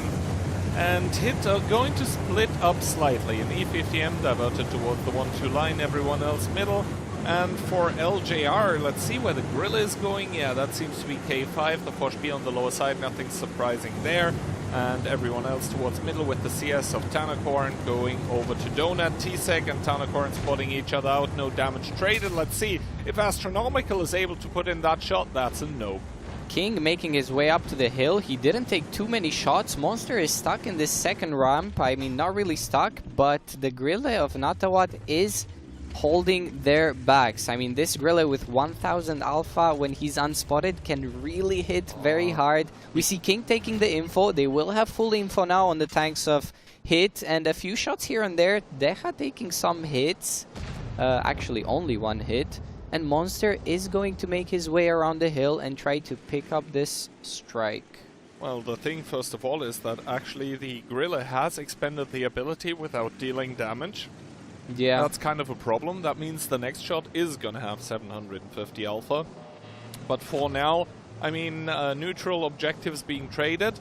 But I would say in the favor of Hit. They're getting 2 artillery strikes for 1 info tower in the long run. Of course, that is going to profit the team in purple, as Tanakorn is going to reset T-Sec here in the artillery strike, delaying that one a little bit. Also, there is the possibility of the Grilla, of course, trying to get a shot, lob a shell in there, but for now, that's not happening. Yeah, it's not happening, and we are seeing quite slow gameplay right now, but it's in favor of Hit, I would say. I mean, they are picking up strikes slowly. Tanakorn gets spotted. He takes big hits. He doesn't get penned. One more hit. Tanakorn down to 900 HP. 200 HP left. He's not falling back. He can sit safe here, but he decided to stay for a few more seconds. And he's down to 200 HP. He is going to get striked. He goes down, but Hit used both strikes. I'm not sure if there was some miscommunications or we just didn't see on screen. But yeah, Tanakorn getting picked up, and not a good start for LGR. You know what happened there? The Hit players just both wanted the kill, and that is why they both decided to strike. But yeah, we do here see the gorilla here. Low noise exhaust, I think nothing too surprising in the module department. And we see him here waiting and lurking. But of course, the fact that his team has already lost a tank is not good. Ketsai also making it up here without taking the gorilla hit because the attention of the Grill 15 was elsewhere. 3 seconds remaining. Astronomical needs to block this cap. 1 second remaining. Ooh, making it a little bit too close for comfort, but in come the resets from above. Good strike though on the 3 players by LJR that are in the middle. King, meanwhile, from the top is starting to farm quite a bit of damage, but for now, LJR far behind.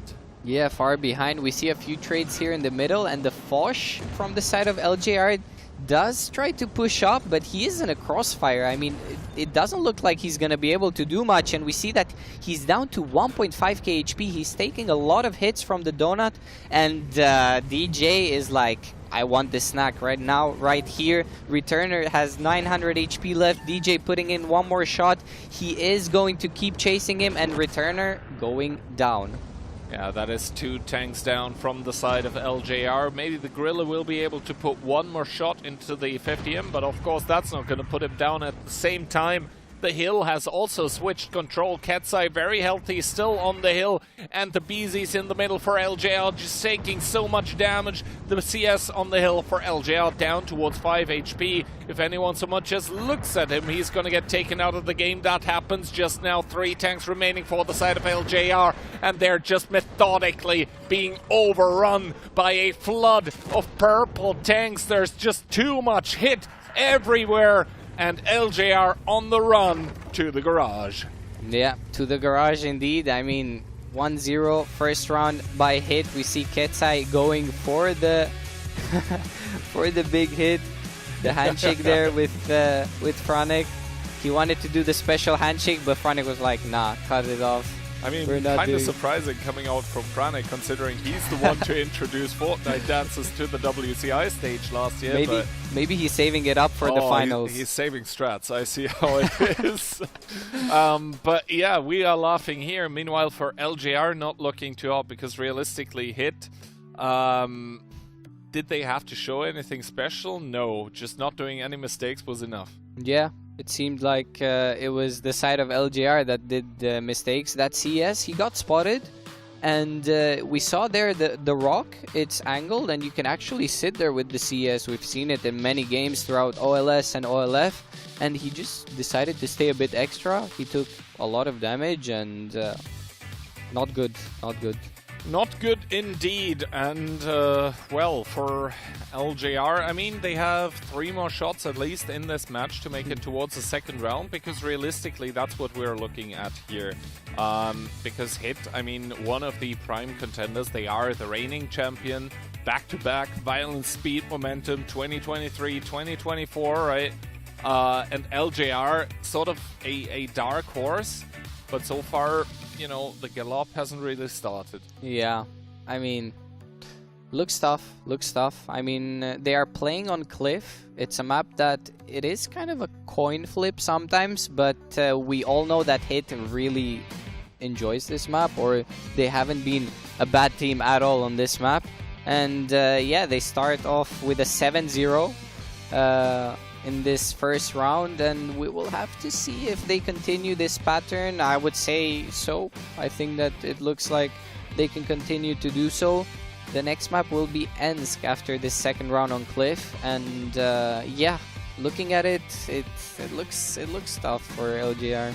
I mean, the thing is, you could clearly see that LJR were trying to surprise Hit, trying to catch him off guard with Grilla and Foshby combination. It's like trying to punish the cross on towards the hill really heavily. But, you know, Hit being super careful with that, they didn't give any opening towards the double TD. So, you know, some of the assets by LJR just immediately taken out of the fight. Also the fact that their BZs kind of ended up getting stuck here in the middle. 3 BZs with only a single shot of damage, then, you know... That's not good. Then the CS, realistically, a single shot of damage plus strike. Yeah. Not good at all. I mean, I'm thinking now, the CS, he did 1 shot, He put the strike. We see here Monster getting the round MVP. Monster determined to get that third WCI win. He's full-on motivated, full-on focused. And yeah, 90% pen rate with that CS. 3 kills, 4k damage, good across the board. Good stuff. That would be a big problem for the people making jerseys. If he gets a third win, where did they put the third star?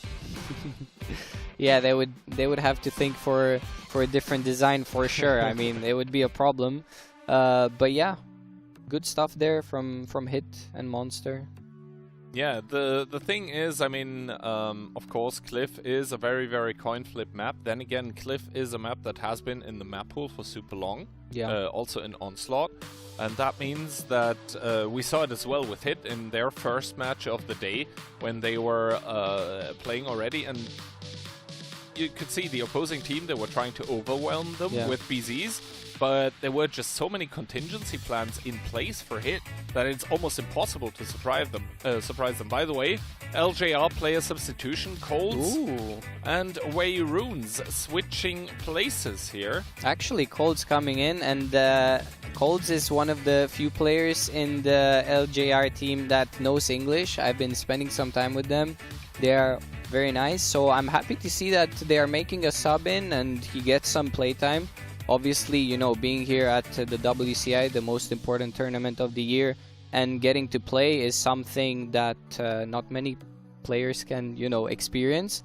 So, yeah, let's see how maybe he switches things up and it goes better. We'll see. Yeah, let's see how it's going to go. He looks happy on screen. He's smiling. How long is that smile gonna stay on this face is the question. Meanwhile, no real smiles on the side of Hit and Run, but to be honest, for them, maybe this is just warm-up and training. Round 2, it will be the second test.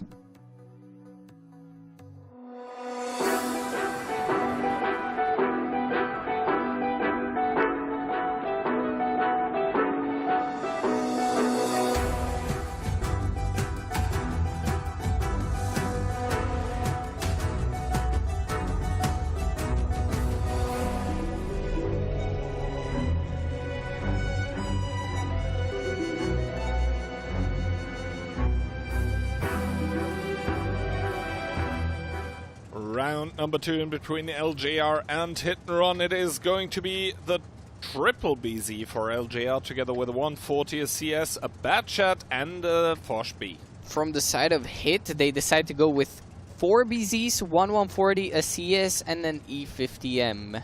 Overall, similar lineups, even though LJR choosing that bad chat, very interesting.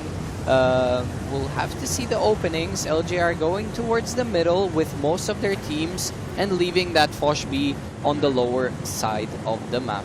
Kind of expected, although I feel the shots for the Fosh B on the south side of the map are a little bit better on the hill approach, but let's see, Monster and Returner once again exchanging spots. This means the bad chat, which is kind of a curveball spotted here, and immediately taking a punishment, a beating from those BZ-75s on the cross, taking another shot of damage already down towards 1400 and Hit. They haven't even started right now. King now getting spotted on the cross here. Let's see how much damage he's going to take for that one. Ketsai taking aim, so only one for now as Monster tries to make it in towards the cubby.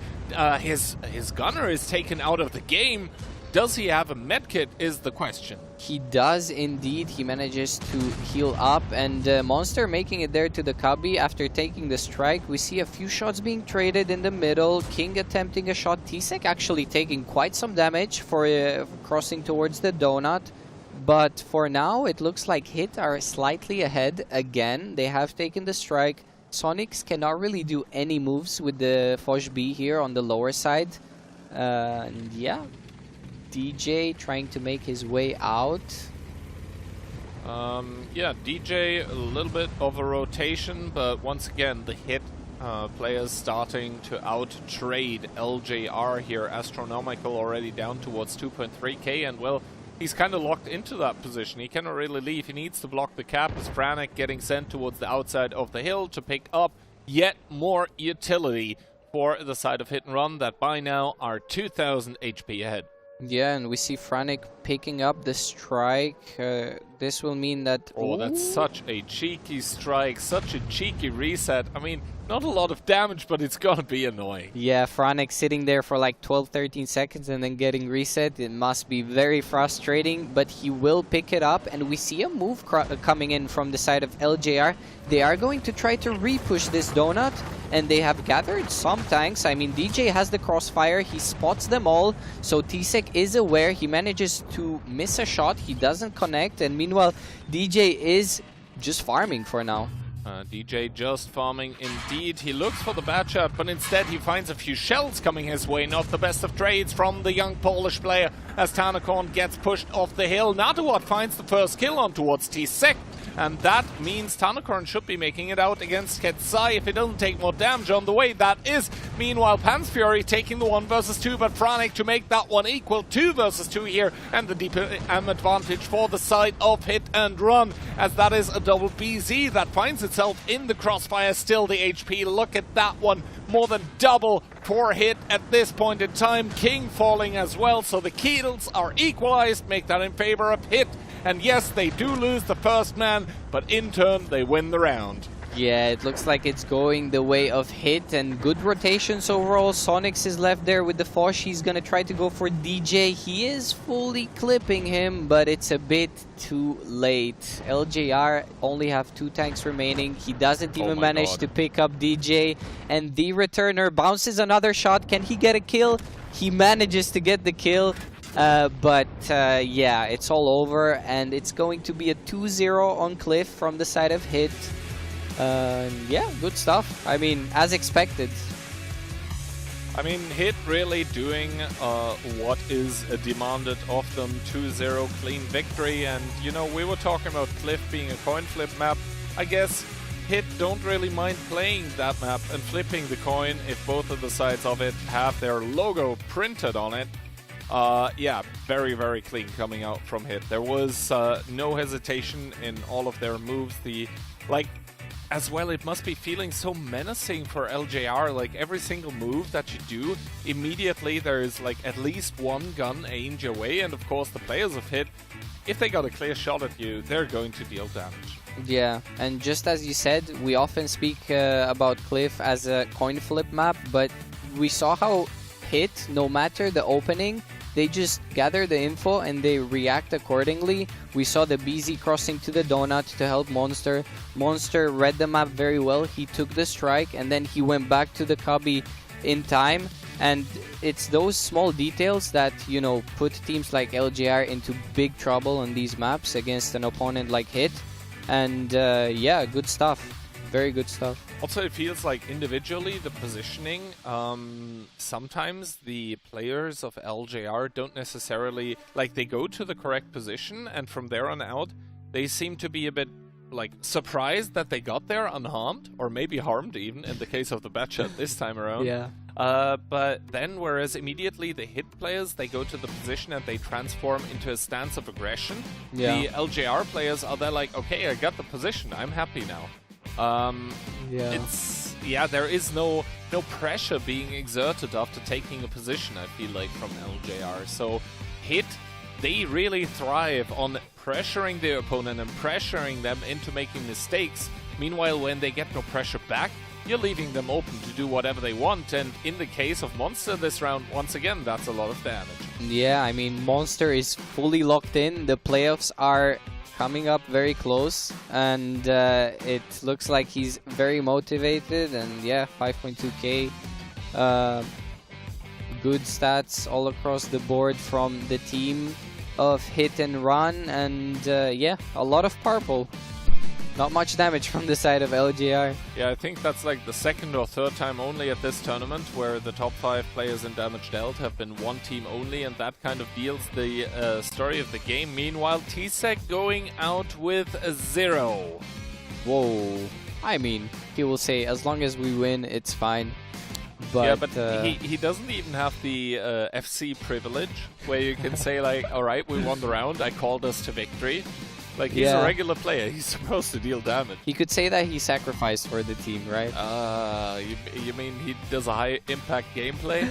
Yeah. Maybe he had vents on the tank, who knows. But yeah, Monster once again MVP of the round. 5.2k damage, 91% pen rate, 2 kills to his name. The tank being played, of course, the CS63. The man is here, but what can he say? That's the question. We'll have to see if they can continue. I think that ENSC is going to be a very tough map for LJR to play. Absolutely. And yeah, Hit looking good. We're heading on to ENSC very soon. I am not sure how LJR can surprise them. I mean, they've tried many things. We've seen them before. They tried the Foshes. They tried to apply pressure with types. But I just see that Hit are super strong, and I mean, it's like they said earlier today, right? We're going to play full focus. It doesn't matter who we are playing against. And in this case, where it's, you know, at least stats-wise and also server-wise, I think EU has a vastly larger competitive scene, obviously more opportunities to train as well. This means in turn that if a team of Hit that realistically are, you know, title contenders here show up against LJR and like treat this absolutely 100% seriously, then the chances for LJR are limited, but maybe here is the chance for the second round.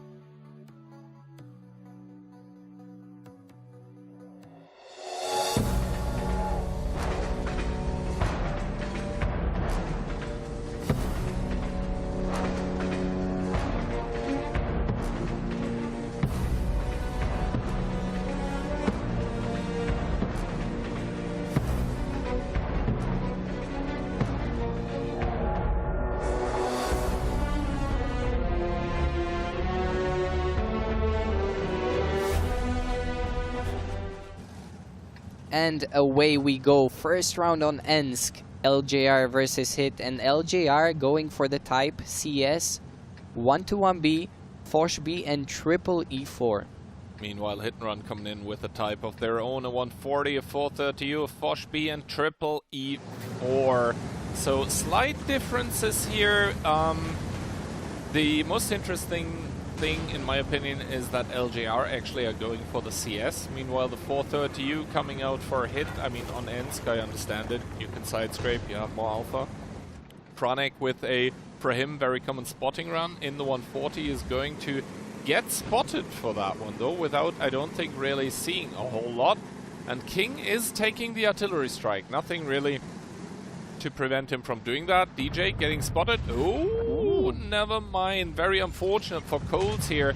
Not able to lob the shell in towards the enemy E4, but the strike, and it actually manages to catch 3 E4s. The opening so far looking good for LJR. Yeah, very good. We saw the CS taking the strike very early. They managed to outspot those E4s. Pan's Fury took big hits, and they finished it off by putting a big strike. Overall, good start from LJR, but we will have to see how they can continue this. The round is not over. Hit managed to pick 1 strike, and so far Hit are taking it slowly, as they should, and as they are known for. Franek is taking the info, and they will have... Ooh, Tanakorn C taking double E4 shot there. Hurts a lot, and T-Sec taking some shots in return, but overall Hit has the info right now. LJR are trying to make some moves with the CS. He's rotating back to the city. Ketsa is in the bushes. He hasn't seen the Monkey King or the 1-1B yet. Let's see, I think there is just too many bushes on the green of ENSC here to get spotted if you're a returner. If he drives further forward, maybe that's going to be the case, but for now, so far, so good, as Hit are starting to aggress in the city here, establishing more and more control, although Natawat is in a Fosh B position that we've seen a lot of Fosh B players do well in before. Particularly, I think some of the W players have absolutely excelled there. So maybe LJR taking a page out of the book of W, who have managed to defeat Hit before. So far, that's not been the case yet, though. for LJR as Franek putting an HE shell into the building. Why does he do that? Not because he can, but because he wants to spot. Yeah, and Ketsai does get spotted. He takes a shot. Meanwhile, King does get striked. It's gonna get delayed a bit. He's not really in danger. He gets hit there. I mean, he's taken some damage. It's definitely not little. And Ketsai is just gonna keep sitting here in the bush with this 430. King will get striked again. And he traded a lot of HP for taking this strike again, and he still hasn't managed to do so. Yeah, King now down towards 850, and at some point, you should consider, you know, cutting your losses before dying for taking an objective that realistically is going to net you 450. Or DJ there, taking a shot of damage, and so far, so good. I mean, for either team, the HP difference has kind of closed. Returner already with 2.4k damage, by the way. Not too shabby there, as Ketsai takes yet another strike while trying to spot King, and now the hit squad of the Tripoli 4 is in force, has arrived in the city, but Hit, they have pulled back because they've kind of gotten themselves a little bit of a bloody nose. They're still trailing in the HP department. Yeah, they are trailing, but we see here Monster with 4 shots available. He is gonna catch the 1-2-1B of the returner. He puts 1 hit, 2 hits, 3 hits. Can he finish him off? No, he makes it around the building just in time. He's left with 11 HP. Franek managing to put in 1 more shot, and these E4s of LJR really need to make a move. They are a bit slow. Can they make a move? I mean, T-Sec is kinda alone. Deja behind him will put a shot into the side of Sonics, and LJR need to make a move. Well, let's see. T-Sec, he is going to be the rock against the blue tidal wave, and that is a lot of penetrating shots in towards the Type 5 that now starts healing. He's going to survive 2 more of those E4 shots, as Deca is trying to do what he can to support T-Sec, who obviously cannot reverse out further as he's getting shot down from behind. That is the first kill once again for the team of LJR, but they're trailing a lot of HP. Naluat getting shot down by Pan's Fury, and all of a sudden the kills start raining left, right and center, 2 apiece for each team, as Deca does not get hit by Sonix through the window. King coming through with that CS still on a 1-shot off his own. Tanakorn is isolated. Meanwhile, in the top left of the screen here, it gets Franek and Monster bound to fall. Tanakorn shuts down DJ, however. How does he find that kill but still hit half the HP advantage? Yeah, hit with the HP advantage. Franek picking up the kill. Deja going finally down. Those E4s managed to pick up Deja. Hit. Only 3 guns alive. LJR have 4 guns, but Franek has a lot of HP in this 140, and Ketsai is wandering around in the city. He is going to take this hold down spot, I think. Yes, he manages to put a shot. Ooh. He gets penned. Very good hit there from Astronomical, but he needs to pull back. Ketsai retaliating there. Astronomical taking another hit, and Hit just have too much HP. Monster coming in. First shot connects. Second shot from Franek, and it looks like it's gonna be over very, very soon. Yeah, no, Monster was simply waiting for his clip to reload to show up as the hero that Hit kinda needed in this round. It got closer than any of the rounds previously, but still, Hit once again edging out ahead, and the first smile cracking for the Hit players, at least out of Monster, that I have seen in this match. Kind of happy that they're winning a round. They're getting a little bit away with murder here as well. They know they were well and truly behind, but LJR unable to clutch it out. Yeah, I mean, it was fairly close at one point. They even had the advantage of 1 gun. I think LJR did get a very important lead in the beginning. They got a few hits. We saw Codes getting even a bit unlucky with the shot, but they managed to put in some good shots together with the strike. But we saw again a very small hesitation from them. They made the initial rotation to the city, but they were a bit undecided whether if they should go or not, and that's where Hit was actually in the city at that moment. But they just hesitated a bit. They went back, and when they finally decided to make that move, Hit was already gone. Yeah, I think there were 2 individual plays where it was clear that LJR was a little bit undecided. That was one, the aggression on towards the Type 5 when it finally happened. You could see the 3-4s were flooding in towards like this building site where the Type 5 was. The first one takes a shot and he's like, oh no, what to do? Yeah. And he takes like half a second to repair the track, then wants to go back and then realizes, no, we're actually pushing. And the second one was, they're pushing so far with those E4s, meanwhile the 121B is still holding the field. For what? He should be rotating. There is no one able to support him anymore. You have to get out of there. As soon as the E4s reach, let's say the middle street with the strike and the info tower in the street, and they don't find anyone, you as the 121B have to be like, oh holy crap, I'm about to die. I better drive away.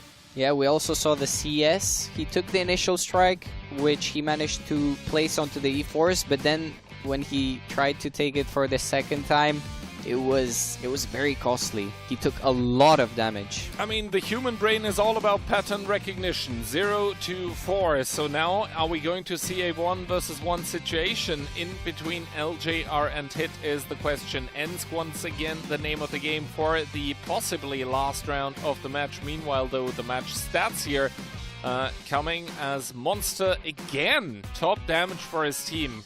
He wants the title, I'm telling you. He's locked in. I mean, he needs to show up against, you know, I mean, he played well against Mafia as well. Yeah. Yeah, so not only LJR he's playing good against, and we see here the charts. Franek also very, very constant in his 140. I mean, obviously it's easier to be constant when your team is winning. But yeah, good stuff from Hit. LJR also, they have some decent numbers here. But yeah, we see King, he did 2.1k damage with strike damage, and that was pretty much it. And keep in mind, the first strike was 1350, like right at the start of the game. That means in the rest of the game he did 800. So good first strike, but not a good follow-up. But yeah, Monster once again racking up the MVP for this round, and really the move that he did at the end, it was like the Grim Reaper swooping in for the kill. Yeah. It was like, yeah, I'm a fully loaded Fosh Bees and there's a lot of low HPs in front of me. I'm about to make some heads go pop. Yeah, he did make the move in the end, and is it the third round MVP we've seen from him? I think so, yeah. Yeah, I mean, maybe he's just calling in a way as well, where he's like, okay guys, sit back, relax, I got this, you know. That's why he picked the Fosh as well, you exactly. know. He can make his clips. Exactly. But yeah, good stuff. We'll see if he can continue on the last round. We'll have to wait and see. Last round on Ensk for sure. Freudian slip. He's holding the script right there, I can see it. Yeah. But yeah, of course, I mean, LJR so far, the last round was actually the best one from them, by far. Like, even though before that, you know, they also got kills, it was this last round where I think Hit in the middle of it were like, okay guys, we actually have to, like, you know, sit down and play. Yeah. Meanwhile, before it was like, okay, they're doing stupid mistakes, let's exploit it. Here, it was a little bit of that Hit magic that once again carried them over the edge, because I think lesser teams end up losing just that little bit more HP in the meantime, which hurts them in the end. But let's see, possibly the last round. Let's go.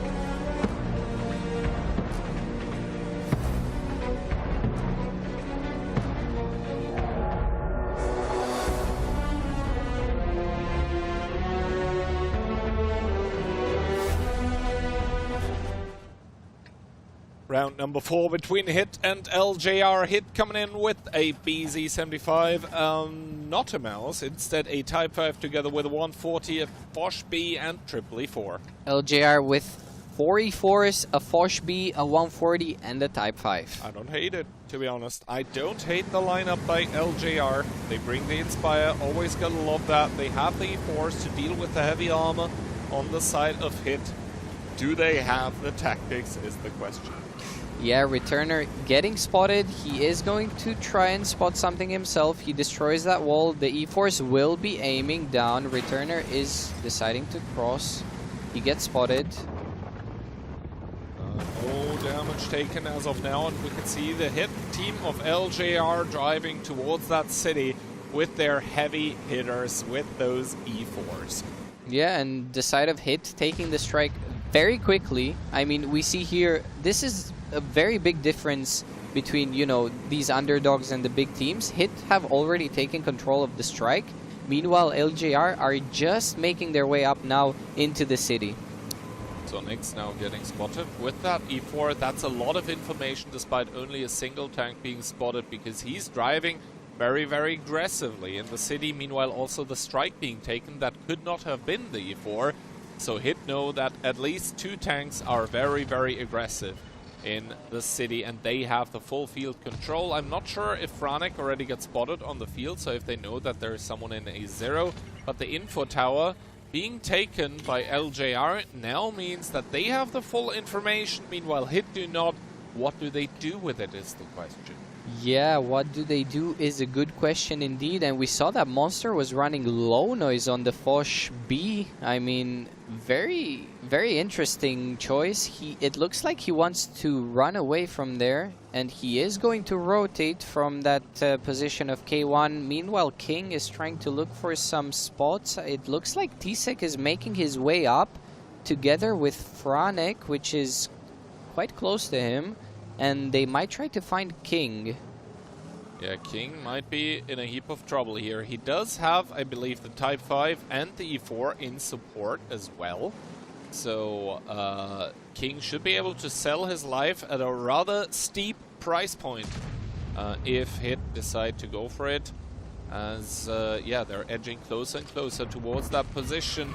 And the first shell goes out, the second one as well, no hits in towards Franek, the third one finally collects, but of course the Foch B, being a tank like that now, only has 2 shots remaining. Do you reload in such a situation is the question. He decides to go for it, 25 seconds, where he's not really going to do a lot. The heal coming in, but the shot by the E4 came in after the first part of the ability ended, so the strike for now is going to prompt Decker and DJ in towards going back. Yeah, King taking there a lot of shots, and Hit are a very experienced team. They put some damage, but they are not pushing yet. And meanwhile, LJR are taking the info. They have made their way back to cover that Foch B with quite some tanks. We can see there on the B and C line, but Hit are not very eager to push this. They are aware that pushing King might be very expensive. And for now, they are just pausing. We see as well that the E4 is making down his way on the rails from the side of Hit. And so far, it looks like Hit have this under control. They have double strike picked up. And the team of LJR not making any moves. Returner is spotted by Tisek. Not Tisek. There is a tank a bit further in front. We see that Monster is looking with the strike over here, but so far it looks like a stalemate, and Hit are slightly ahead because they have 2 strikes and a bit of extra HP. Ketsai, though, taking a lot of damage down towards less than half of his HP. Not necessarily forced, but now Cap gets started. Monster not with the best of trades against Tanakon. He manages to somewhat make up for it, but he takes a lot of damage from down the rails as well. Ooh. The healing ability is going to come in clutch, though. The timing absolutely impeccable. Yeah, very good timing. He took a lot of shots, but, you know, the ability of the Foch being used to the maximum. They are going to go for this Foch. Tisek is going to peek. He puts in a big shot, the strike coming in, and King is in big trouble. He's down to 1 HP. Is Franek gonna get him? No, Deha manages to finish him off. And we see the 140 of Returner trying to trade, but it hasn't gone very well. No, it's not gone very well, and also the Cap is going 13 seconds remaining. 1 tank already gone for the lineup of LJR is Ketsai with a trade against the E4, but now Tanagon seemingly getting pushed. Astronomical trying to help from the sidelines, so Hit are going to call off the push for now, as Monster with that Foch B trying to keep E4 from peeking, as the cap, of course, gets halted. Good peek from Nadawat here, seeing an opening and taking it, but in return, Tanakorn, of course, falling. That is 2 unanswered kills for Hit. Yeah, 2 unanswered kills, and the team of LJR need to pick up the guns because it's gonna be very costly if they don't do so. Sonics is being tracked in the open. Franek is just farming him. Sonics retaliates with a shot, but it's not gonna be enough. Ketsai puts in a big shot, Franek finishes him off, and LJR are going down. It absolutely looks horrible. No hope whatsoever. No hope at all, no respite either, and no mercy given by the team of Hit and Run. Colts finally with a kill against Franek, but that's gonna be all she wrote for the team from Thailand. They have traveled all the way to Suzhou, but at least in the group stage they are not going to be met with any match success. Instead, Hit are going to lock in the match and the group victory. Yeah, good stuff from Hit. Very good stuff. I mean, we all knew that was going to be a tough group for LJR. Hit did what they had to do. As Monster said, full focus. And no mercy. They are already looking forward to the playoffs, I'm very sure. And yeah, this last round, I mean, just full-on domination. I mean, it was kind of close at one point in HP, but Hit are always just, you know, they managed to hold those guns alive, which means that they can at all times, you know, create crossfires with those low HPs.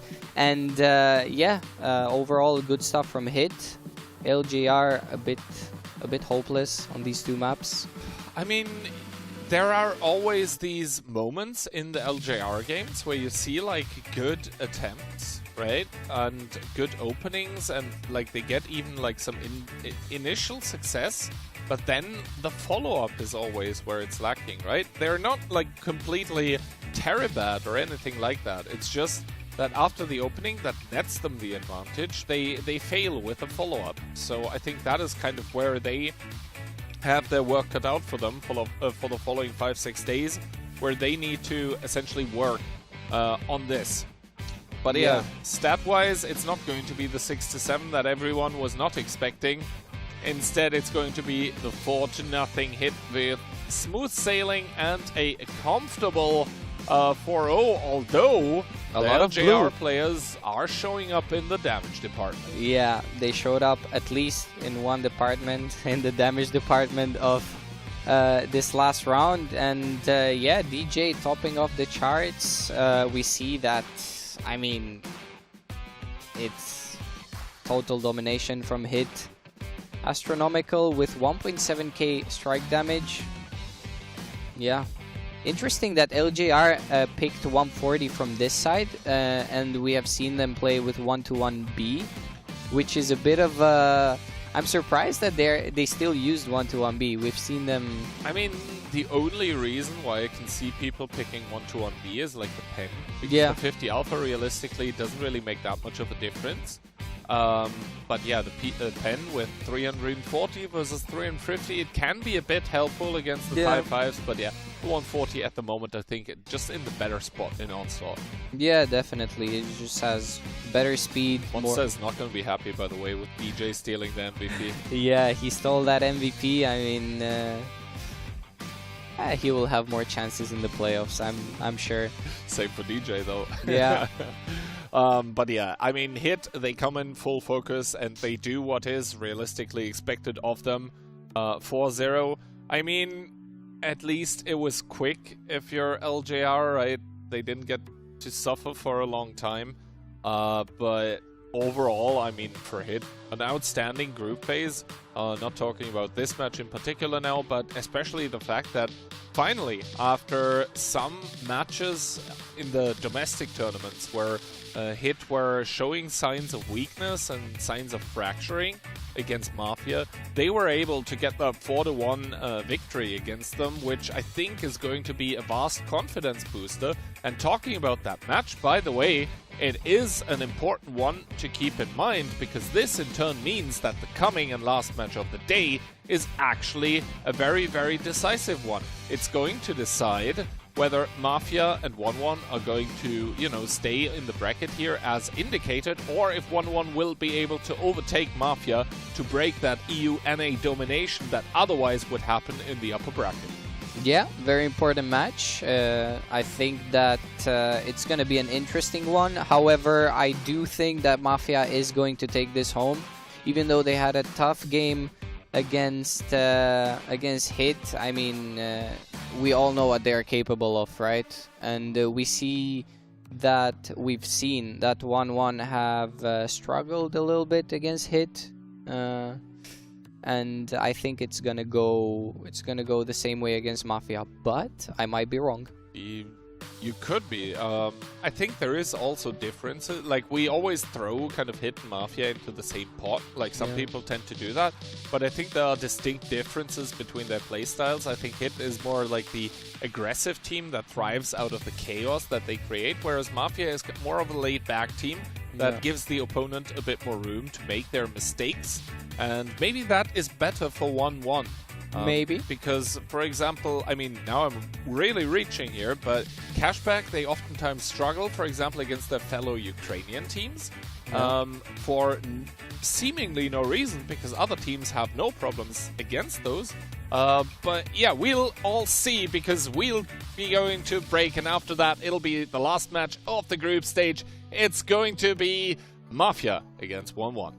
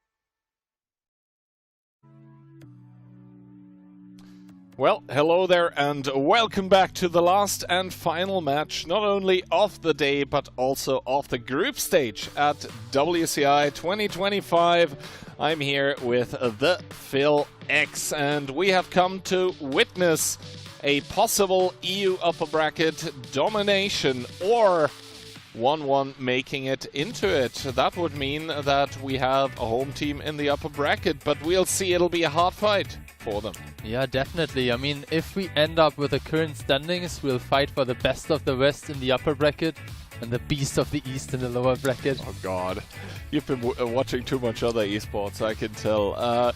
But yeah, it'll not be an easy thing, an easy feat here for 1-1, because they've met one Polish team already today, and it wasn't looking good there. Let's be real. Hit making short work of 1-1, 4-1, and now it's Mafia time.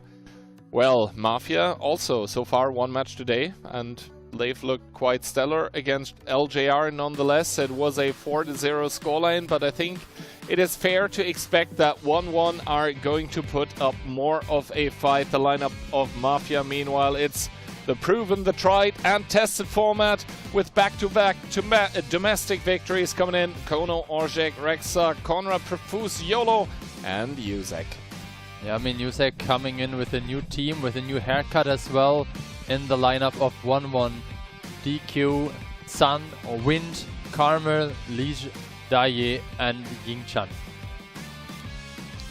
Well, are they going to secure their spot in the upper bracket is going to be the question for either of those teams, because, well, realistically, with a win here, they're going to overtake the other. Damage for Mafia just shy of 20k, POI capture 2.3. It is quite high. HP restored, meanwhile, rather on the low side. Yeah, your favorite values there. I think we can quickly compare that bit lower point of interest capturing on the side of 1-1, but much more HP restored, whatever that might say.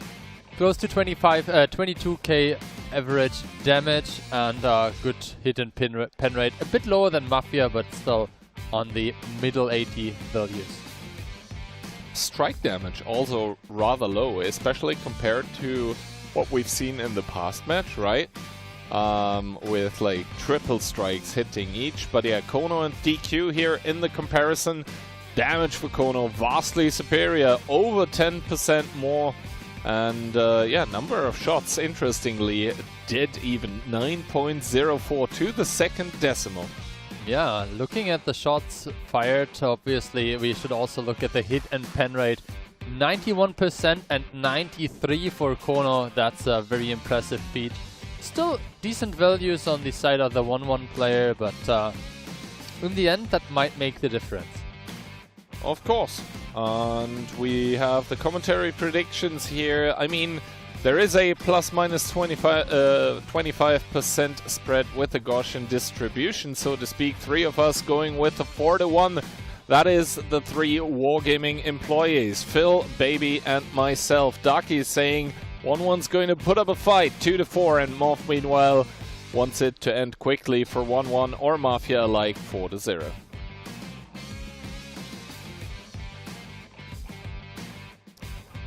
So, with the 4-1 scoreline that we predicted, I mean, for me, it's kind of in between the consolation point and actually believing that 1-1 can take some rounds off of Mafia. What about you? I mean, maybe you have seen my initial prediction. I wrote down. You copied my prediction, right? Like, I copied your prediction into chat just to be able to not have to write so much. Just put my own numbers. Yeah, I mean, I initially had written 4 to 0.5 because it's one of those situations where you're not sure which round they will win. But yeah, I mean, the second map is Mafia's like all-time favorite. I think Pilsen is a very stellar map for that team. So I think if Mafia gets the early lead, maybe a 2-0 on the first map, we'll not get our first point for 1-1. Maybe after the 1-1 getting a point, they can even get a second point, but they really need to get that early in the game. And they picked Muravanka for that. Well, let's see. Map pick and bans. Yeah, Sand River Tundra taken out. The European team going out of Tundra. I think that is very, very smart to do. Meanwhile, the 1-1 going out there and picking Muravanka Pilsen. I think, yeah, that's that map has kind of Mafia written all over it. Map number 3, Ensk. We just saw what Hit did to LJR on Ensk, but to be honest, it was the lesser of the two maps, at least from oh, it's banned. Never mind. Himmelsdorf. My goodness. It's been a long day. Anyway, yeah, Himmelsdorf makes quite a bit more sense, to be honest. For Mafia coming out with that pick. It is a map with a lot of close quarters fighting, a lot of angles to cover, where I think the Mafia players should have the advantage. And if we get to it, I mean, have we seen a single tiebreaker in the group stage? Not so far, maybe this one, but to be honest, Mafia has looked pretty well coordinated on those maps, especially Pilsen. But if we see Muravanka maybe being a map where 1-1 can pick up a round, we'll see at least one round of Himmelsdorf.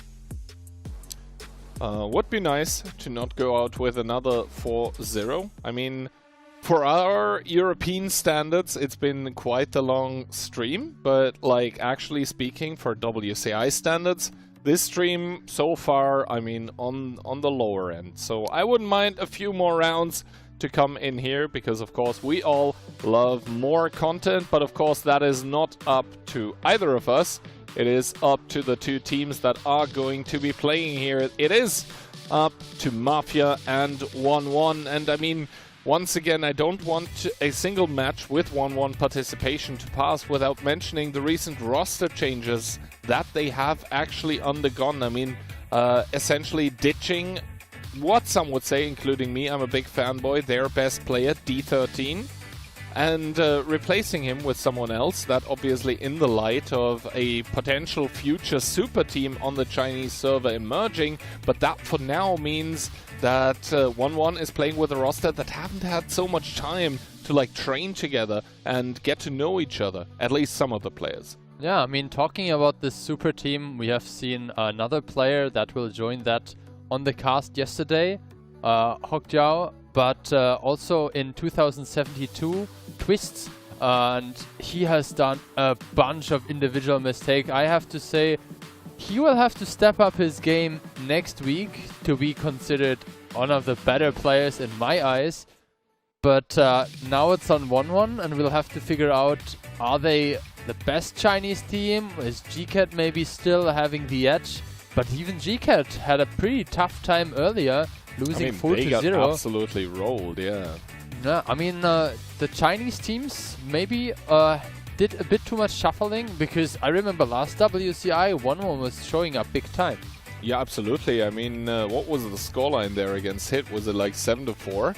7-5 even, right? 7-4, I believe. It was this one, yeah, it was the one round, the El Haluf round where it was exactly the El Haluf round, where it was like 5-4 for Hit, and then of course everyone thought it was 5-5.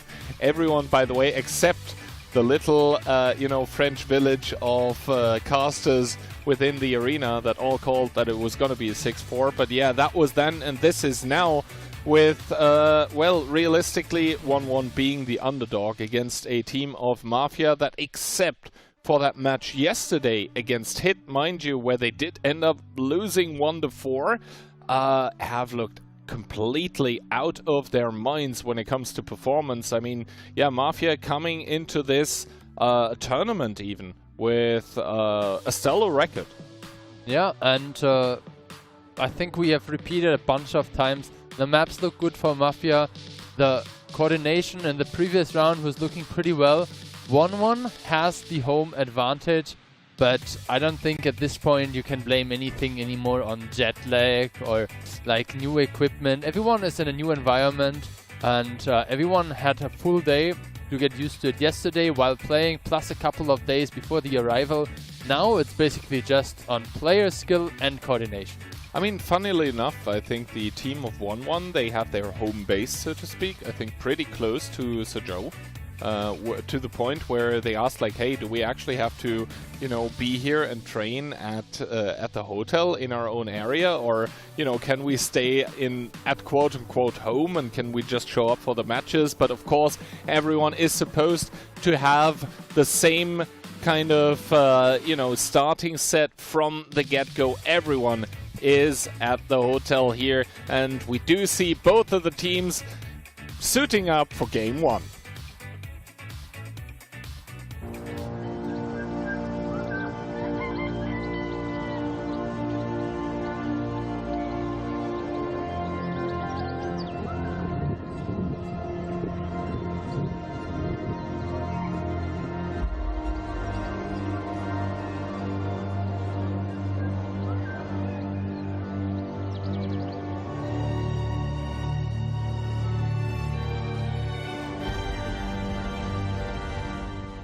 And here we go with the lineups. Triple BZ on the side of 1-1 together with a 140, double E50M and an RHM. Meanwhile, Mafia ditching one of the BZs for an E50M, that is double BZ quadruple E50M and a 140 to start it off here on Morovanka. Let's see which one of those teams is gonna have the better start into the round. Of course, light tanks being brought by both teams. And actually the light tank by Mafia hitting 4 tanks, that is an immediate replane of course, but the light tank of 1-1 not choosing to use the plane. That means that information so far at least stays hidden, as YOLO goes very, very aggressive here towards the forest. And I think Conrad just got planed. That means replane available for Wind in the RHM for 1-1. And the info tower taken of course means that 1-1 of course play with full info as well. Okay, now you can see there is a bit of a rotation coming in, the double E50M and the 140 trying to join the BZ75, but this is a very, very difficult push here. You don't have any vision on what is happening in the forest right now. There is an E50 that has a hull on position as well to support, and Conrad can even fall back behind the ridgeline. I mean, Kono taking a shot of damage in the forest here now, and 1-1 for now. They have kind of full information as to what's happening, but they're for now also choosing to batter their head against the wall a little bit. This push in towards the middle of the map is not really going to succeed, but at the moment Mafia not really exerting any kind of cap pressure. They are taking the western spotting tower with the E50M that temporarily got reset by the RHM, but now the push in full effect in the forest as Yuzek is trying to take the spotting tower still against the RHM, and Orzhik and Rexar together, they are trying to do a number on towards DQ that starts to boost out of it. Maybe Rexar can get the ram here off. He doesn't get the track off though, but DQ exploding regardless, and complete surprise on the faces of 1-1. Yeah, he really wished that his brother was there to help him out, but now Conrad in a similar situation,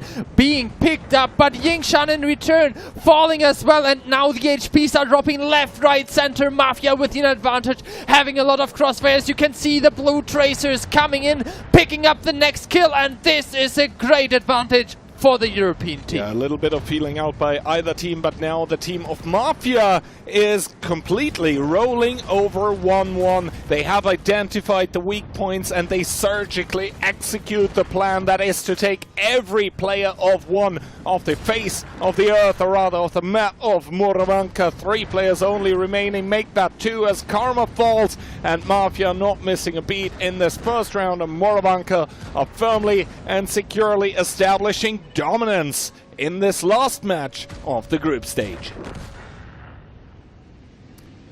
And well, I mean, Wind is going to extend the time a little bit in the match, but we all know the result. He's aiming completely the wrong way as well. He gets surprised, gets jumped by Yuzek even, and Mafia, just like hit before, seemingly unfazed by this result. Profuse even having to wake up some of his teammates to even get a fist bump out of them, but they certainly seem very awake in the match. And for 1-1, well, they're sitting there muttering to themselves, looking at the screen, but the score doesn't lie. This first game was good execution by Mafia and not much to answer from 1-1. Yeah, there seems to be a trend with light tanks right now to hold their plane.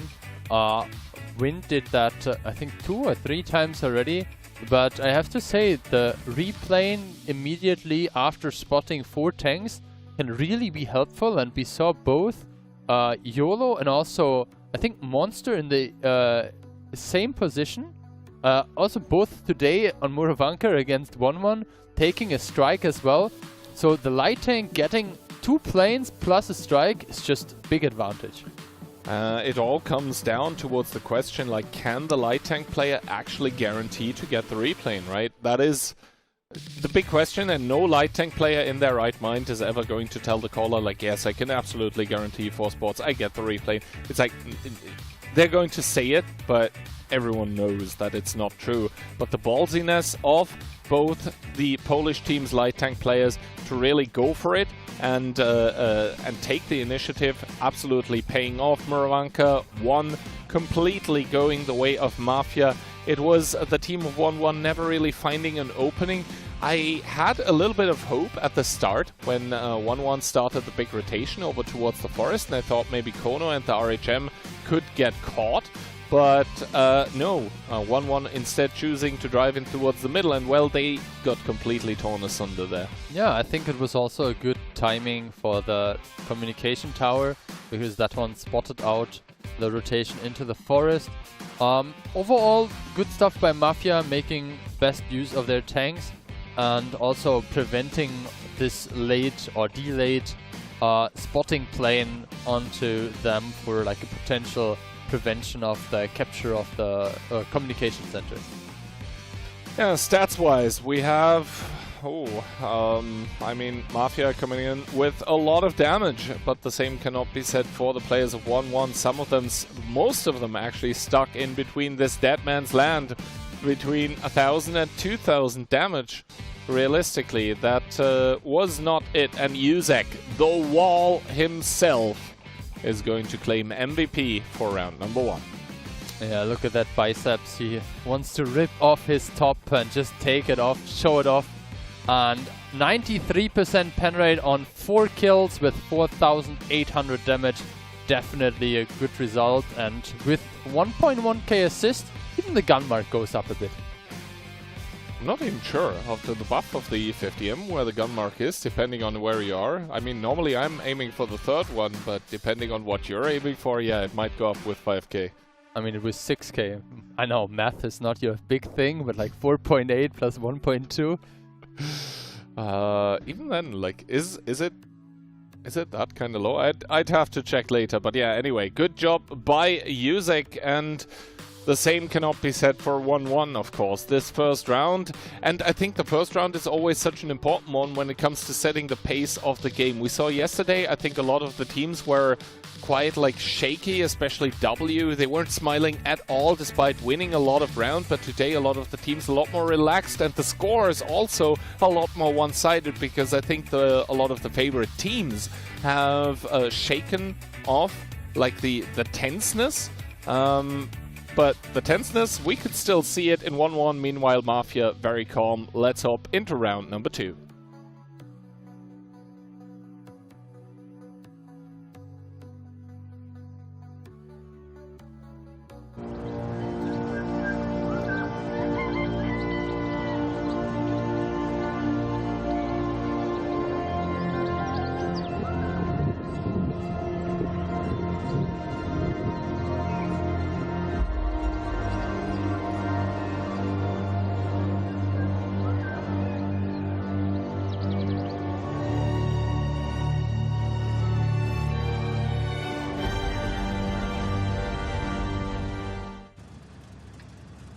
Okay, there we have the next round of Muravanka. An interesting tank selection here. An E100 on the side of 1-1 together with a 140 CS, double E50M, a 4-speed and an RHM.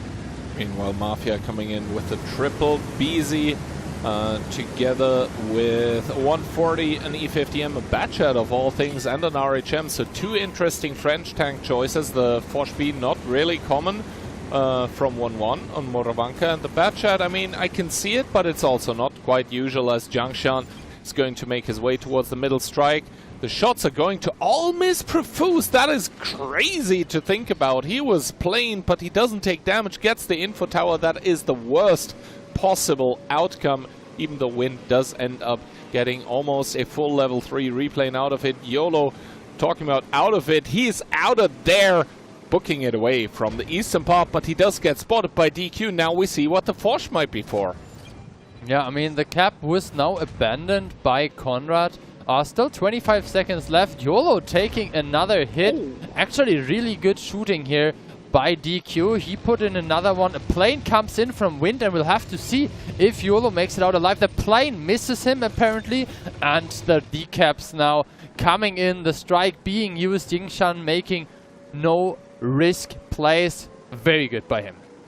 Well, Sun took a lot of damage, but now he's safe behind the house in the bottom left. But yeah, Zhangshan able to get those resets still. Cap pressure is on, but of course Leash still with the artillery strike in the E50M. And we can see the HP advantage has shifted. Mafia started with it, but 1-1's holding it now as Karma gets spotted out in the open. And Kono and Conrad, well, one of them at least doesn't miss those. Kono tries an out of render shot and only hits the track. Karma safe for now, as well, only 200 HP of damage separating both of them, but Dao Ye very far pushed up in that E100, but cannot look always, of course. Yeah, good shooting there, both from Kono and Conrad. Taking some damage in return, but the HPs are still pretty much even. Of course, here, this A-line that Kono is eyeing at right now is an open proposition for the team of 1-1. The 140 would be a perfect tank to take it, but I think he's waiting for a little bit of reinforcements. Alone would be too big of a risk, considering neither team has too much info right now, as Ortek has also taken a lot of damage so far. 2000 doesn't really want to peek too far. Ooh, the E100 side of the turret though. Good shot coming in from Profuse in that 140. And if there is one tank in the enemy team that you don't want to give damage to, it's of course the 140, because he is going to be inspiring all of those. And Dao Ye, it seems like he cannot stay safe from all of the angles in the enemy team anymore, taking a huge amount down towards 900. Conrad is going to heal up his teammate also as well. You can see Profuse aiming for the bar on top of the turret. Doesn't quite get the shots, but here another one penetrates 340. It's a roll of the dice every time, but sometimes you get lucky. Yeah, I mean, good aim is being rewarded. You can see he's checking for the outline, misses one, but will be able to just put one and more, and second, third, and you see Conrad took a bit of damage to get this respot, but in the end kill pickup is very good, and 2.3k up for Mafia. 2.3k HP, and more importantly a gun up. But the way into the game, it has the name of Wind written all over it, because YOLO in that light tank is extremely low, down towards 571, and given the control that 1-1 has over all the neutral objectives, with the double strike really firmly under their, well, belt, and the double info tower also being a possibility, I don't see YOLO surviving this game if it goes on for a lot of time. Yeah, I mean, with Karma already in the cap circle, 12 seconds left, he will try to get a third strike, and then maybe they can attempt to basically put it on all at the same time on similar spots. Looks like Yingshan resetted by driving out, but that just delays it for a tiny bit. And we might actually have 4 players at the same time with a strike available. That is the nuclear arsenal building for 1-1. Zhangshan now driving out once again, but this time around after having captured the strike. That is 4 strikes between 6 players. And that is 1800 damage on a singular target. Now, for now, that is only, you know, one tank that they can take out, definitely, with YOLO being so low. He's also very agile, and that RHM could be trying to dodge. But, I mean, 1-1, despite being down the E100, are holding all the trump cards. I mean, they're still down a gun and a significant amount of HP. We'll just have to see how they use it, and Wind, we saw it earlier in a position where he can definitely get spotted. We saw a bunch of players using like T100 Object 140s there, but compare Yusek's position with Katsai's. He is on K3, while Katsai was on K5 and 6, right? Well, Yusek here, he does have the low noise exhaust, but against a fully pimped out Rheinmetall, possibly even with CBS, I'm not sure it would hold. First of all, though, Rexa is going to heal up a little, but that is not a big strike. That is only the baby strike coming in from the CS63 that immediately gets a restrike out of it, I believe, even for resetting so much of the cap, so much for the nerf of the ability, by the way.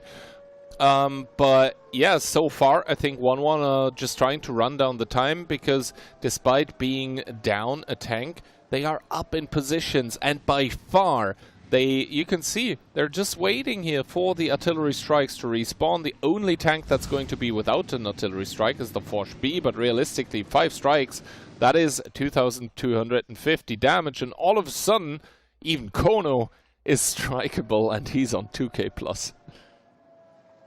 Yeah, whoever gets tracked has a problem. Yeah, I mean, Mafia, they've kind of constructed this problem themselves by handing so much map control over to 1-1, right?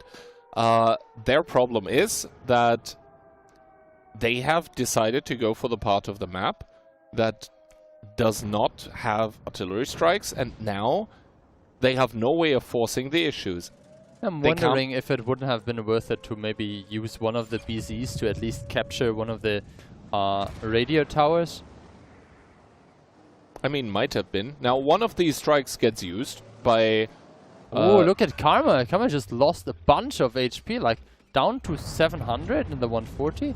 I'm not sure where he lost like this HP. He was down towards 1000 already, so he only took a singular shot by someone, I think, in this position, but obviously being so low, he cannot afford to take more. A strike goes down on Profuse, and that is just because 1-1 they can afford to use those strikes on the high HP targets, because they actually need to use them, since the artillery strikes keep recharging, well, in this case, rather quickly, every 90 seconds. And, I mean, still, Mafia, they've more damage done here at this point in time, I do believe, with 2 minutes on the clock, and they have the kill advantage. So I think for 1-1, it's just going to be, well, we wait until the last possible second, and then we nuke someone. Then we should have, hopefully, the kill parity and the advantage in the damage done department. I think they're setting up to overpush the Batchat, though, on the K-line. Yeah, interesting to see that they again decide to strike Rexa with a small strike. So that is ensuring the decap. Karma used a strike earlier and now will get back to the third or fourth strike now for him. I mean, I think 1-1 themselves know that they're now up against the timer. They have so much utility with those 4 strikes bunched up, and Yusek, I think at this point in time, might be starting to drive back. He might get caught out, though. That is the Batchat here in the south. Yes, he does have low noise, but against the CS63 that's coming his way, that might not help. He does get found, and he does get shot. There's only so many shots that a Batchat 25T has. He's trying to get out, but can he actually? So far, even the team of 1-1 holding on to those artillery strikes. This one gets used for naught, but the kill parity has been established. 3000 HP difference, the HP dealt, I'm not sure here, but now all of a sudden it is the team of Mafia in full panic mode. They need to generate another kill within 20 seconds. A strike goes down, it hits Profuse, it was intended for Exa, it doesn't matter, it's damaged regardless. It is a scramble all over the place, but we can see Mafia currently more damage done. There is still a strike available for the team of 1-1 as the seconds hit 10. The damage done, it doesn't tick for us at the bottom right now, so we'll have to wait and see. But Rexa taking a lot of damage. Maybe this was it. I'm not entirely sure, but I think 1-1 might have it. Yeah, very close end to this game, and I'm not sure if the players are aware who won. They're looking at each other, waiting for a referee decision, and I guess so are we. So are we, yes. It is incredibly close. Also, I'm not sure the damage meter at the bottom actually includes the artillery strikes. I think it should, but I'm not 100% sure. So, I mean, everyone just staring at their screens right now. Of course, we have the advantage of having a bigger one than the players right now, but that is kind of it. We don't see the post-game stats. We don't see the post-game stats, whereas the players do. Oh, that was a reaction from Jiangxia, but yeah, everyone just calculating. And Mafia, no, they're done with calculating. They're just waiting for the decision, and so are we. We need to see the number, Phil. Yeah, I mean, judging on Kono's reactions, this is not a Mafia win, and Profuse, I think, knows it as well. Positive vibes there on the side of 1-1. I mean, so far, so good. They seem more animated than after the first round. Now, Yes. Okay, there we go. Final scoreline. So the damage counter at the bottom actually was correct. And it is the team of 1-1 that are going to take round number 2. Mafia, they kind of end up playing themselves a little bit here. Yeah, I mean, you remember the El Haluf round initially? Also, there was a point that they thought 1-1 had claimed. So maybe there was a justifiable moment of like patience and waiting on their side to ensure, is that 100% our victory? But yeah, it is. And as I mentioned, like if they really want to contest this match against Mafia, getting points on the board early is critical. Absolutely, and Moramanka being split 1-1 is, I think, a good result for 1-1 so far. Especially considering that the second round, I think it's one of those rounds, once again, Mafia were not playing against Rat strategy, but I think the way that they had to play against it was still super, super annoying. And I mean, your favorite stat obviously is the point of interest captured, and that one will go up a lot now. Stonks, absolute stonks here for the team of 1-1, but also I was paying attention to it during round number 1. Mafia had 5 and 1-1 only had 1. So obviously that balances out the scales. Big problems yeah, there. But strike damage, you know, strike damage is really important. Strike damage, absolutely here. But they missed the strike, and I think all the other ones only went on one target. Yeah, placement could have been better, you know, like sometimes your crosshair placement, but other than that, I think good result here nonetheless. We keep joking around, but 1-1 making it back into the match. I think if Mafia had gotten the second round even in such a fashion, especially in such a fashion, then it would have been very, very problematic for 1-1 moving forward. But like this, everything is reset. We are back to a 1-1, and well, not the team, but the scoreline. I'm very sorry. Really, it's been a long day, but here we are. Best of 5 now in between EU and CN, in between Mafia and 1-1. What was the second map again? Remind me. Pilsen. Pilsen. Oh no, that's not good for 1-1. Yeah, I think so too. Let's see who claims the next round. I mean, as you can see, not just the score in the individual round was 1-1, but also the result. Jesus Christ. I mean, if that's not a good sign for 1-1... we'll have to see. Of course, damage done this game round. That is not the important number. It's not going to do Points anything of good. Interest captured. 1-1. 1-1. But yeah, damage done in total here. It's going to go down for either team on average, but that is not really going to matter as... well, the home team is going to claim a victory in a close-fought round number 2. And good for them and good on them as well.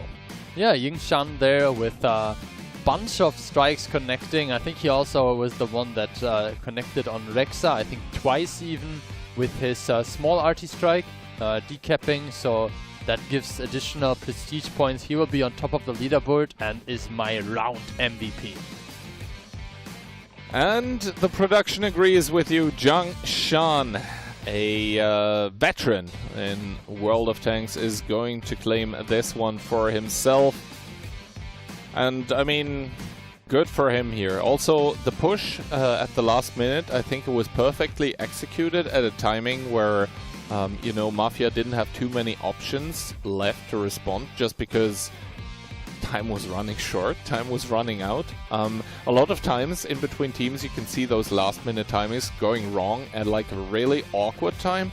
1-1 with all of their experience, selecting a good window of opportunity and managed to claw themselves back here. This means that we are set to parity, but well, it's Pilsen, and Pilsen is a map that Mafia has been doing exceptionally well upon the last few months. So what you're saying is if 1-1 now takes a round, we are even more hyped about that? Yeah, I would say so. If 1-1 takes a round now, then I'm starting to feel a little bit worried for Mafia, because like we are coming in here with kind of a set expectation, I think underlined by the caster predictions as well. Every one of us kind of thinking it would be smooth sailing, but maybe Daki was onto something with the 4-2. Yeah, I mean, we'll have to find out, but Mafia is definitely not out of the game, and now on their map pick, the expectation is that they will dominate Pilsen, right? That would be the expectations, yes. It has yet to be played, of course, and I mean, we keep talking about Mafia being good on Pilsen, but maybe their adversaries are as well. We'll have to wait and see. But so far, I think so good for the home team. The first round, maybe not the best one for them, but the second one must feel like, well, 1.5 victories. I felt like it was more like half a victory. Well, anyway though, all players very cool, calm and collected as we head into map number 2. It's gonna be Pilsen next.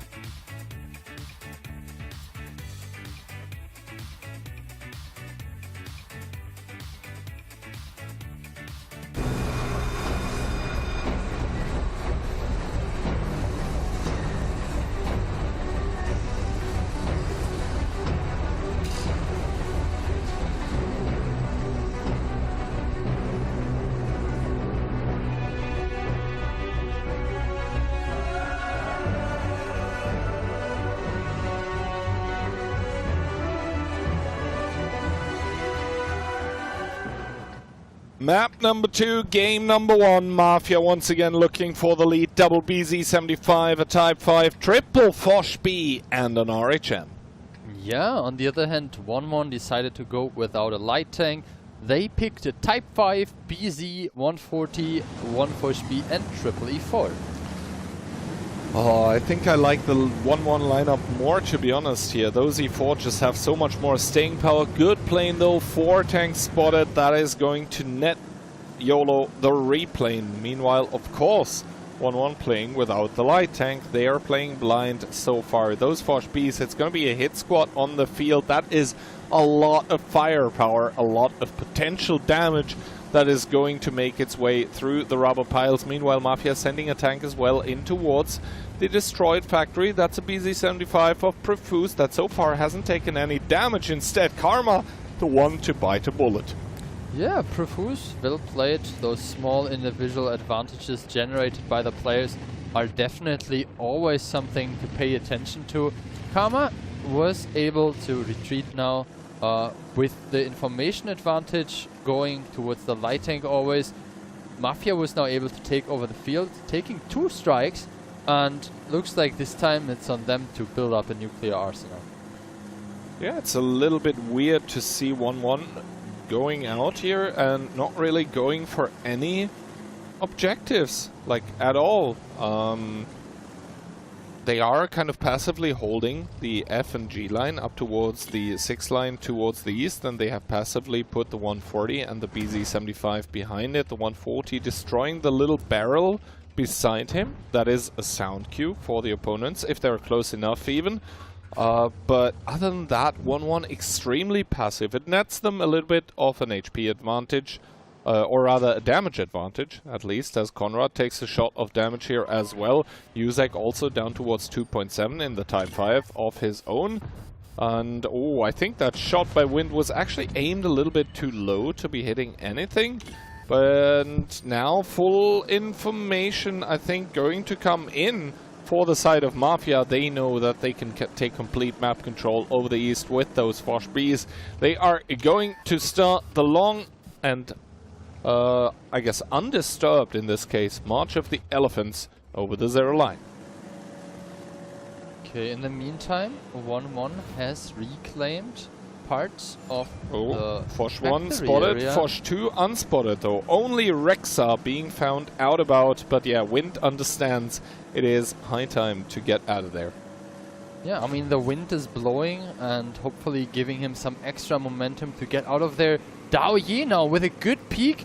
Will he able to disrupt Profuse taking the strike? He is not. Profuse trading, but 2 tanks focusing out the BZ here in the middle area.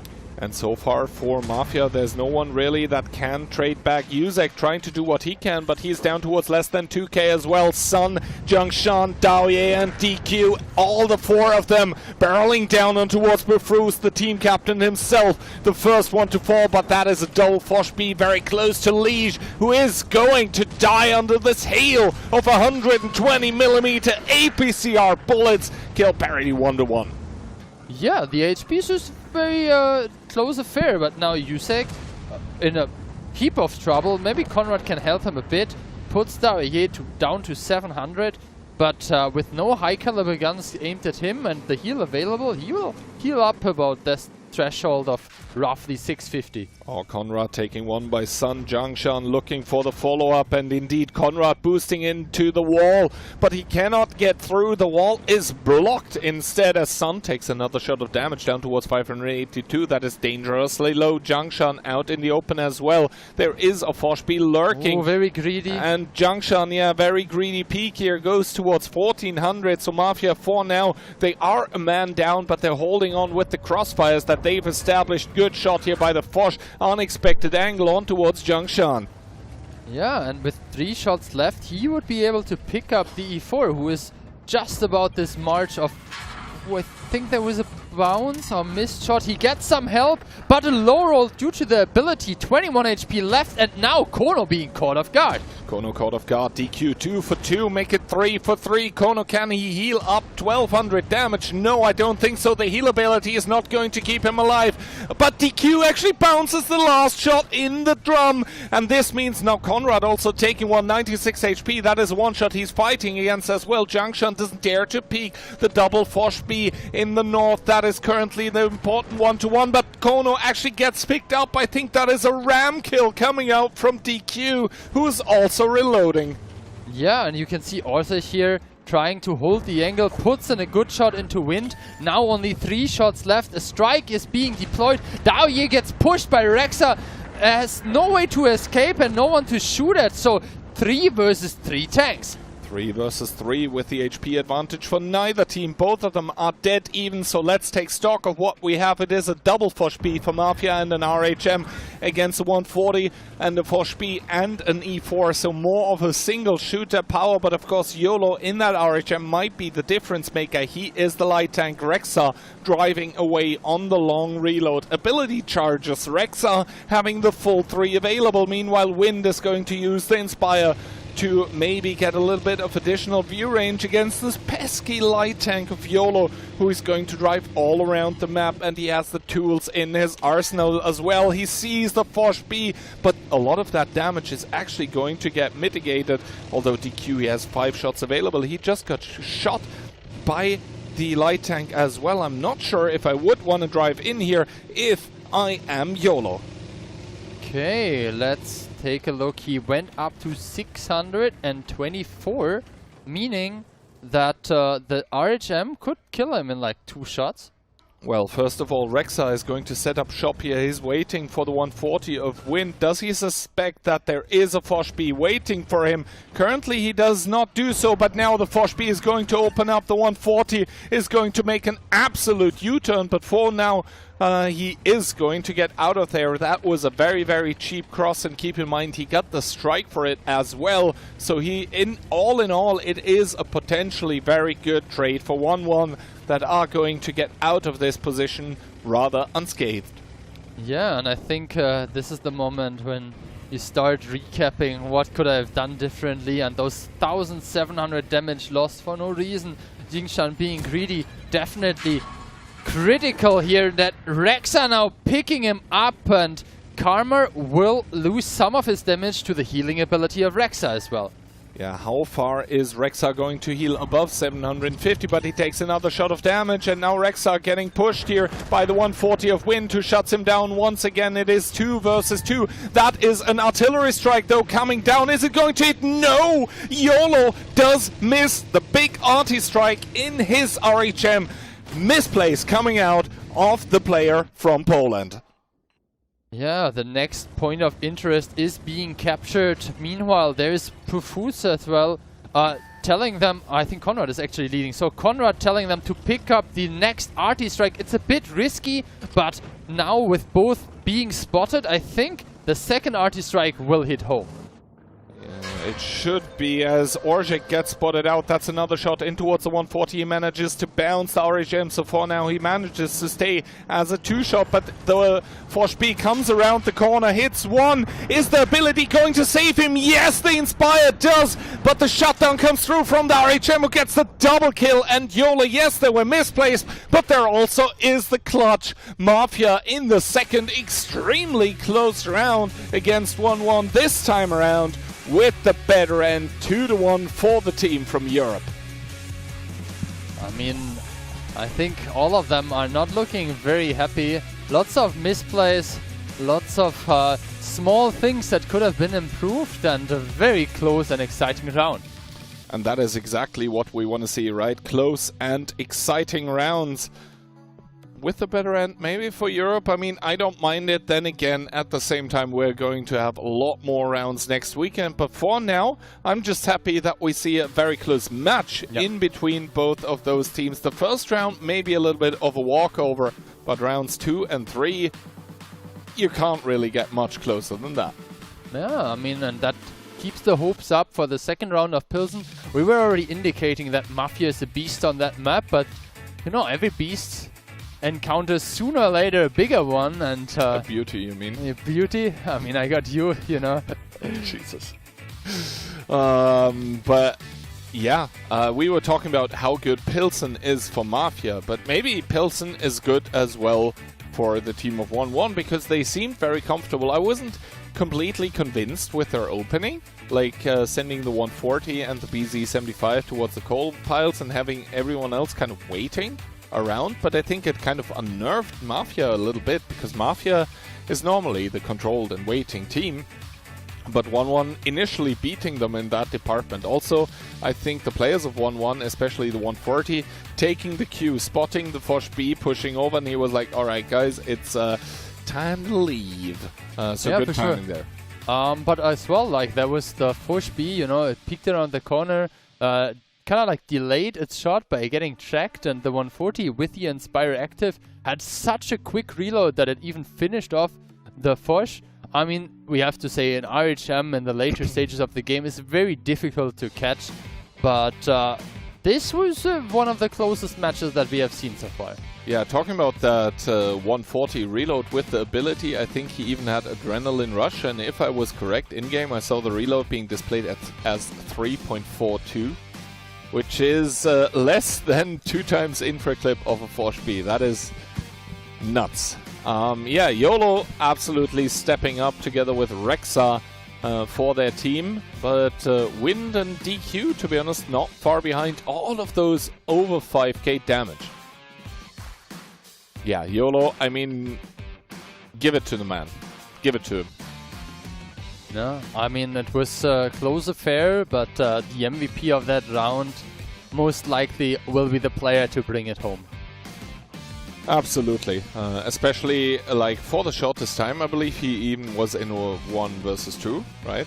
Even though the kill that he got, plus the pickup at the end, it kind of was the the info generated by his teammates, but you need to capitalize, and so rightfully YOLO is going to be our MVP in this round. And to be honest, RHM Panzerwagen with 5.9k damage and 2 kills, that's a good round.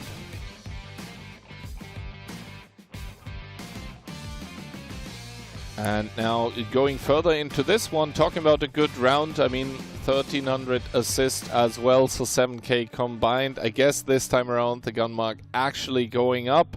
And talking about going, we are going into round number 2 on Pilsen. And we said it before, Mafia being the good Pilsen team that it is, at the end of the day, when everything is said and done and it's night, no one really asks anymore how close were the rounds. They ask what was the scoreline, and even after that, you know, no one asks anymore what was the scoreline. They ask who won. So I mean, 1-1, they can, you know, maybe pride themselves with a good showing here in the last round, but Mafia took the victory, so it all doesn't matter. Yeah, and the dust has settled, all the things were destroyed. We are back in the garage. I think we are about to get ready for the next round. Do you think this triple Force B is something that will come back again, or is it more of a one-time thing and maybe you will try it again in the playoffs?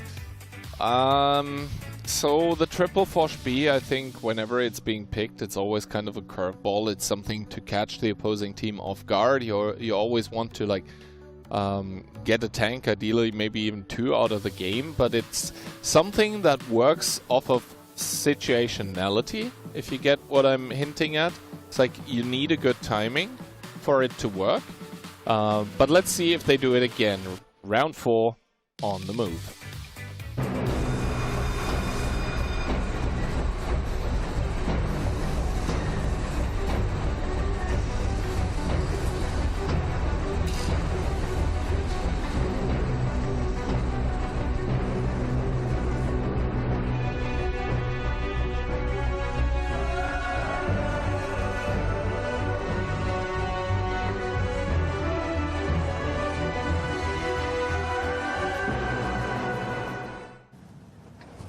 Here we go. No Force B on the side of Mafia, but a double T57.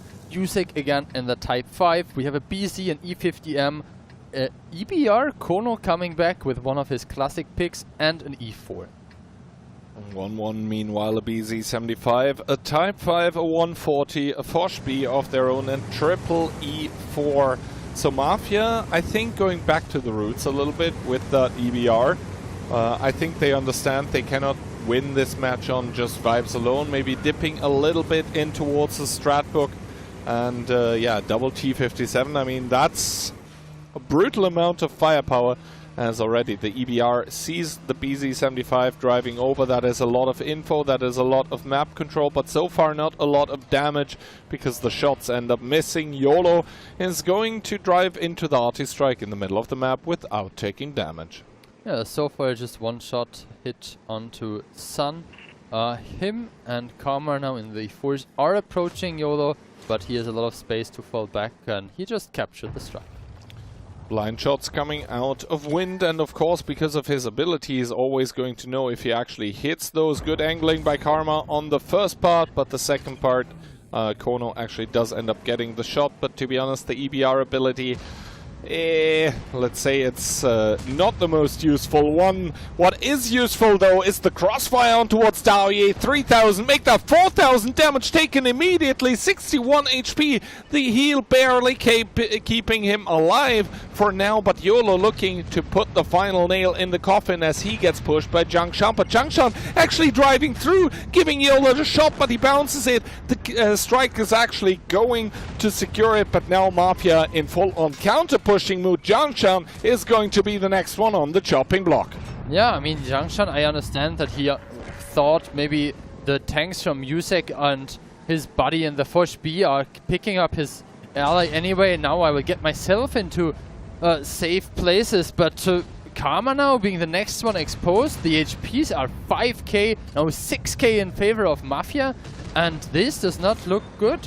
No, Mafia, we said they were a very good Pilsen team, and we see the HP advantage as well as the kills. They are starting to mount this round, kind of a non-starter for the team of 1-1. Yes, the first one on Pilsen looked pretty good, but now Orzhek can even afford to not care about what is happening beside him. Yes, YOLO taking a lot of damage here in the BZ, but it all doesn't matter. It is only 3 players remaining on the lineup on 1-1. It is a clean mop-up operation for Mafia here, and yes, they did struggle in the first round, but the second one is an absolute blaze for them. It is, yeah, kind of brutal to witness this, but Mafia, they have come here to play, they have come here to win, they have come here to go to match point, and that is exactly what they do.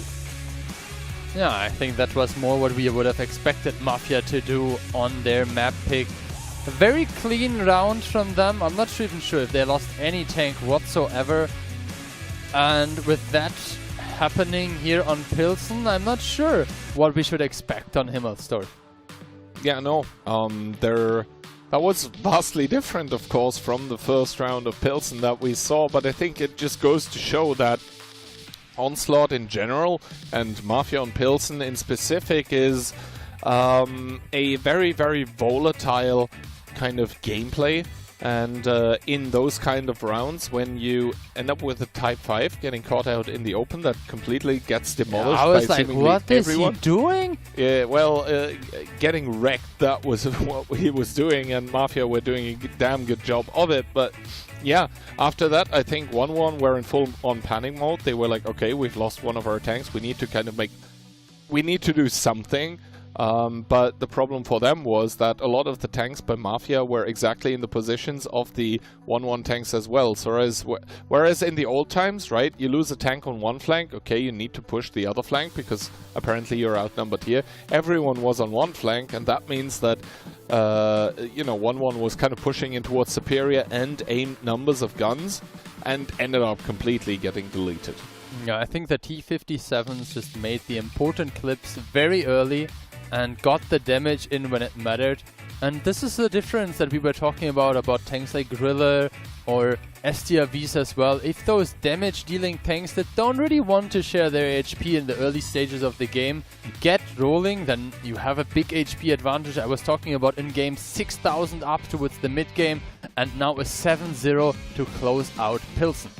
I mean, 7-0, that's clean, and whenever you see a scoreline like this, it usually indicates that something has gone catastrophically wrong, not only on the individual level, but also on the tactical level, where, yeah, the Type 5 gets sent in, gets wrecked, and after that the game is kind of given away by 1-1. We see, you know, after the initial opening phase, where not a lot of things happen damage-wise, Mafia actually end up with 10,912 damage, or rather HP to spare. That's kind of crazy, and everyone getting their fair share, of course. In a game like this, the EBR is going to get a few pot shots here and there, but other than that, I mean, he also picked up 3 kills. 3 kills as well, yeah, that's nothing to scoff at. But here, the T-57's getting into the money-maker territory, and that is that third clip. Orzek, ooh, we get to see we get to see his MVP video. What was he doing? I think he was shooting an arrow. Yeah, something like that. Anyway, he was shooting bullets and he was hitting hard this round. 4.8k, that is 3 clips, if I'm not counting wrongly, plus a kill to his name. Very, very good round from him. Yeah, I mean, in this case, it's again a matter of like coordinated effort. And you remember there was the second tank driving towards the cap circle. It was the E4 of Yingchan, and he had like 10 seconds delay or something like that. So by the time he was close to the cap, his ally was basically on like a sliver of HP. I mean, he was almost dead, which kind of speaks to the prowess of Mafia if they're able to delete a Type 5 in 10 seconds. That's kind of crazy. Yeah. Even though they did have a good crossfire setup, but yeah. I think there was just a catastrophic read from the side of 1-1, sending the Type 5 into a situation where he should not be. And I think it was very apparent to everyone that the Type 5 should not have been there at all. Let's see if 1-1 can do better in this next round, because the next one might be the most important run they have played so far. It is the match point, and keep in mind, it is also the point that decides if Mafia is going to start in the upper bracket or if 1-1 stays alive in the match.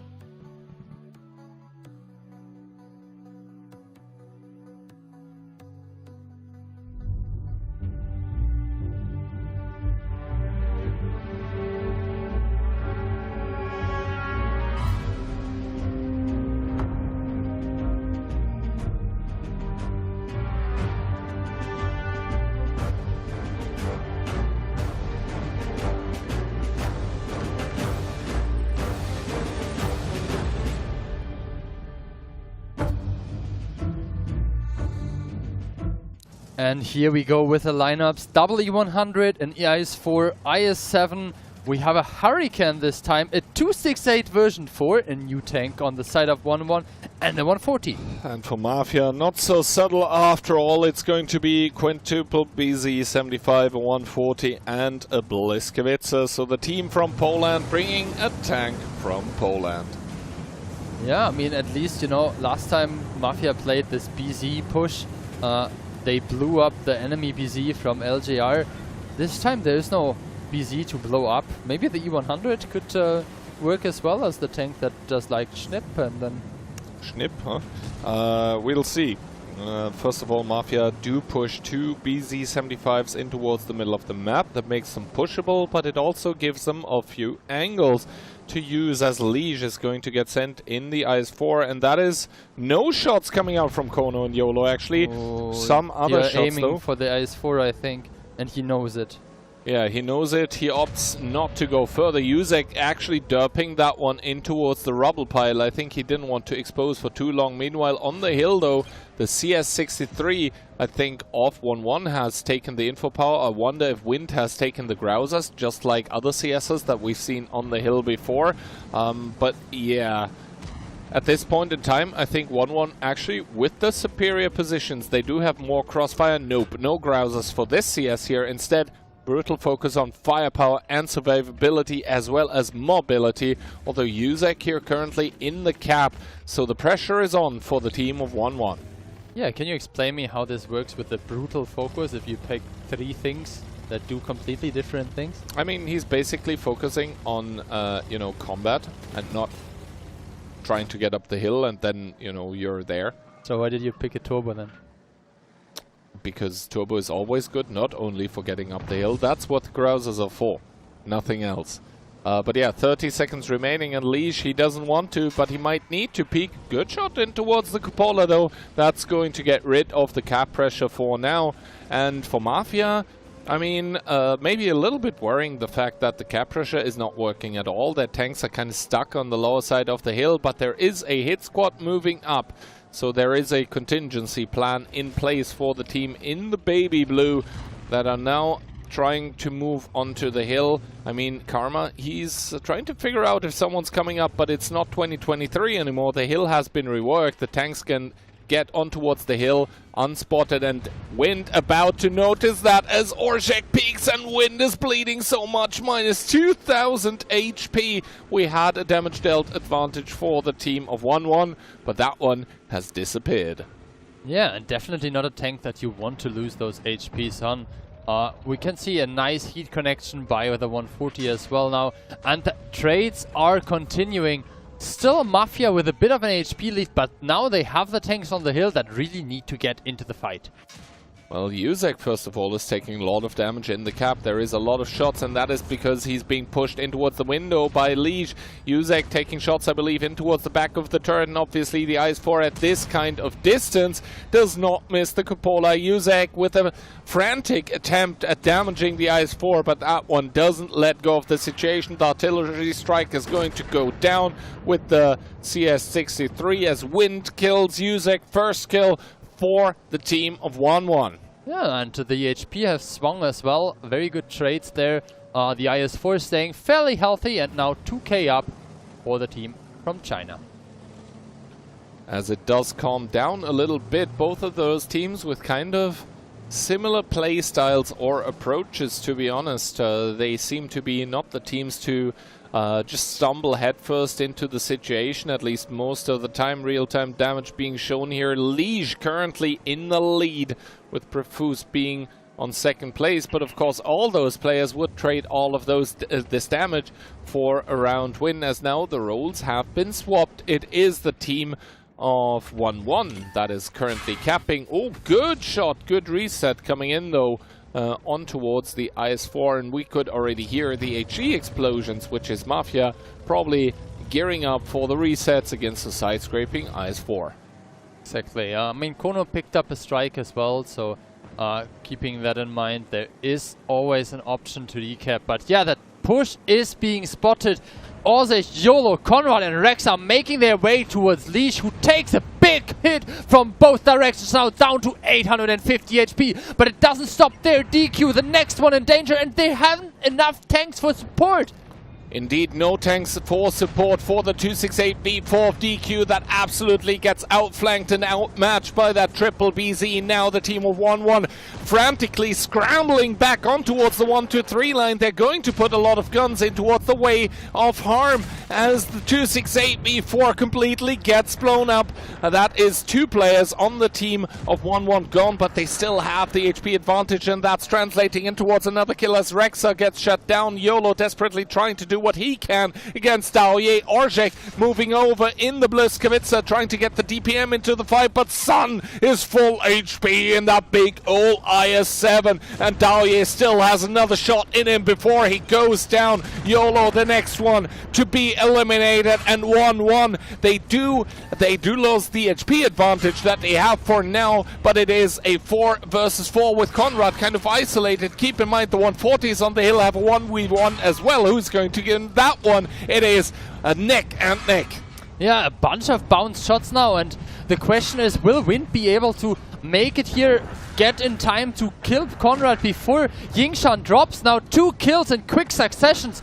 There is 1 return kill, but Orzech will have a very difficult time defending this against 3 opponents. Orzech is but a man without a turret, and he's playing against 3 players that do not miss these 1-1 strike back on the first round of Himmelsdorf. They're going to make the score 3-2, and they keep the hopes and dreams of the Chinese teams alive to have someone represent them in the upper bracket. Yeah, and I think we are getting back in the groove where 1-1 understands, damn, now it's the time to show up, and that's exactly what they did. I mean, they have it written in the team logo to be first. Well, in the group, that's not going to happen anymore, but to be first in the tournament, starting in the upper bracket, is definitely going to be an advantage that they're not wanting to let go of. And for Mafia, it is kind of the question as to what really went wrong here, because I think a lot of the answers that they had, like sending the Foch B together with the, I believe, 140 on the hill. Bliska. Bliska, actually. But yeah, it was good. It worked out, right? But then, on the other hand, after that, a lot of things went wrong. The 140 1v1 on the hill, first of all, went high wire, after which the 1-2-3 line brawl, they just need to accelerate in the into everyone, or the 140 sniper is going to kill them straight up. Yeah, what went wrong here for Mafia? I think a big thing that you haven't mentioned is this fight of the BZ versus the IS-4 in the cap circle. The IS-4 basically pinned the BZ into a corner, wiggled with the gun, and the BZ has a terrible time getting those shots in because the BZ isn't that high, and if you want to overmatch those plates of the IS-4, it's a very difficult shot, and then one more, and extra shots into the cupolas. We saw it like 4 shots in a row by Leash, and he immediately took the gun advantage. He might not end up top on damage, but he had a substantial effect on this match. Yeah, Profuse 6.5k damage, but it's not going to be enough because the rest of the team kind of crumbling around him, and 1-1. Yeah, with a very good first round of Himmelsdorf, but they need to double it up. Rexa, yeah, the unfortunate BZ75 pinned in the cap, and I think really here the name of the game. Never? Yusek? Then what the hell happened to Rexa? Okay, you couldn't see it, but I could. That was a Phil shrugging in a very confused kind of manner, but yeah, it is the reaction that I would have given too, because I have no clue what went wrong there. I mean, I guess someone has to do the 3k block that Leash had. I mean, Yusek maybe put in 2 shots, but yeah, 6.2k damage by an IS-7. Sun surviving for pretty long. He had a great game, 87% pen rate as well, 2 kills. I have to criticize that he kept his HP to himself until the very last parts of the game. And if you're in this IS-7, maybe you can share a bit more your own HP. I remember he was on 3.1k while his teammates around him were dying. In the end, it was enough and he had a great game, but it is always a team effort, right? It's always a team effort, and as the tank with the high HP, it's also hard to make the enemies choose to shoot you, right? It takes two here. Of course, he's going to offer his HP, but the Mafia tanks are not going to be like, oh yeah, that's easy damage, I'm going to shoot the IS-7s. No, they're going to be actively on the lookout for like, aha, this tank is low HP, let's better put another shot in towards him. But yeah, Mafia, they probably would like to be out of the match already because they would have liked to end it. And meanwhile, I mean, stern faces on the side of 1-1 as well. These are two teams that are going neck and neck, and they will do so in the possibly deciding second round of Himmelsdorf.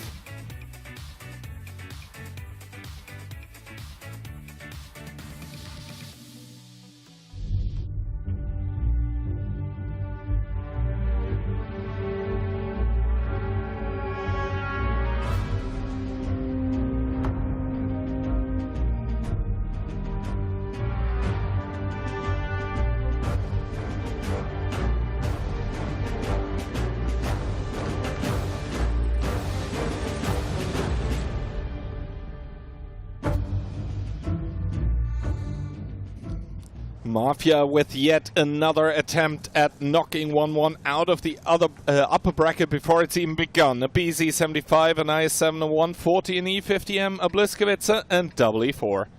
Yeah, IS-4 coming back, this time on another player. 430U, E50M, Foch, and double E4, 411. Very similar and balanced out lineups, right? Yeah. Both teams kind of with a similar lineup, but that doesn't necessarily mean similar approach, because we do see Mafia immediately boosting a BZ75 towards the middle. That's not the case for 1-1, who are, by the way, sending an E50M all the way up towards the hill as the IS-7 of Konrad is going to get spotted, but no damage taken for driving towards the cap. Yeah, Yingshan took one shot there in his IS-4, now angling a bit towards the BZ. In the meantime, we can see a tank driving up. I think it's the 430U. And no, it's not the 430U, it's the E50M. And if Konrad stays there, he might have a difficult time staying alive against the heat shells of the E50M from the hill.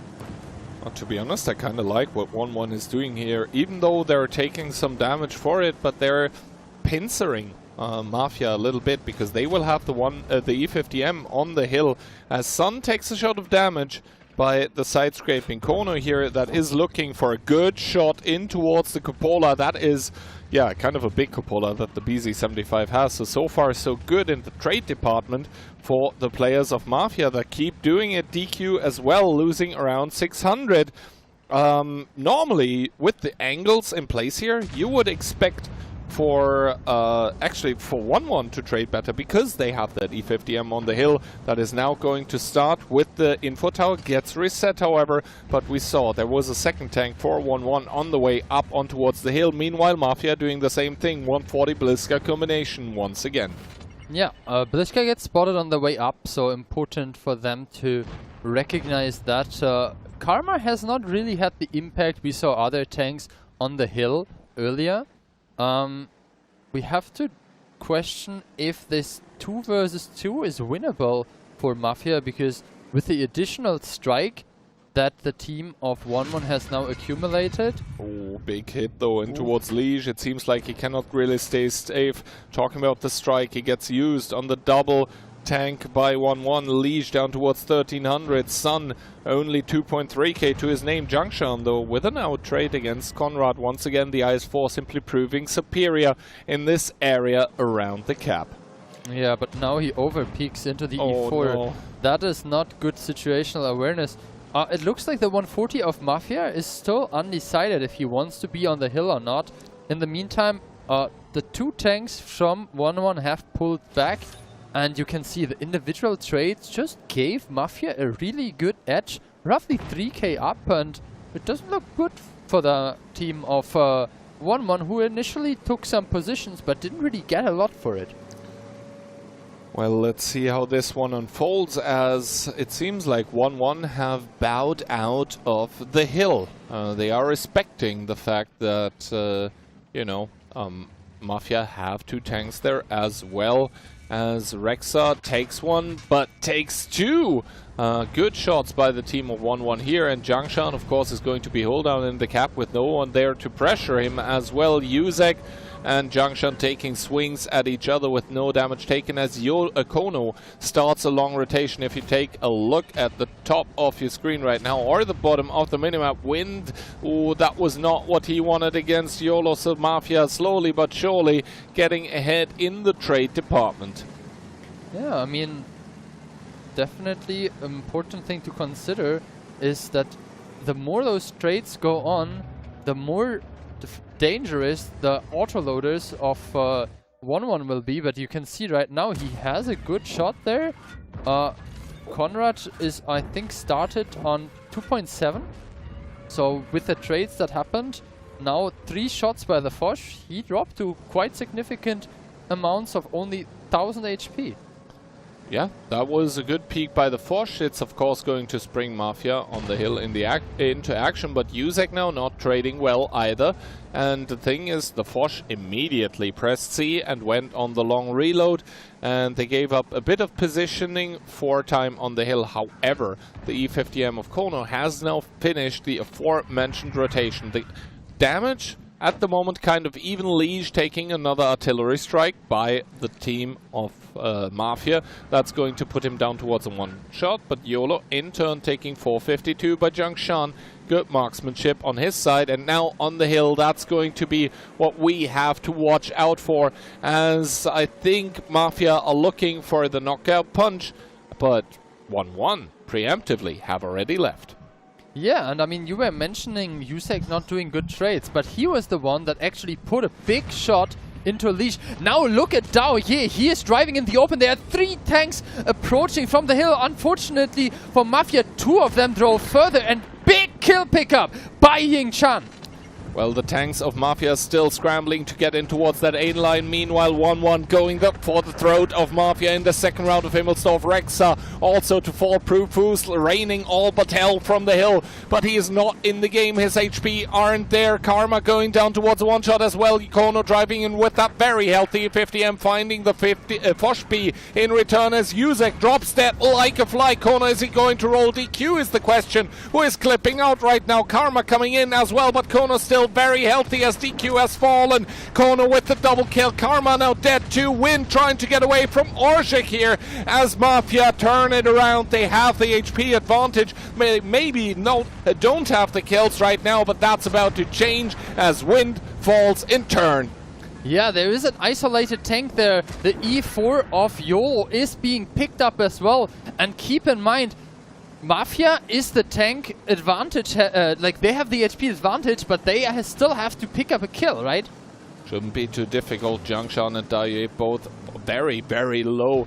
And I mean, there are RT strikes scattered around the map. It is still 4 tanks though, so the gun advantage might be able to carry 1-1, but they'll have to hit every single shot from now on. And some of their tanks, of course, cannot afford to take any more in return. I think I just heard an artillery strike being used. That was the case. Profuse goes down towards a possible 1-shot for the high alpha TDs that 1-1 still have. Yeah, and you saw, like, there were 2 shots done, one onto Orzhik, one onto Profuse. The HPs got a bit closer, but now they're obviously distributed on 3 tanks. Oh, great kill pickup there, amazing shot from Kono, and that might have been the nail in the coffin.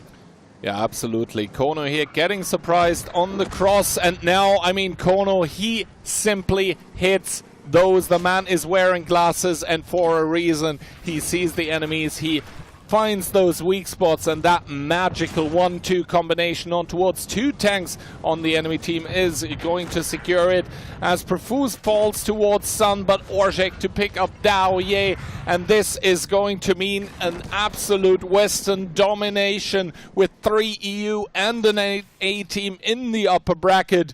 Meanwhile, China is going to share the lower bracket starting spots together with APAC. Congratulations, Mafia, for winning the match. Yeah, I mean, you saw the job was done. People already stood up, shook hands, and the job is done for us as well. 6 pretty exciting games. We had some 4-0s, but I mean, this one definitely made up for it. This could have easily gone into a tiebreaker. Absolutely, and I actually saw this round going 1-1's way as well, until it didn't. That is, somehow Mafia throughout the mid-game, where they kept, uncharacteristically for them by the way, losing tank after tank, they managed to make 1-1 bleed for it. They got the HP advantage out of it, and at the end there, I mean, Kono, those shots, they weren't illegal, but they were in kind of a grey area. Yeah, we'll definitely check his PC afterwards, but he immediately shut it down. You saw, he stood up, he was like, I'm not here at the murder scene. Nobody caught me, but yeah, the camera was running. Good stuff from Mafia, but compared to what we have seen from Hit, overall, I think a well-deserved first spot from the defending champion. Yeah, I think so too. Hit is coming into this tournament kind of, I mean, good of course, but losing out to Mafia twice in a row. Now, however, establishing dominance, absolutely. I think between both Hit and Mafia, they are going to be pretty happy with each other. Spot 1 and 2 in the group stage means that at least for the first round of the upper bracket, they're going to be avoiding each other they were as in well, the same group. because they were in the same group. This means possible training partners for the coming week as well, which doesn't make it easier for the other teams either, because, well, to be the best, you have to train against the best. And yeah, here we see the match stats. Mafia edging out ahead in the damage dealt department, netting them the victory at the end of the day, with YOLO taking the top damage here. But honestly, I'd personally, if it was up to me, I'd give the MVP to Kono. I think he had 5 kills in the end. Pretty stellar performance, and you can see the damage numbers very close towards each other. 3k damage in the end, more for Mafia, but it could have definitely gone either way. And Kono as well, not only 5 kills and 4.5k damage, also 2.4k block. And he's playing E50M. He's not supposed to block this kind of damage. Yeah, great round overall from him. I mean, onslaught points, onslaught rating, onslaught elo definitely going up for him as well. I guess kind of smurfing in the tournament. And here indeed Kono is selected, and I would say rightfully so, as the MVP of this round. The most important shot, of course, being the one that ended up killing the BZ75, then transition in towards the next kill shot immediately. Yeah, good marksmanship coming out from him. Yeah, you know, Key, you're my MVP of the day. Surviving the whole cast in your age, definitely an accomplishment. But I mean, I'm 32. You're gonna get there, don't worry. Yeah, I mean, it was a good day. I think we had an interesting mix of different maps, different strategies. We saw some map control, we saw some pushes, and I'm really looking forward to the playoffs. I think with the group stage, we can kind of determine that the initial dust has settled, and we came out in a situation where maybe the Chinese server was a bit weaker than we expected. We had a great performance both in the WCI, where 1-1 won against W, and in the previous year WCI, where they kicked out Storm in the group stage, and then I think Dopamine in the semifinals. Now it was a bit of a struggle for Mafia, but in the end they overtook the Chinese team. GCAT also a bit of a disappointment, considering they are now the first seed from China. What do you think about the remaining teams? I mean, overall, it's easily summed up. UNA on top, China, APAC kind of, you know, down there in the lower bracket. I would say for APAC, it's always harsh to say something like this, but realistically it was to be expected, right? But yeah, China definitely underperforming at this first weekend, and well, the lower bracket is, as W has demonstrated in OLS Season 2, the bracket where Cinderella stories are formed. Miracles can happen, but for miracles to happen, sometimes they do need hard work, and I think the Chinese teams especially have their work cut out for them. For the following week, they need to fix a lot of the issues that have become apparent during the past few days. And that in turn means for EU and NA they cannot become complacent just with the success that they have had. And I also want to give a shout out towards the NA team of Stacked that have actually managed to have a really good group stage here. They're in the upper bracket now for a reason. You said like Chinese server maybe a little bit under expectations. For me, NA server a bit over expectations. Yeah, definitely. They will have the pleasure of playing against Hit and Run next. I'm not sure how that will go, but I think W definitely also a team that after some struggles that we have heard about, after a bit of a disappointing OLS Season 4 performance, they come out on top, 3 victories, and I wouldn't count them out against Mafia in the upper bracket either. No, I think W is one of those teams that definitely strives off of vibe, and if they get into a scenario where they can absolutely get into the chaos of individual player skill counts, we're in a shootout, then I think W definitely have what it takes to take it up with the likes of Mafia and Hit. Coming from a European server perspective now, but I think if they get caught out in the longer game, then they might struggle not only against those teams, but also, for example, against someone like 1-1, because we just saw in this match here between Mafia and 1-1 that if you give them time to do rotations, then they don't do stupid stuff, right? They actually do well thought out things, and they manage to take rounds off of teams that probably are vastly favored. So the rotations that we've seen by 1-1 in this match here, despite them losing, do give me some reason to be optimistic. Yeah, I think a very interesting thing would be a match in between 1-1 and Stacked. And if I remember correctly, they are matched in a way that they would meet each other in the third round of the lower bracket, the second round, sorry. So Stacked will be playing against Hit and Run, and if they drop that match, they will play against the winner of 2072 and 1-1. So that would be a pretty good match in the lower bracket. I mean, we heard also rumors about 2072 and 1-1 kind of scrims going on, with 2072 having the advantage there. But to be honest, scrims are one thing and actually tournaments are another thing entirely. Not because of the surroundings as well, like a scrim environment is going to be different from something with admins, with observers, with everything there.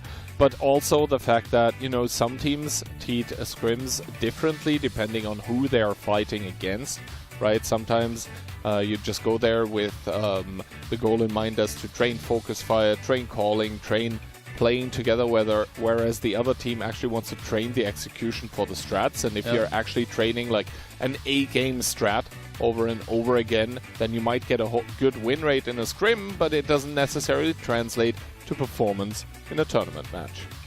And I think they will have another good amount of time until they will have to decide which map they will have to play. We'll have the map pick and bounce more towards the end of this week, and obviously 5 days of preparation. We'll also shoot some nice content. You can make sure that you stay tuned for that. Follow us on our social media channels, Instagram, TikTok, all the things we have.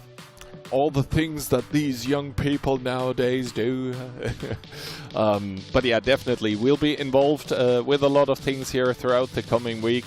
So hopefully expect to hear from us. And all of that being said and done, was there any super big surprise for you over the past 2 days?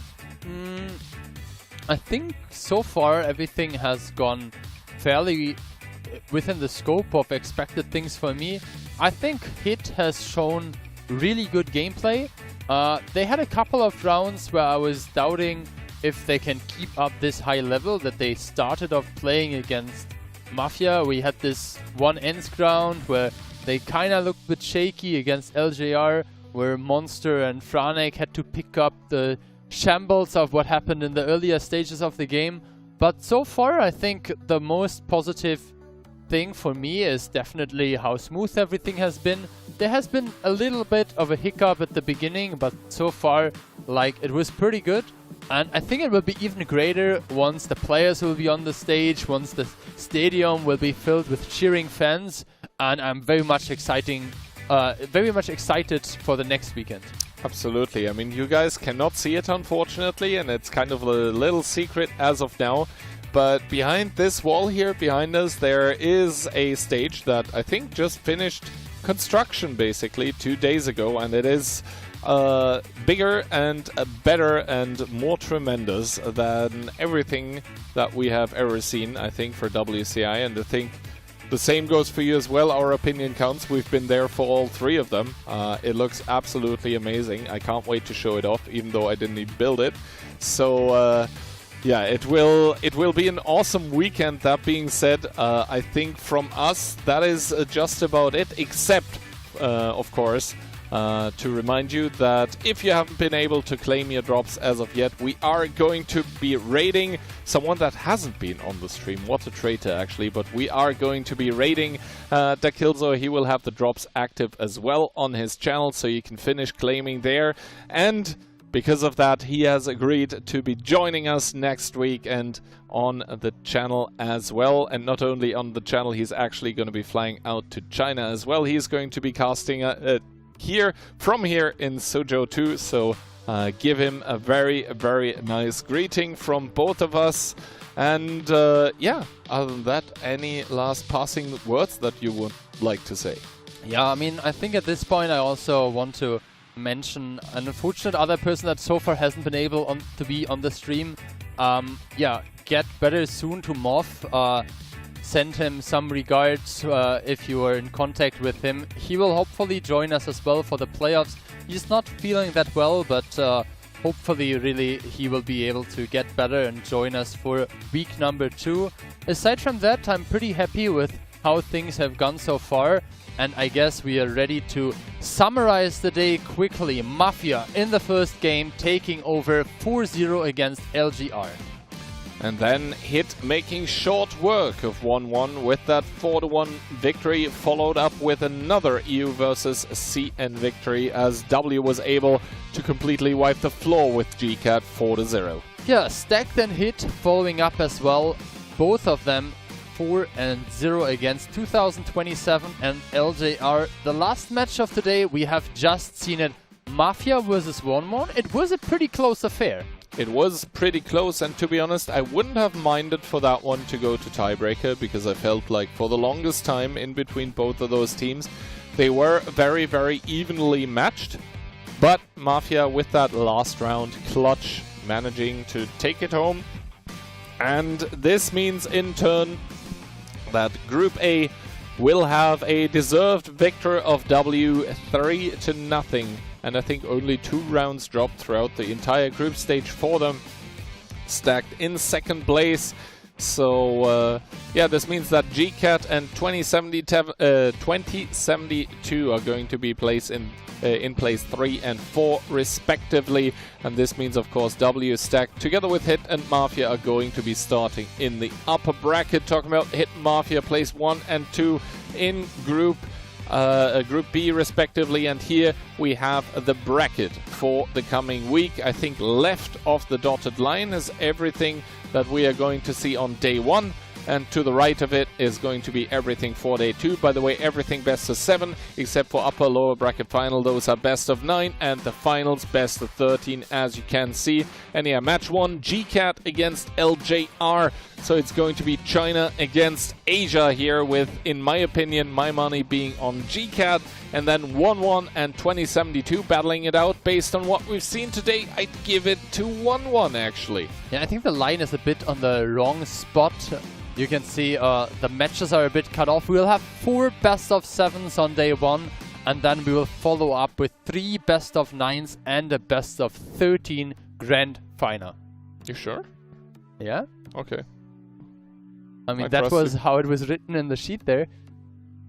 Okay, then I trust you. To be honest, I'm kind of cooked at the end of the day. It has once again been a long one, but it has also been a very, very fun one once again. I think WCI is also, for me as a caster, one of those things that I do really look forward. It is kind of the almost culmination of the year, because of course the year does not end in November, but I'm getting ahead of myself. I think, yeah, it is one of those very few treats that we actually do end up meeting all of the players offline, which is quite a treat for me personally. Yeah, for sure. And it is a bit of a travel here, but all the Chinese guys have been very hospitable towards us, very friendly, and I always feel very welcome here. And I think overall a great event so far with, as I mentioned, an even better second half next weekend, the playoff part. Hopefully that's going to be a grand old experience. The stage behind us certainly is set, I promise you guys. It looks absolutely awesome. But yeah, apart from this one, we're, I think, kind of at the end of the stream for now. It has been, yeah, absolutely great, and of course, just as always, thank you very much for watching to all of you at home, because we can sit here and yap about the game that we love, which is World of Tanks, but it is all of you viewers together with this time around 360 as well here in China that make it possible for us to do that. And with that being said and done, thank you very much. Have a wonderful morning, day, evening or night. We'll be back next weekend, and you also have to keep in mind the streams that time around are going to be starting quite a bit earlier than they have been on this weekend. And yeah, thank you very much. We'll see you then. Over and out.